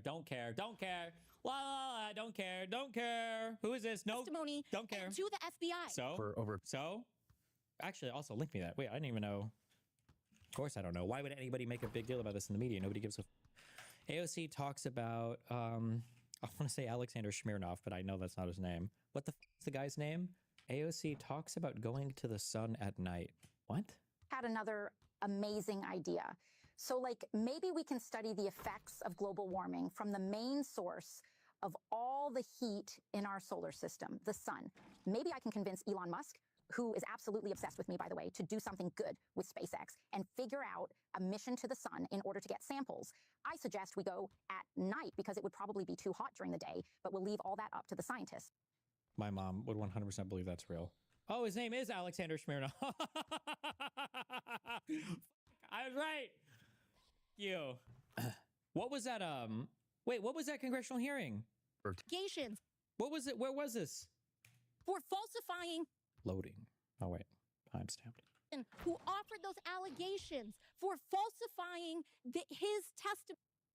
The only income he has, but it wasn't from Burisma, it's from the Kazakh deal that he's talking about. I never discussed that with him after that. That was a single exchange between him and I.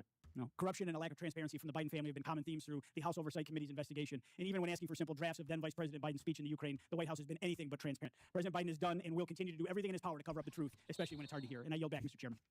The gentleman yields back. Mr. Bobulinski yields back to me for 1 minute. Is there anything that you want to respond to? Don't worry about Mr. Goldman. We don't pay any attention to Mr. Goldman either. But is there anything that anyone said up here that you want to take about 55? That is an interesting question that Hunter brings up, though. What exactly was the point of the whole laptop thing? What were MAGA essentially alleging? 2 things happened. One is they tried to use it to prove something about the emails and that Joe Biden and Hunter Biden were doing illegal business dealings together. But 2, the most important thing that happened, don't take it from me, the whistleblowers, the hard drive from hell, laptop from hell, stopped his momentum. But he was very close to winning outright then and shutting down Trump. The hard drive from hell stopped his momentum and drove up his negatives. In American politics, it's very hard to get your approval ratings up, as you see with Trump. Trump's approval ratings never goes very high to 50. But the way you can drive an opponent's negatives way up, and that's what we did on the hard drive from hell. Holy fucking ads! Make your site load fully and then insert the videos later! Bannon argued that Joe Biden's failure to... Oh, no, wait. This is... The hard drive from hell was the inflection point of this campaign because Biden went into hiding. So there were 3 alternatives that happened, or before that happened. Number 1, the worst one, is Trump... Wait. Hold on, where were we? No, wait. What the f*** is that? Why does the text keep moving around the screen? I said, you got to attack Clinton. That's who you got to attack. It's like, here's Sleepy Joe. He never drove up Biden's negatives. It was only when we got the hard drive and got it to you, then the post, if you... Here's what the Biden...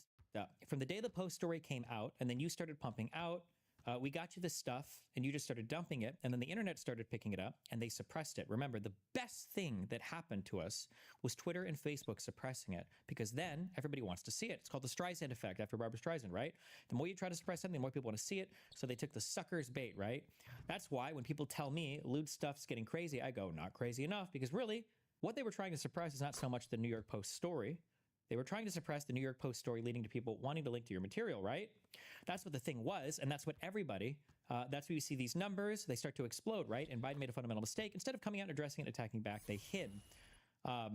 Nobody gave a about the New York Post story even, which wasn't even, I don't think, like commentary and stuff about the story wasn't suppressed. It was just, it was for less than 24 hours on Twitter. This link was, it had a warning, I think, if you clicked off it, for less than 24 hours.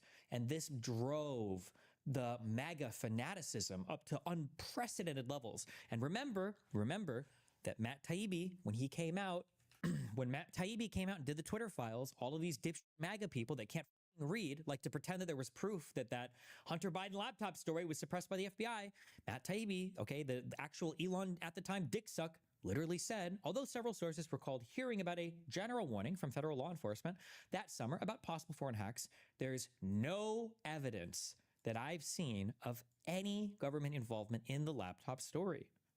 In fact, that might have been the problem.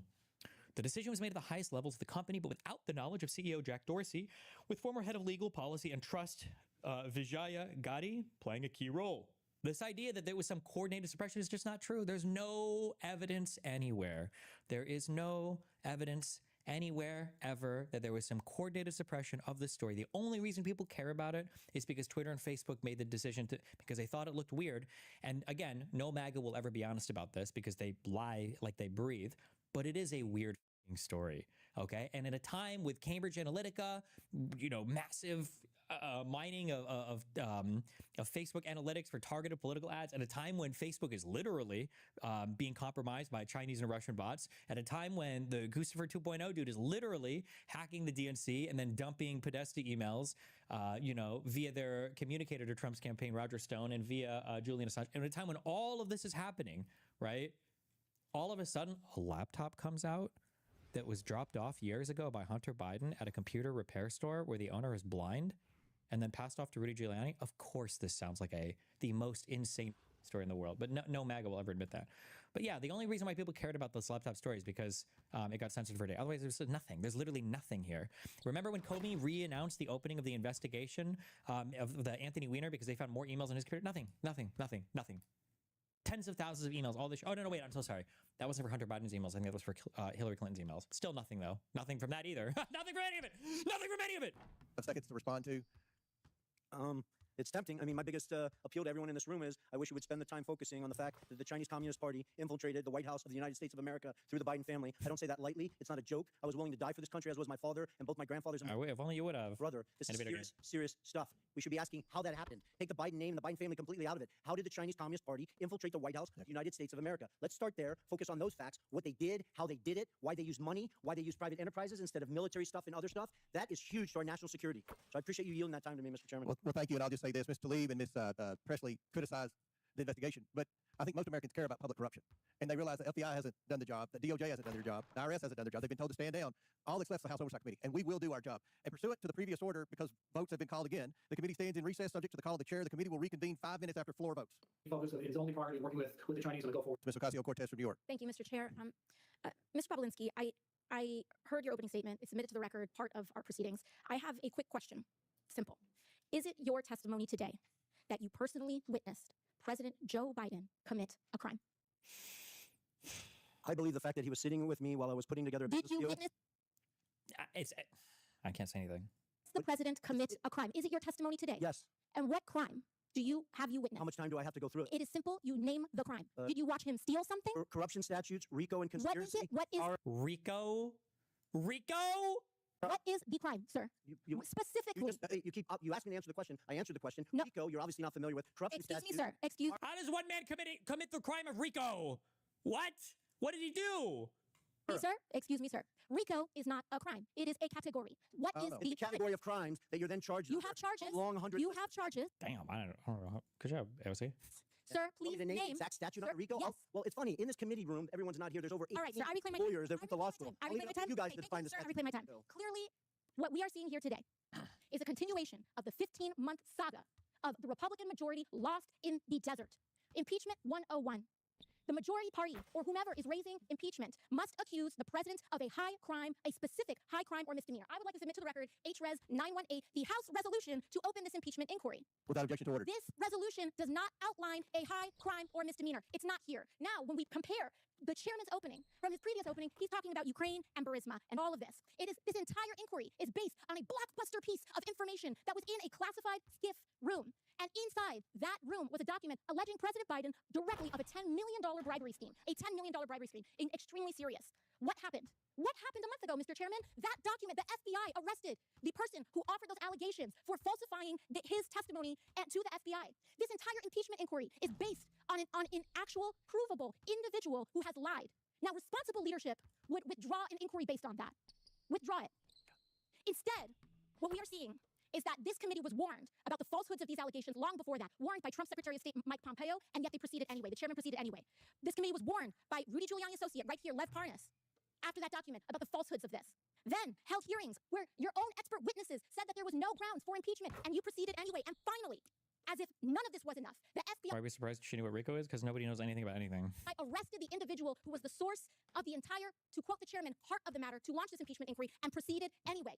At this point, the story is not the fact that the basis of this impeachment inquiry is wrong.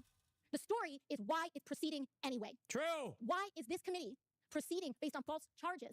And by the way, no charges. I have yet to hear in the chairman's opening the allegation that they are specifically charging the president of the United States with.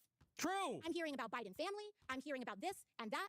I am not hearing the specific allegation by this committee. What is it? It's not here. And that is the problem. The story is when this committee knew that they were working with falsified evidence. That's the story.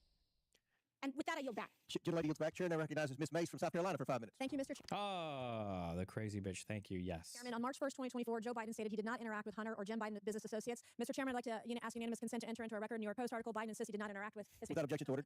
We're going to go fast here. I have strictly yes or no questions. On that note, the New York Post article, Joe Biden also said, read the record of every single witness. So I did.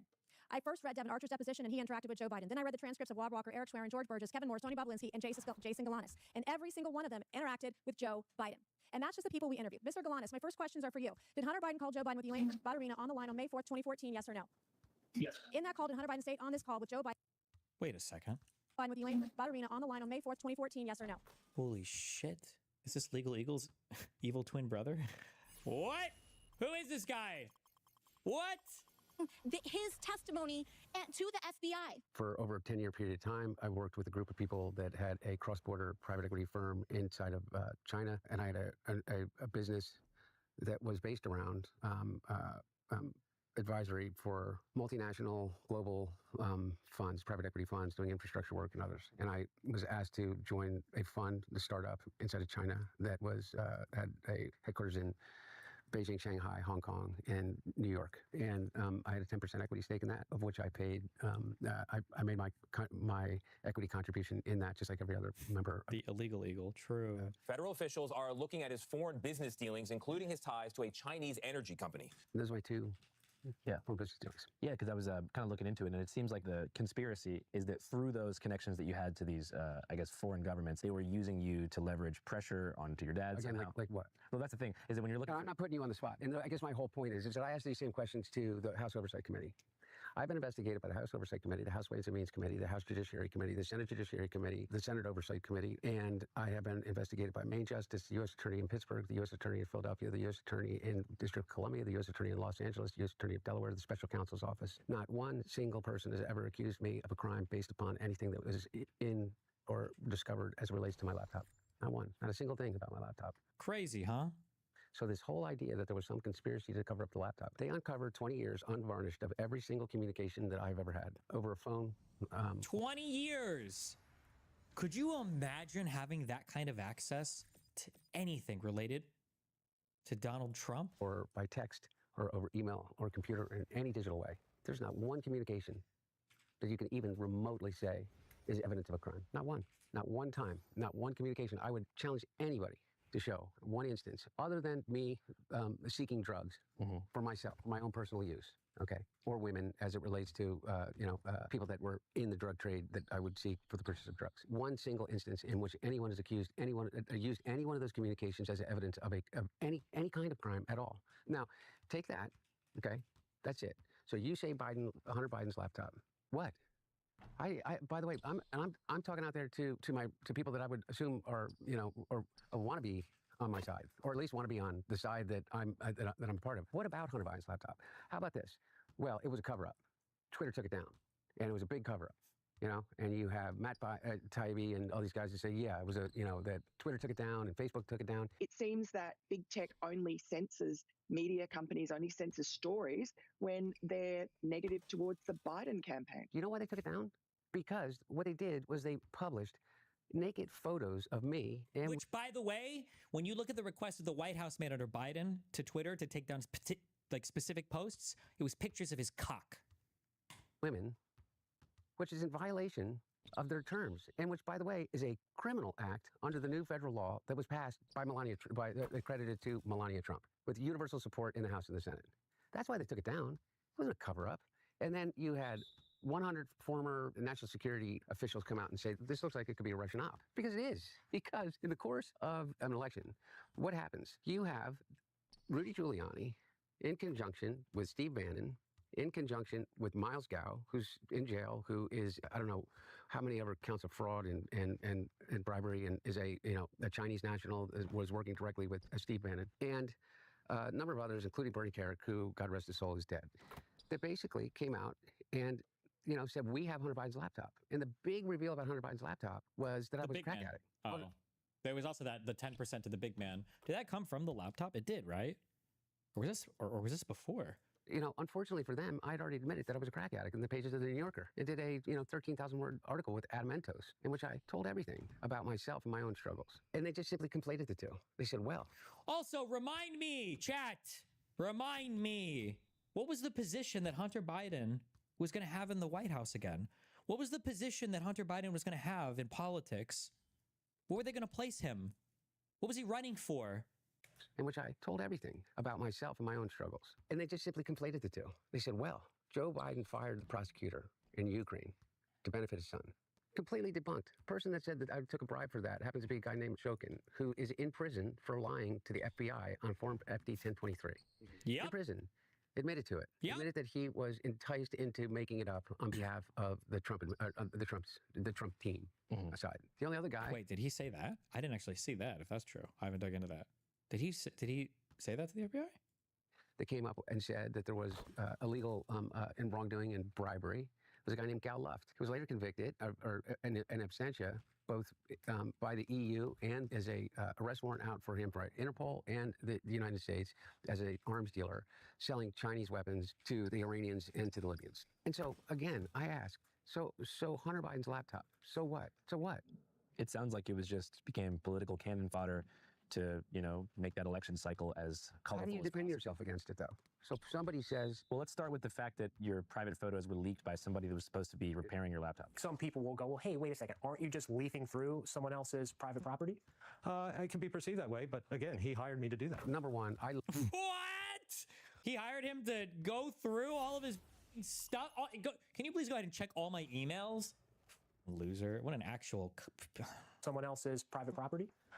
It can be perceived that way, but again, he hired me to do that. Number one. At Destiny, did you forget that he didn't pay taxes from 2016 to 2019? He's not the golden boy you think he is. Not only, you're so wrong, he was already on a payment plan to have, it was either already made up to the IRS or he was on a plan to pay it back. Okay? Hunter Biden, back pay, IRS. He was protected. Sorry, my bad. I'm on a Republican governor website. The new charges filed Thursday, 3 felonies and 6 misdemeanors, are in addition to federal firearms charges in Delaware, alleging Hunter Biden broke laws against drug users having guns in 2018. They came at a time, blah, blah, blah, blah, blah. Hunter Biden spent millions of dollars on an extravagant lifestyle rather than paying his tax bill, special counsel David Weiss said in a statement. The charges are centered on at least $1.4 million in taxes Hunter Biden owed between 2016 and 2019, a period where he is acknowledged struggling with addiction. The back taxes have since been paid. These are already paid off. You want to know who didn't pay a whole bunch of taxes that they owed to the government, though? There was like for $2 million where there was no crime filed against him. It was the Roger Stone. They didn't even charge him with a crime in connection to this. I think he's on a payment plan for $2 million. $2 million going back over more than a decade. The suit says at the time of his indictment, Stone was making regular payments to the IRS on a tax debt of about $1 million that he ran up from 2007 to 2011, but after the criminal case was brought by Special Counsel Robert Mueller, Stone stopped paying. He also failed to pay about $400,000 in tax and penalties owed on a 2017 return, the suit alleges. He also hid his money from the government.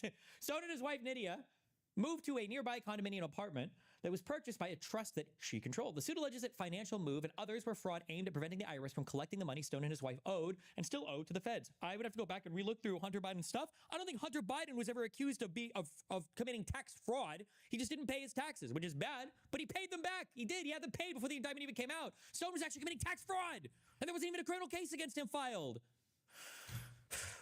Stop. One, I literally have no memory of ever dropping my laptop off there, okay? This guy swears that I did, okay? Regardless, to your point, okay? This is Wilmington. That laptop repair shop is in Charlie Square. I had family that owned a business that was literally the opposite side of them. There are literally within a stone's throw of where that person is in a very, very small community, at least a dozen people directly related to my family. Every night he used to go to 2 or 3 different bars in which he could have literally turned and talked to anyone and said, do you know how to get in touch with Hunter? You're talking about the laptop repair. The laptop repair shop guy. Somehow that doesn't happen. But somehow this guy, who's supposed to be repairing a laptop, he says, decides what he's going to do is he's going to review the material, and what he sees is he thinks is evidence of a crime. McIsaac says he also found documents that show payments made to Hunter Biden from a Ukrainian energy company that have become the center of a political firestorm. Like, I'm sorry, no offense, but this guy looks like a fucking inbred dipshit. This guy is going through, I actually don't believe that. We'll spend time after the Mueller indictment, maybe. There's so much shit. I don't have time. I don't have time for anything. I don't believe, this whole story just sounds wacky as I'm going back. I still don't know if I believe this story. To Hunter Biden. I thought he was blind. I think that's the son, right? It's the dad or whatever that's supposed to be blind, right? It's evidence of a crime. McIsaac says he also found documents that show payments made to Hunter Biden from a Ukrainian energy company that have become the center of a political firestorm. More emails from Hunter Biden's laptop keep surfacing. I want to know where Hunter Biden's laptop is. Let's get the truth. What's in this laptop? Now, again, the evidence he thinks is of a crime is my drug use. He thinks it's embarrassing. And all of a sudden, who ends up with my laptop? The one person in that moment in time that had more to gain than anyone else. I got the hard drive legally, completely legally. Why are they worried about how I got it? Why don't they just say it's untrue? Rudy Giuliani. Why are they worried about how I got it? Why are you worried? Why are you worried about how I got a key piece of evidence? Says a guy who was a former prosecutor in New York before he became mayor, right? That guy? Why would you care about where a piece of evidence came from? Says disgraced lawyer. Well, maybe that's why, I guess, huh? Legally. Degenerate. What, does he go to the same orangification salon that Donald Trump goes to? Why the fuck does he look like he's jaundiced? Completely legal. Why are they worried about how I got it? Why don't they just say it's untrue? Rudy Giuliani and his lawyer on behalf of Donald Trump. How is that possible? Is that just happen to happen? You think that somebody that knows you may have been paid off to orchestrate some kind of daily? I don't know. And at this point, it's like, who cares? So then I get in an argument about, like, okay, well, who took the laptop? How did the laptop disseminate it? Was it real? Wait, so where did the drug gun charge come from, if not the laptop? My understanding is that I thought that they got him on the drug gun thing because they read his memoirs. Wasn't that where that came from? Laptop, because Hunter Biden Wikipedia. Holy shit. By the way, all of these things came from a special counsel that was running under Biden's presidency while Biden was president. Joe Biden was president. Simultaneously, am I correct on the dates here? Did Joe Biden have 2 special counsels separately investigating him while he was president? It was Durham for the documents and Weiss for his family. 2 special counsels? 2? What the Biden will face 3 criminal counts for allegedly buying a gun while also using cocaine. Not at the same time, he just happened to use cocaine at the same time that he also bought a gun, which is maybe illegal, depending on how you read the ATF form, because who the knows what that actually means when you fill it out. It just says that you have to pledge that you are, you just have to pledge that you're not a current user of or addicted to narcotics, which who even knows what this means? You fill this out every time you buy a firearm. Are you an unlawful user of or addicted to marijuana or any depressant, stimulant, narcotic drug, or any other controlled substance? Like, what the does that even mean? Like, am I high right now while I fill out the form? I don't know if anybody even knows what this means. I don't know if anybody in the history of all of history has been charged with lying on a 4473 about drug use without it being connected to another crime ever. I don't know if that's actually the case. I don't know if that's ever happened ever. Usually this is like you break into a dude's house, he's beating his wife, and he has a gun, and he's high. Okay, well, you hit him up with both charges then, assuming you bought the gun on a 4473, like legally. But I don't know. I couldn't find any when I asked for if this ever happened in isolation before.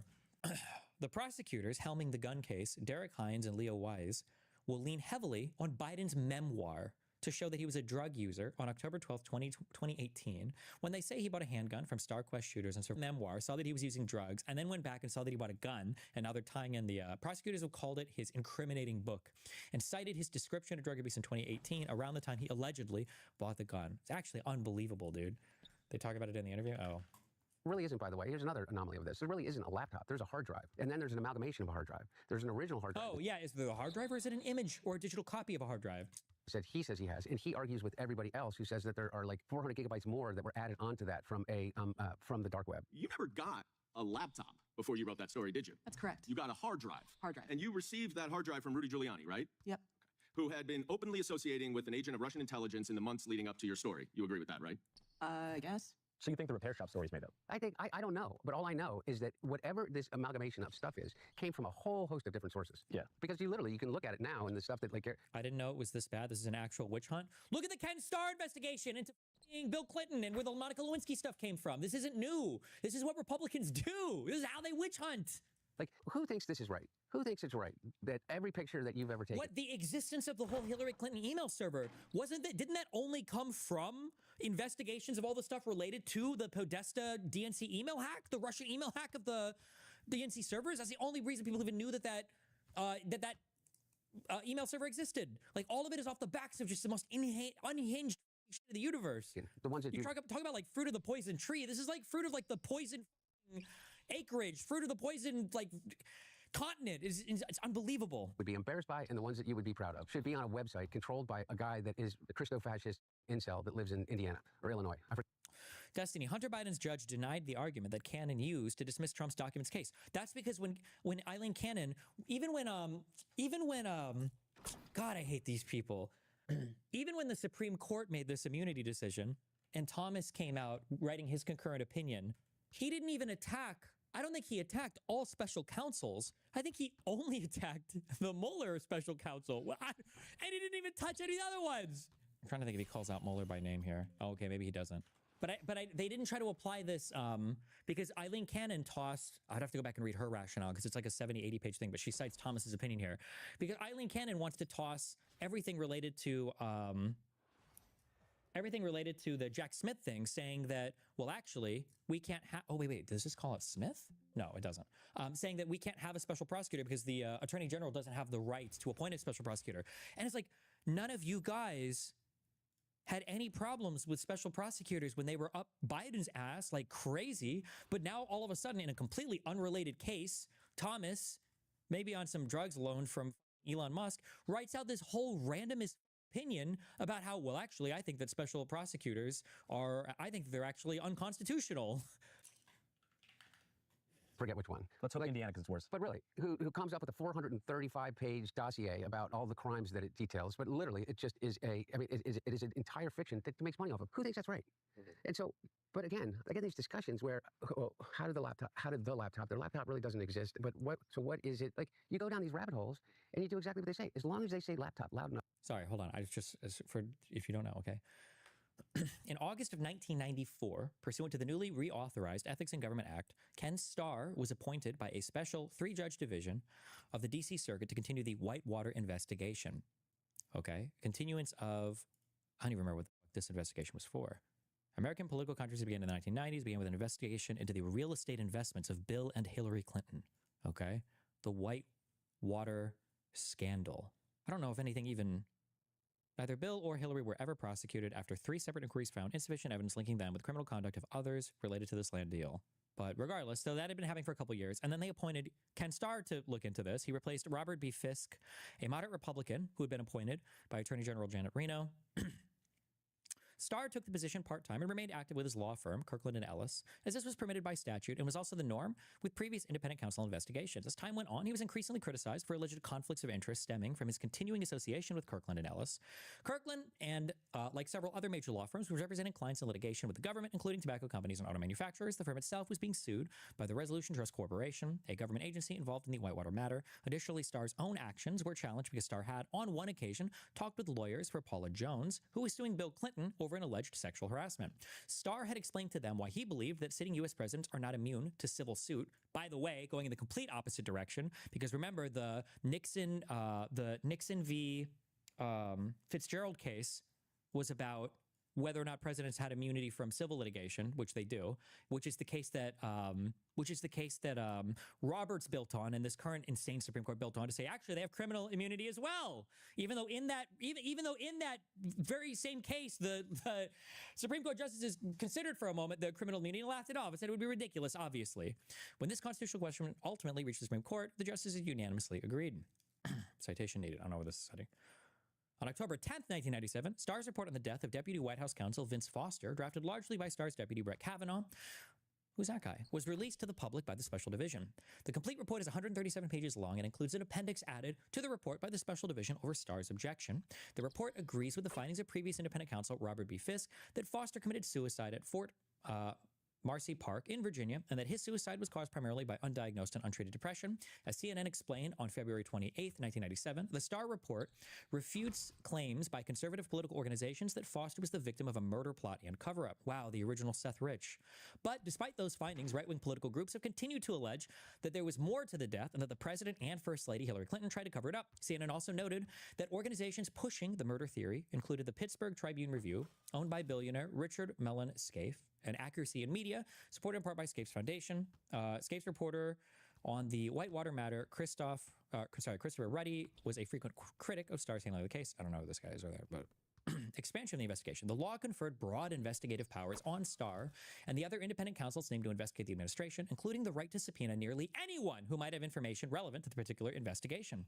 Starr would later receive authority to conduct additional investigations, including the firing of White House travel office personnel, potential political abuse of confidential FBI files, Madison Guaranty, Rose law firm, Paula Jones lawsuit, and, most notoriously, possible perjury and obstruction of justice to cover up President Clinton's sexual relationship with Monica Lewinsky. The Lewinsky portion of the investigation included the secret taping of conversations between Lewinsky and co-worker Linda Tripp, requests by Starr to tape Lewinsky's conversations with Clinton, and requests by Starr to compel Secret Service agents to testify about what they might have seen while guarding Clinton. With the investigation of Clinton's possible adultery, critics of Starr believed that he had crossed the line and was acting more as a political hitman than a prosecutor. They dug and dug and dug and dug and dug and dug and dug and dug so much until they hit this years and years after these original investigations. But this is what they do. This is what they do. And luckily they found this. They had this Monica Lewinsky thing that popped up for Clinton, but this was not like originally an investigation about this particular thing. Same thing with this Hunter Biden laptop and all the other, and the Benghazi and the emails and the everything. It's just unbelievable. Often enough, you automatically, and Hunter Biden, crack cocaine. And, here's the picture. Meanwhile, I'm sorry, I hate all these people. Meanwhile, okay, these guys are shameless. Meanwhile, Mueller fires the FBI agent Strzok, is kicked off the Mueller investigation, and I think either fired from the FBI or put on leave. I don't know if he ever got fired from the FBI. This guy gets kicked off the FBI investigation just because somebody leaked a text message where he's shitting on Trump. Because obviously everybody in the intelligence services hates Trump because he shits on them constantly, and he got kicked off just because Mueller wanted to avoid the appearance of impropriety. It's not the same. It's not even close. It's not even close to the same on these two sides. I hate everybody that pretends it's even remotely similar between these two groups of people, between Republicans and Democrats. It's wild. He was fired from the Bureau in 2018 after his disparaging text message about Donald Trump. So he did get fired, yeah. Here he is shirtless, smoking crack in a bathtub. And, I keep flashing that over and over again. And I say Hunter Biden, laptop, Ukraine, China, Hunter Biden, laptop, bird flu. Literally, you keep doing that over and over and over again? What? None of it bears any resemblance to reality. The reality is this. I ran into legal trouble based on two things. One is I failed to pay my taxes on time during the worst time of my addiction. Remember I said to you that I started in the downward spiral of my life, and I did not come out of that until May of 2019. When I came out of it, I immediately started to try to pick up the pieces of my life and put them back together. And like anybody that comes into recovery, you don't come into the rooms of Alcoholics Anonymous or anywhere else. You don't come in on a winning streak. Nobody comes in like just having won the lottery. Everybody's on the balls of their ass to come in, and they got a lot of things to clean up in their life, and some worse than others. Mine, at this point, was about relationships and my finances. And one of the things that I realized is that my accountant had died. I go to get a new accountant. I figure out how I'm going to pay for the new accountant, and they go to get the transcripts of my previous taxes, and they say, we don't have any record of your taxes being filed 2016 and 17, which would mean the years 2017 and 18, like the worst years of my addiction. Now, for 15 years of my life, I had my own business and I had a partner, and I had an accountant, and I had a staff of people that did my taxes. Like somebody else did my taxes. They had authorization to sign my name and send my taxes in, and they had a tax account, and they would pay it out of the tax account because it would be withheld from my income. That all completely fell apart when I was smoking crack every 15 minutes, and my business failed. The people in my life left. My wife divorced me. It all went away. And when I realized that my taxes had never been filed, they'd all been filled out, signed, checked attached, but never filled and never sent in, because that was the final step of my responsibility. I realized that I didn't. I filed my taxes and I paid penalties and interest. That's one thing. Second thing is, in 2018, went and I bought I was here in Delaware. It was a period of time in which I had one of those times that I was trying to get clean and sober, and I just come back from a rehab. I came back here. I went to get my phone replaced at AT&T. Next door, there was a survival gun shop, and I went in and just to look around while I was waiting for my phone, and on a whim, I bought a handgun, put it in my truck. Somebody in my life thought I was going to hurt myself with it, threw it in a trash can, and I made them go back and try to find it, and when they couldn't, I told them that they needed to call the police and file a report that the gun had been lost. The gun was recovered. It had never been loaded, never been fired. It was in my possession inside of a lockbox for a total of 10 days. They charged me with tax evasion, 13 different counts, in 3 different jurisdictions. By the way, over 50 million Americans a year pay their taxes late. There are over $100 billion in taxes that there are identified people that have not paid, that have failed to pay their taxes for over 5 years. Okay, there's a box that you check. In that box, when you go to purchase a gun, says that you're not addicted to a legal substance, including marijuana. And I check that box because in my mind, it was a state of mind question.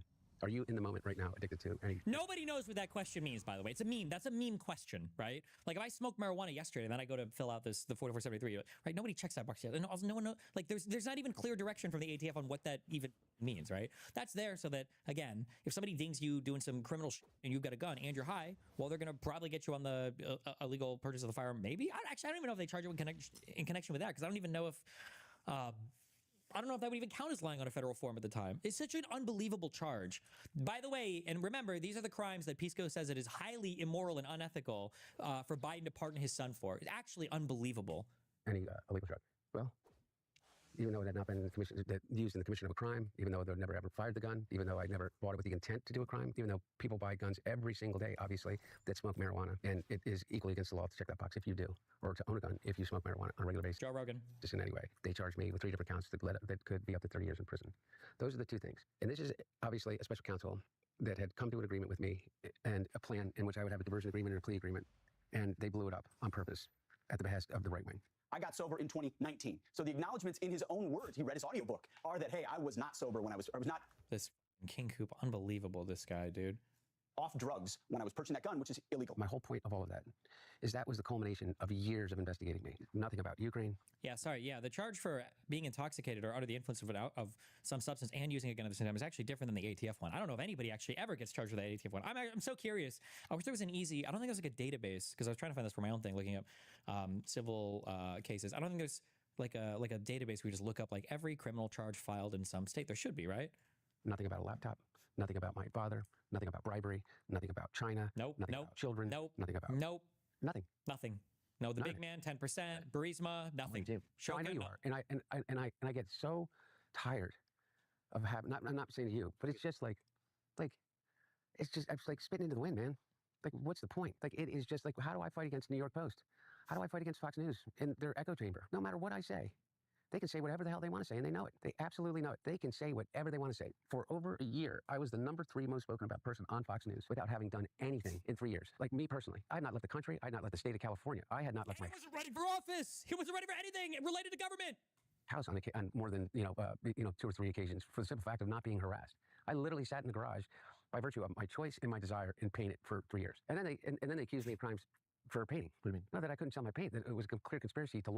Why Hunter Biden's artwork sale has sparked ethics concern. Wait, what? On Cuck News Network, on CNN? No shot. Wait, no shot.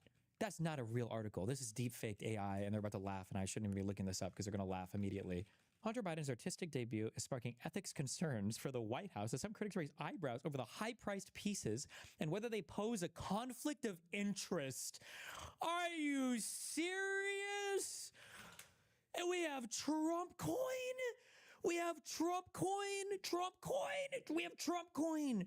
We have Trump coin. 60% stake. Trump coin. We have Trump coin right now.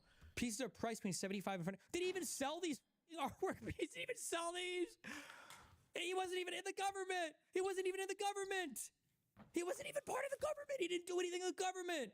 Meanwhile, we have Eric Trump giving an interview to Benny Johnson, who took illegal money from Russia to do propaganda through a shell company, doing an interview with Eric Trump talking about a made-in-America cell phone that's made in China that they're going to be selling. Bro. Oh, we watched this on their Rumble. I don't even know if they talked about it. Everything that you just detailed. The multiple assassinations and the actual scope trained on your father's head who took a bullet to the head for this country. A bullet to the fucking head? What? It was the smallest corner of his ear, maybe. Hunter Biden's artistic debut is sparking ethics concerns for the White House as some critics raise eyebrows over the high-priced pieces and whether they pose a conflict of interest. You an opportunity to explain that you can build things here in America with Trump Mobile. Yeah. Please. Well, we can and we will. So we launched Trump Mobile. And this all started when they deplatformed my father, right? We had to build Truth Social, right? To combat the fact that they were taking away his freedom of speech. Then all of a sudden, for our company, they started coming after our bank accounts. They were trying to cancel us. They pulled every account from us. And so we really got to the crypto space, World Liberty Financial and others, because we want to combat that. We believe in DeFi. We want to give people financial freedom back. We're doing the same thing with Trump Mobile right now. I'm incredibly excited. You can build these phones in the United States. Our customer service is in the United States. It's in St. Louis, Missouri. All that is a lie, by the way. It's not. It's made in China. They took it off the website. And anybody that knows anything about any part of technology or anything about engineering ever, period, actually, anybody that's ever made or ordered or looked into the assembly of a single complex product in their entire life knows that no company in 2024, 2025 can announce, oh, by the way, this new highly sophisticated technological thing, we're making this in America and it's going to be shipping in 6 months. We can add more functionality. We can do it cheaper. We can do it better. And eventually all the phones can be built in the United States of America. We have to bring manufacturing back here. And so our ethos is, build for Americans, by Americans, do it cheaper, do it better. Monthly plans, $47 a month, which we kind of thought was fun and cool. Unlimited calling. $47. $47 a month. Okay, I'm done. Launder money into curry influence by selling acrylic on canvas abstract painting by Hunter Biden. How do you prevent a purchaser paying too much so as to ingratiate themselves with the first family? All of a sudden, oh my God, you kill me. The Iranians are going to change their nuclear weapons program. I mean, it's such insane bullshit. Meanwhile, these motherfuckers... With Trump Mobile, we're going to be introducing an entire package of products. They're selling gold telephones and sneakers and $2 billion investments in golf courses and selling tickets to the White House for investment into their meme coin. Overnight, President Trump returned... That was like one out of 50 things. That was like 2% of all the insane that this moron has had his hands in selling. The White House after a black tie gala for the biggest buyers of the Trump crypto coin. The Qataris give him a jet, and the Emiratis put $2 billion into their crypto. God, can you for the biggest buyers of the Trump crypto coin. The Qataris just any of this. Hillary Clinton flies in on a $400 million Qatari jet. Like, can you imagine? It would be a mass suicide event for conservatives in the United States. Their heads would explode. Their heads would explode. A jet, and the Emiratis put $2 billion into their cryptocurrency, and the Saudis are going to build a tower. And I mean, by the way, that's just what we see. And I even hate mentioning my name in that because either I'm the biggest moron on the face of the earth, or like, what the are we talking about? Like, what is Fox News talking about? Anybody that mentions my name in Crime Family in the same, I'm like, what are you talking about? Like, okay, believe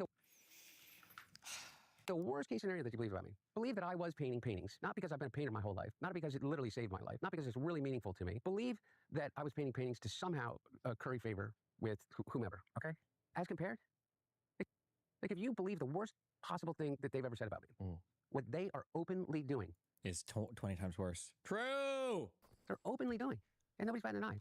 Don Jr. is opening a club called the Executive Club in Georgetown, in which it is promised that you will be able to rub shoulders at a cost of a $500,000 initiation fee. The $500,000 membership fee would make it the most expensive private membership club in the country after Mar-a-Lago. To join the club with people and decision makers in the cabinet of his father. Now, the launch party on Saturday night included a who's who from the Trump cabinet with Secretary of State Marco Rubio, Attorney General Pam Bondi, SEC Chair Paul Atkins, Dr. Oz, and a lot of others. What is that other than literally the sale of influence? And by the way, that's just like a side thing for them. Yeah, and like you mentioned, that's what we know about now. Exactly, yeah. And that's the stuff that's out in the open. Yeah, stuff you can Google at this present moment. I don't get it. I don't get why people don't understand that it is the biggest grift that there is. And just look over here. Look at Hunter Biden, the crack addict. Look at him. Laptop, laptop. And then I get in an argument about the provenance of the laptop and what it was and where it came from and who, and these random, like, morons, like the laptop repair shop owners and, the blind laptop repair shop owner that wears a Scottish... To judge people, but that guy looks like a fucking moron. Oh my God. Do you fear for your safety every day? Yeah, I don't leave the house. But regardless, I mean, by the way, watch him speak. Do you fear for your safety every day? Yeah, I don't leave the house. But regardless, I mean, by the way, watch him speak. And anyway, whatever. I don't know the motivations other than I think that a lot of people that are just so in need of some kind of relevance, and so they convince themselves. I don't think that all of these people just come at this. I mean, I've watched the way in which you have communicated with and had sincere conversations with people that are crazy. And why don't you do it with move? empathy? Because I'm on a podcast with Dan right now. You do it with a open, at least in my opinion, is that the thing that I like about and I'm not blowing smoke, is that you do it with sincerity. You listen, and you give space for them to not be laughed at. And so I don't want to make fun of these people. Well, the thing is, the reason I do that is because I have a fundamental belief that most people think they're doing the right thing. Most people out there don't wake up and say, I'm going to repeat misinformation, cause harm to people, and make people feel like those people do exist. So I always look a level deeper. Kelly, for example, from the movie. Yeah. To help with context, this conversation that I'm having with Hunter is in reference to my recently released independent documentary film called Dear Kelly, which chronicles the radicalization of a middle-class family man from California into a diehard January 6 MAGA soldier. The protagonist is a man named Kelly J. Patriot, who I first met in 2021 at the White Lives Matter rally in Huntington Beach. Kobe Bryant was assassinated by the Clintons.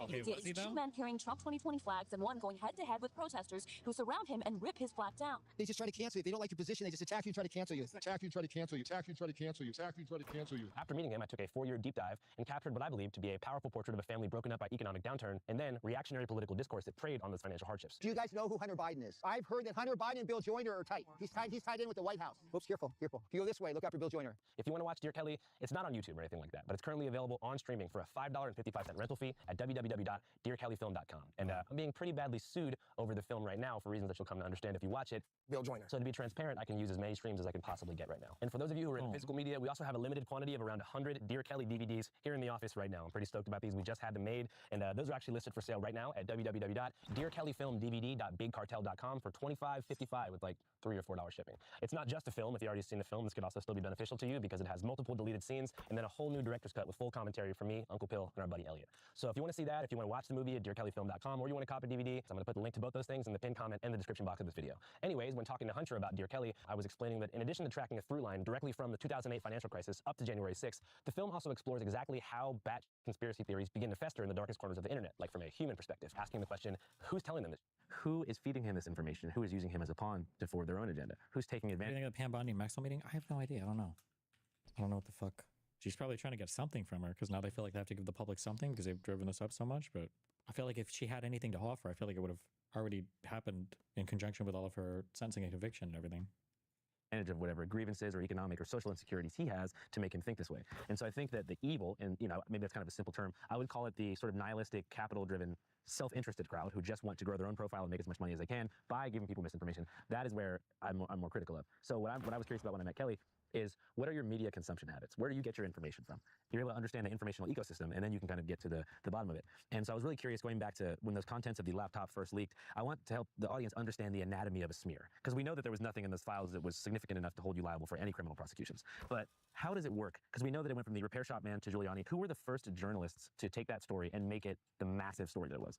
Miranda Devine at the New York Post. Miranda Devine is on the case in her book, Laptop from Hell. Has made an entire cottage industry in 2 books and her own podcast now. And she's an Australian journalist. I don't know when she came to the New York Post. She's worked for the Murdoch Empire for, I think, in some form or fashion between Australia and the United States. So those two things are interesting. So you have New York Post, which is definitely based upon ad revenue and clicks as more of a tabloid. And then the Murdoch family is a bit of a deeper agenda with more committed investors. Yeah. Were they different, or were they together? I don't know enough to know the level to which the Murdoch family involves itself in whatever choices the Post or Fox News is making about the stories that they're going to tell. I just don't know. And I don't want to speculate, but I do know this, is that... Imagine if this is a Republican asked that question.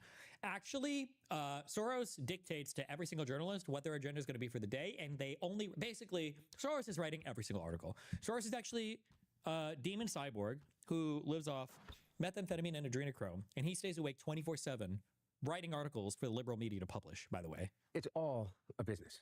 So what I figured out really quickly is that everybody that is, by the way, really smart people that have been in the business of politics and communications and media for a long time, people that I trusted, that said that I trusted in the past for good reason, because they're smart and they care, and they have a great track record, said, look, it's going to pass. The only way that the story continues is if you feed it by responding to it. It's so outrageous that the only way that it stays in the news and stays a thorn in your side is if you respond to it, okay?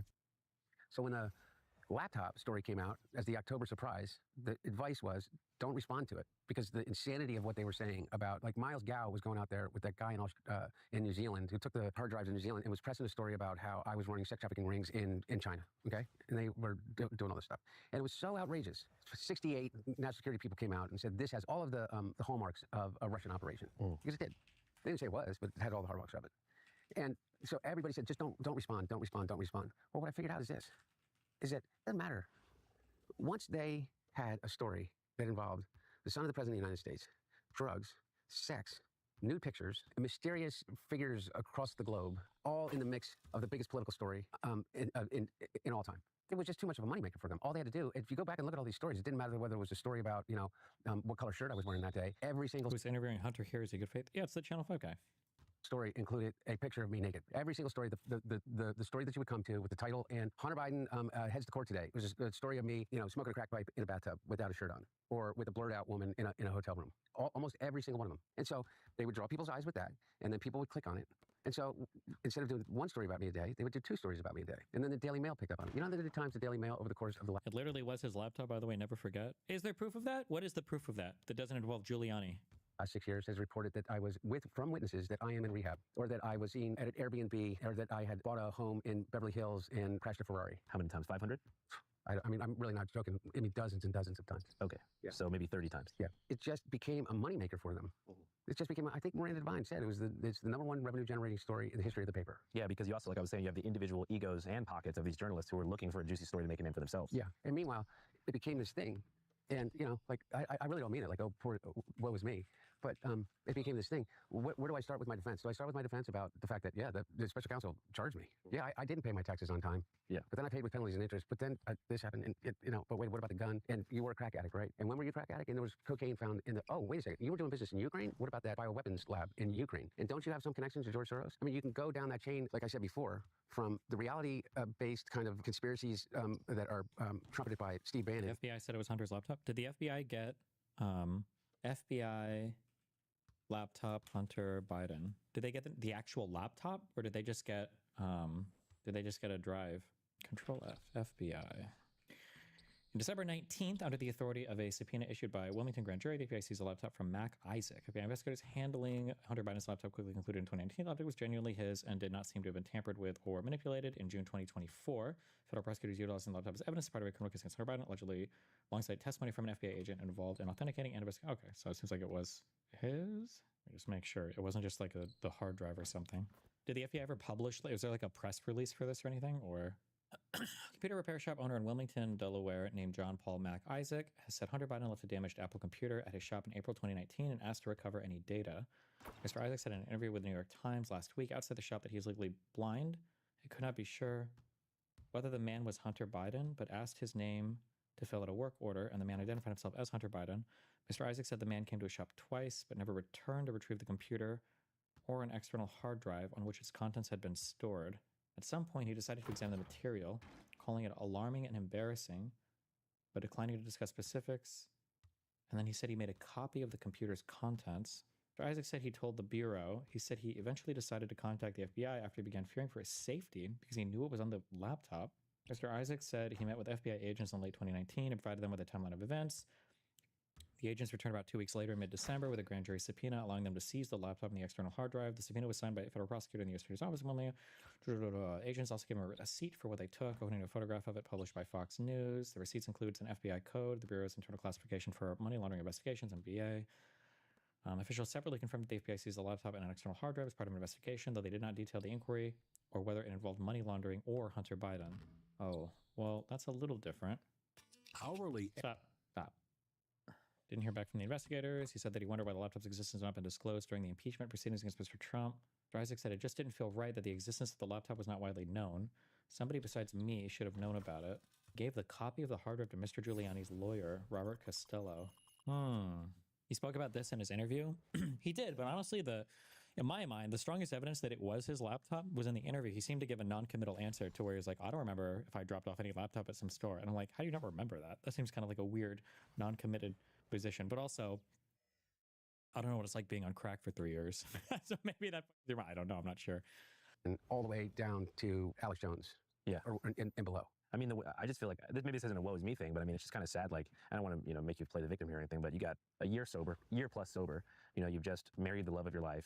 Things are starting to look up, and all of a sudden, all of your private messages and photos for 2 decades are now owned by the political opposition of your father and are being published by a sort of horrible ecosystem of these like carnivorous journalists who are just looking to destroy and dissect every element of your private. Yeah, so that's what I would be curious about.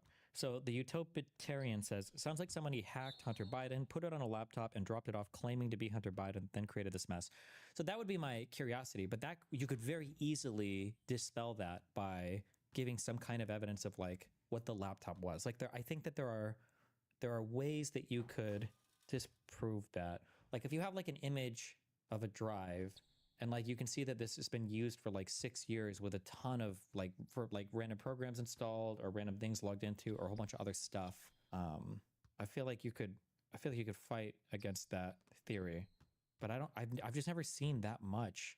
I don't know if anybody has a I don't know if we never got like a very satisfying, I think, forensic record or whatever of like what was actually on this laptop or anything. Or maybe we didn't, I just missed it, I guess, I'm not sure. Private life. Do you feel like sobriety became harder after the October surprise? You would think the answer was yes, but what it ended up doing is that it ended up, I had for the first time ever to truly make a choice in sobriety, like in full sobriety, a month of sobriety, for the first time in my life to make a choice whether to live or die. And what I mean is that I knew there would be no coming back.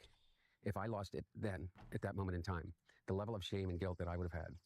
Didn't you just read that it was an external hard drive? Why would someone drop off an external hard drive with their laptop? Well, didn't the guy say that he used the external hard drive to back up his data? Maybe. So like this is what's frustrating is there's just not enough information. So like this is saying after being handed the device by a Wilmington, Delaware computer shop owner in 2019, the FBI quickly concluded by examining computer data as well as Hunter Biden's phone records that the laptop was genuinely his. Like, I don't know what that means exactly. Like, I imagine there are types of data that you could examine that would like pretty resolutely say like, oh yeah, this is definitely like, this is almost certainly this guy's laptop. But there are also like ways that you could do this. And yeah, I'm not sure. I don't know. Like, why did he need data recovered from this laptop? What was broken about it? That would be has that ever been said? Because the FBI quickly concluded by examining the computer data as well as Hunter Biden's phone records, the laptop was genuinely his. Makes it sound like they didn't look at the laptop itself, or I'm assuming they did. I just wish there was more information here. Like, what was the data that Hunter said he wanted to recover from this laptop? What did the computer guy say? He just wanted all of it? He said that Hunter Biden left a damaged Apple computer at his shop in April 2019 and asked to recover any data. The man came back to his shop twice, but never returned to retrieve the computer or an external hard drive on which its contents have been stored. Does he have there's no security camera footage? Is there anybody else to corroborate this anywhere? Like the computer store repair place doesn't have any kind of camera system or anything at all? No nearby stores had cameras recording outside anywhere. Was any of this ever corroborated by anybody ever? Like, it's 2019, not 1997. And this guy was so blind that he couldn't tell it was Hunter Biden, but he could read the receipt? Maybe the guy wrote really large letters? Or like, how is he even seeing this stuff on the computer? Maybe he has like a magnification screen or something? Times last week outside the shop that he's legally blind and could not be sure whether the man was Hunter Biden, but asked him to fill out a work order. And the man identified, maybe he got somebody else to read the work order? Like, this story's not impossible, but this is an exceptional story. And blowing it for everybody. I would have rather have died. So that was the first time in my life in which I was able to literally say, are you going to get out of bed this morning and exist without a drink or a drug, or are you going to kill yourself? Because that was the real choice. Because how could you ever make it back from that? In that moment, if I had relapsed, or at any moment since. But my level of confidence in who I am has given me much more of a reason to like not be that dramatic about it every morning. But in that moment, if I had used, can you imagine the fallout from that? It would have been a failure that I know and that I truly don't believe that I could have recovered from. And by the way, potentially a lot of the people that I loved, I don't know whether they could have recovered from that. Yeah. And so the incredible gift that they gave me was a freedom that I had never known, which is... Read the forensic analysis on the wiki. Forensic analysis. In March 2022, the Washington Post published the findings of 2 forensic information analysts it had retained to examine 217 gigabytes of data provided to the paper on a hard drive by Republican activist Jack Maxey. But I mean, like, damn, bro, at that point, represented that its contents came from the laptop. One of the analysts it is a disaster from a forensic standpoint. The analysts found that people other than Hunter Biden had repeatedly accessed and copied data for nearly 3 years. They also found evidence that people other than Hunter Biden had accessed and written files to the drive, both before and after the New York Post story. Like, that's kind of dumb. Like, you can make, it's trivial to make a disk image and to just have a backup of, like, the original disk image, you know? Like, that's your hard disk, the whole image of everything on the drive. One second. The analysts found that people other than Hunter Biden... In September 2020, someone created 6 new photos on the drive, including some with the names Biden Burisma. Big, like, why would you ever be working off of a drive that you're using also, like, as an archive thing? You should always be working off a different drive. Or maybe this was a drive they were working on that wasn't an original backup, and they just gave this one to the Washington Post, including some of the names Biden Burisma, Big Guy File, Salacious Pics Package, and Hunter Burisma Documents. One of the analysts found evidence someone may have accessed the drive contents from a West Coast location days after the New York Post published their stories about the laptop. I don't think anybody ever said that the emails themselves weren't real. To fully comprehend the choice that you have in life is that you can wake up and live, or you can wake up and die. And every day since then, to a varying degree of success, I've chose to live. And I know that that sounds hyperbolic, or maybe it sounds a little melodramatic, but I can tell you from my perspective, it has not been melodramatic or hyperbolic in any way. And sorry, I keep cutting off our boy.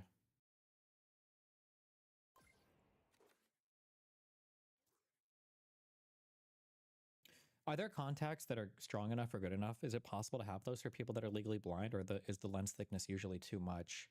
And they don't usually have contacts for people whose eyesight is that bad? Coming Republican majority in the House promising to investigate Hunter Biden, the president's brother, and ultimately the president himself over their business dealings. What can we expect to learn from that? You have a prescription of -8 and you have contacts. Okay, damn. In the laptop repairman whose new book, American Injustice, is out tomorrow, details what happened after he discovered Hunter Biden's infamous laptop. John Paul Isaac is with me now. Sir. Wait. Some guy just said, let's not talk about the fact that Russian hackers also did the fappening and the DNC hacks, etc. Were Russian hackers behind the fappening, the iCloud hack or whatever? Is that true? How you doing? Good morning to you. And we've spoken before. Welcome back here. A couple things I just want to update our viewers on. You worked for Apple for 6 years, and then you started your own shop. You fixed Apple products and Mac computers. Were you the one who was at the counter when Hunter Biden dropped off his laptop? Unfortunately, yes. I'm sole proprietor, so I was the only one in the shop when he came in. Refresh my memory. Did you recognize that it was him at the moment? You know, I really never cared enough about the Bidens to pay attention to what the offspring looked like, so I did not recognize him. It wasn't until the check-in process when he announced who he was, and then also I kind of put the pieces together when I saw the Beau Biden Foundation sticker on one of the laptops. Was that immediate or was that over time?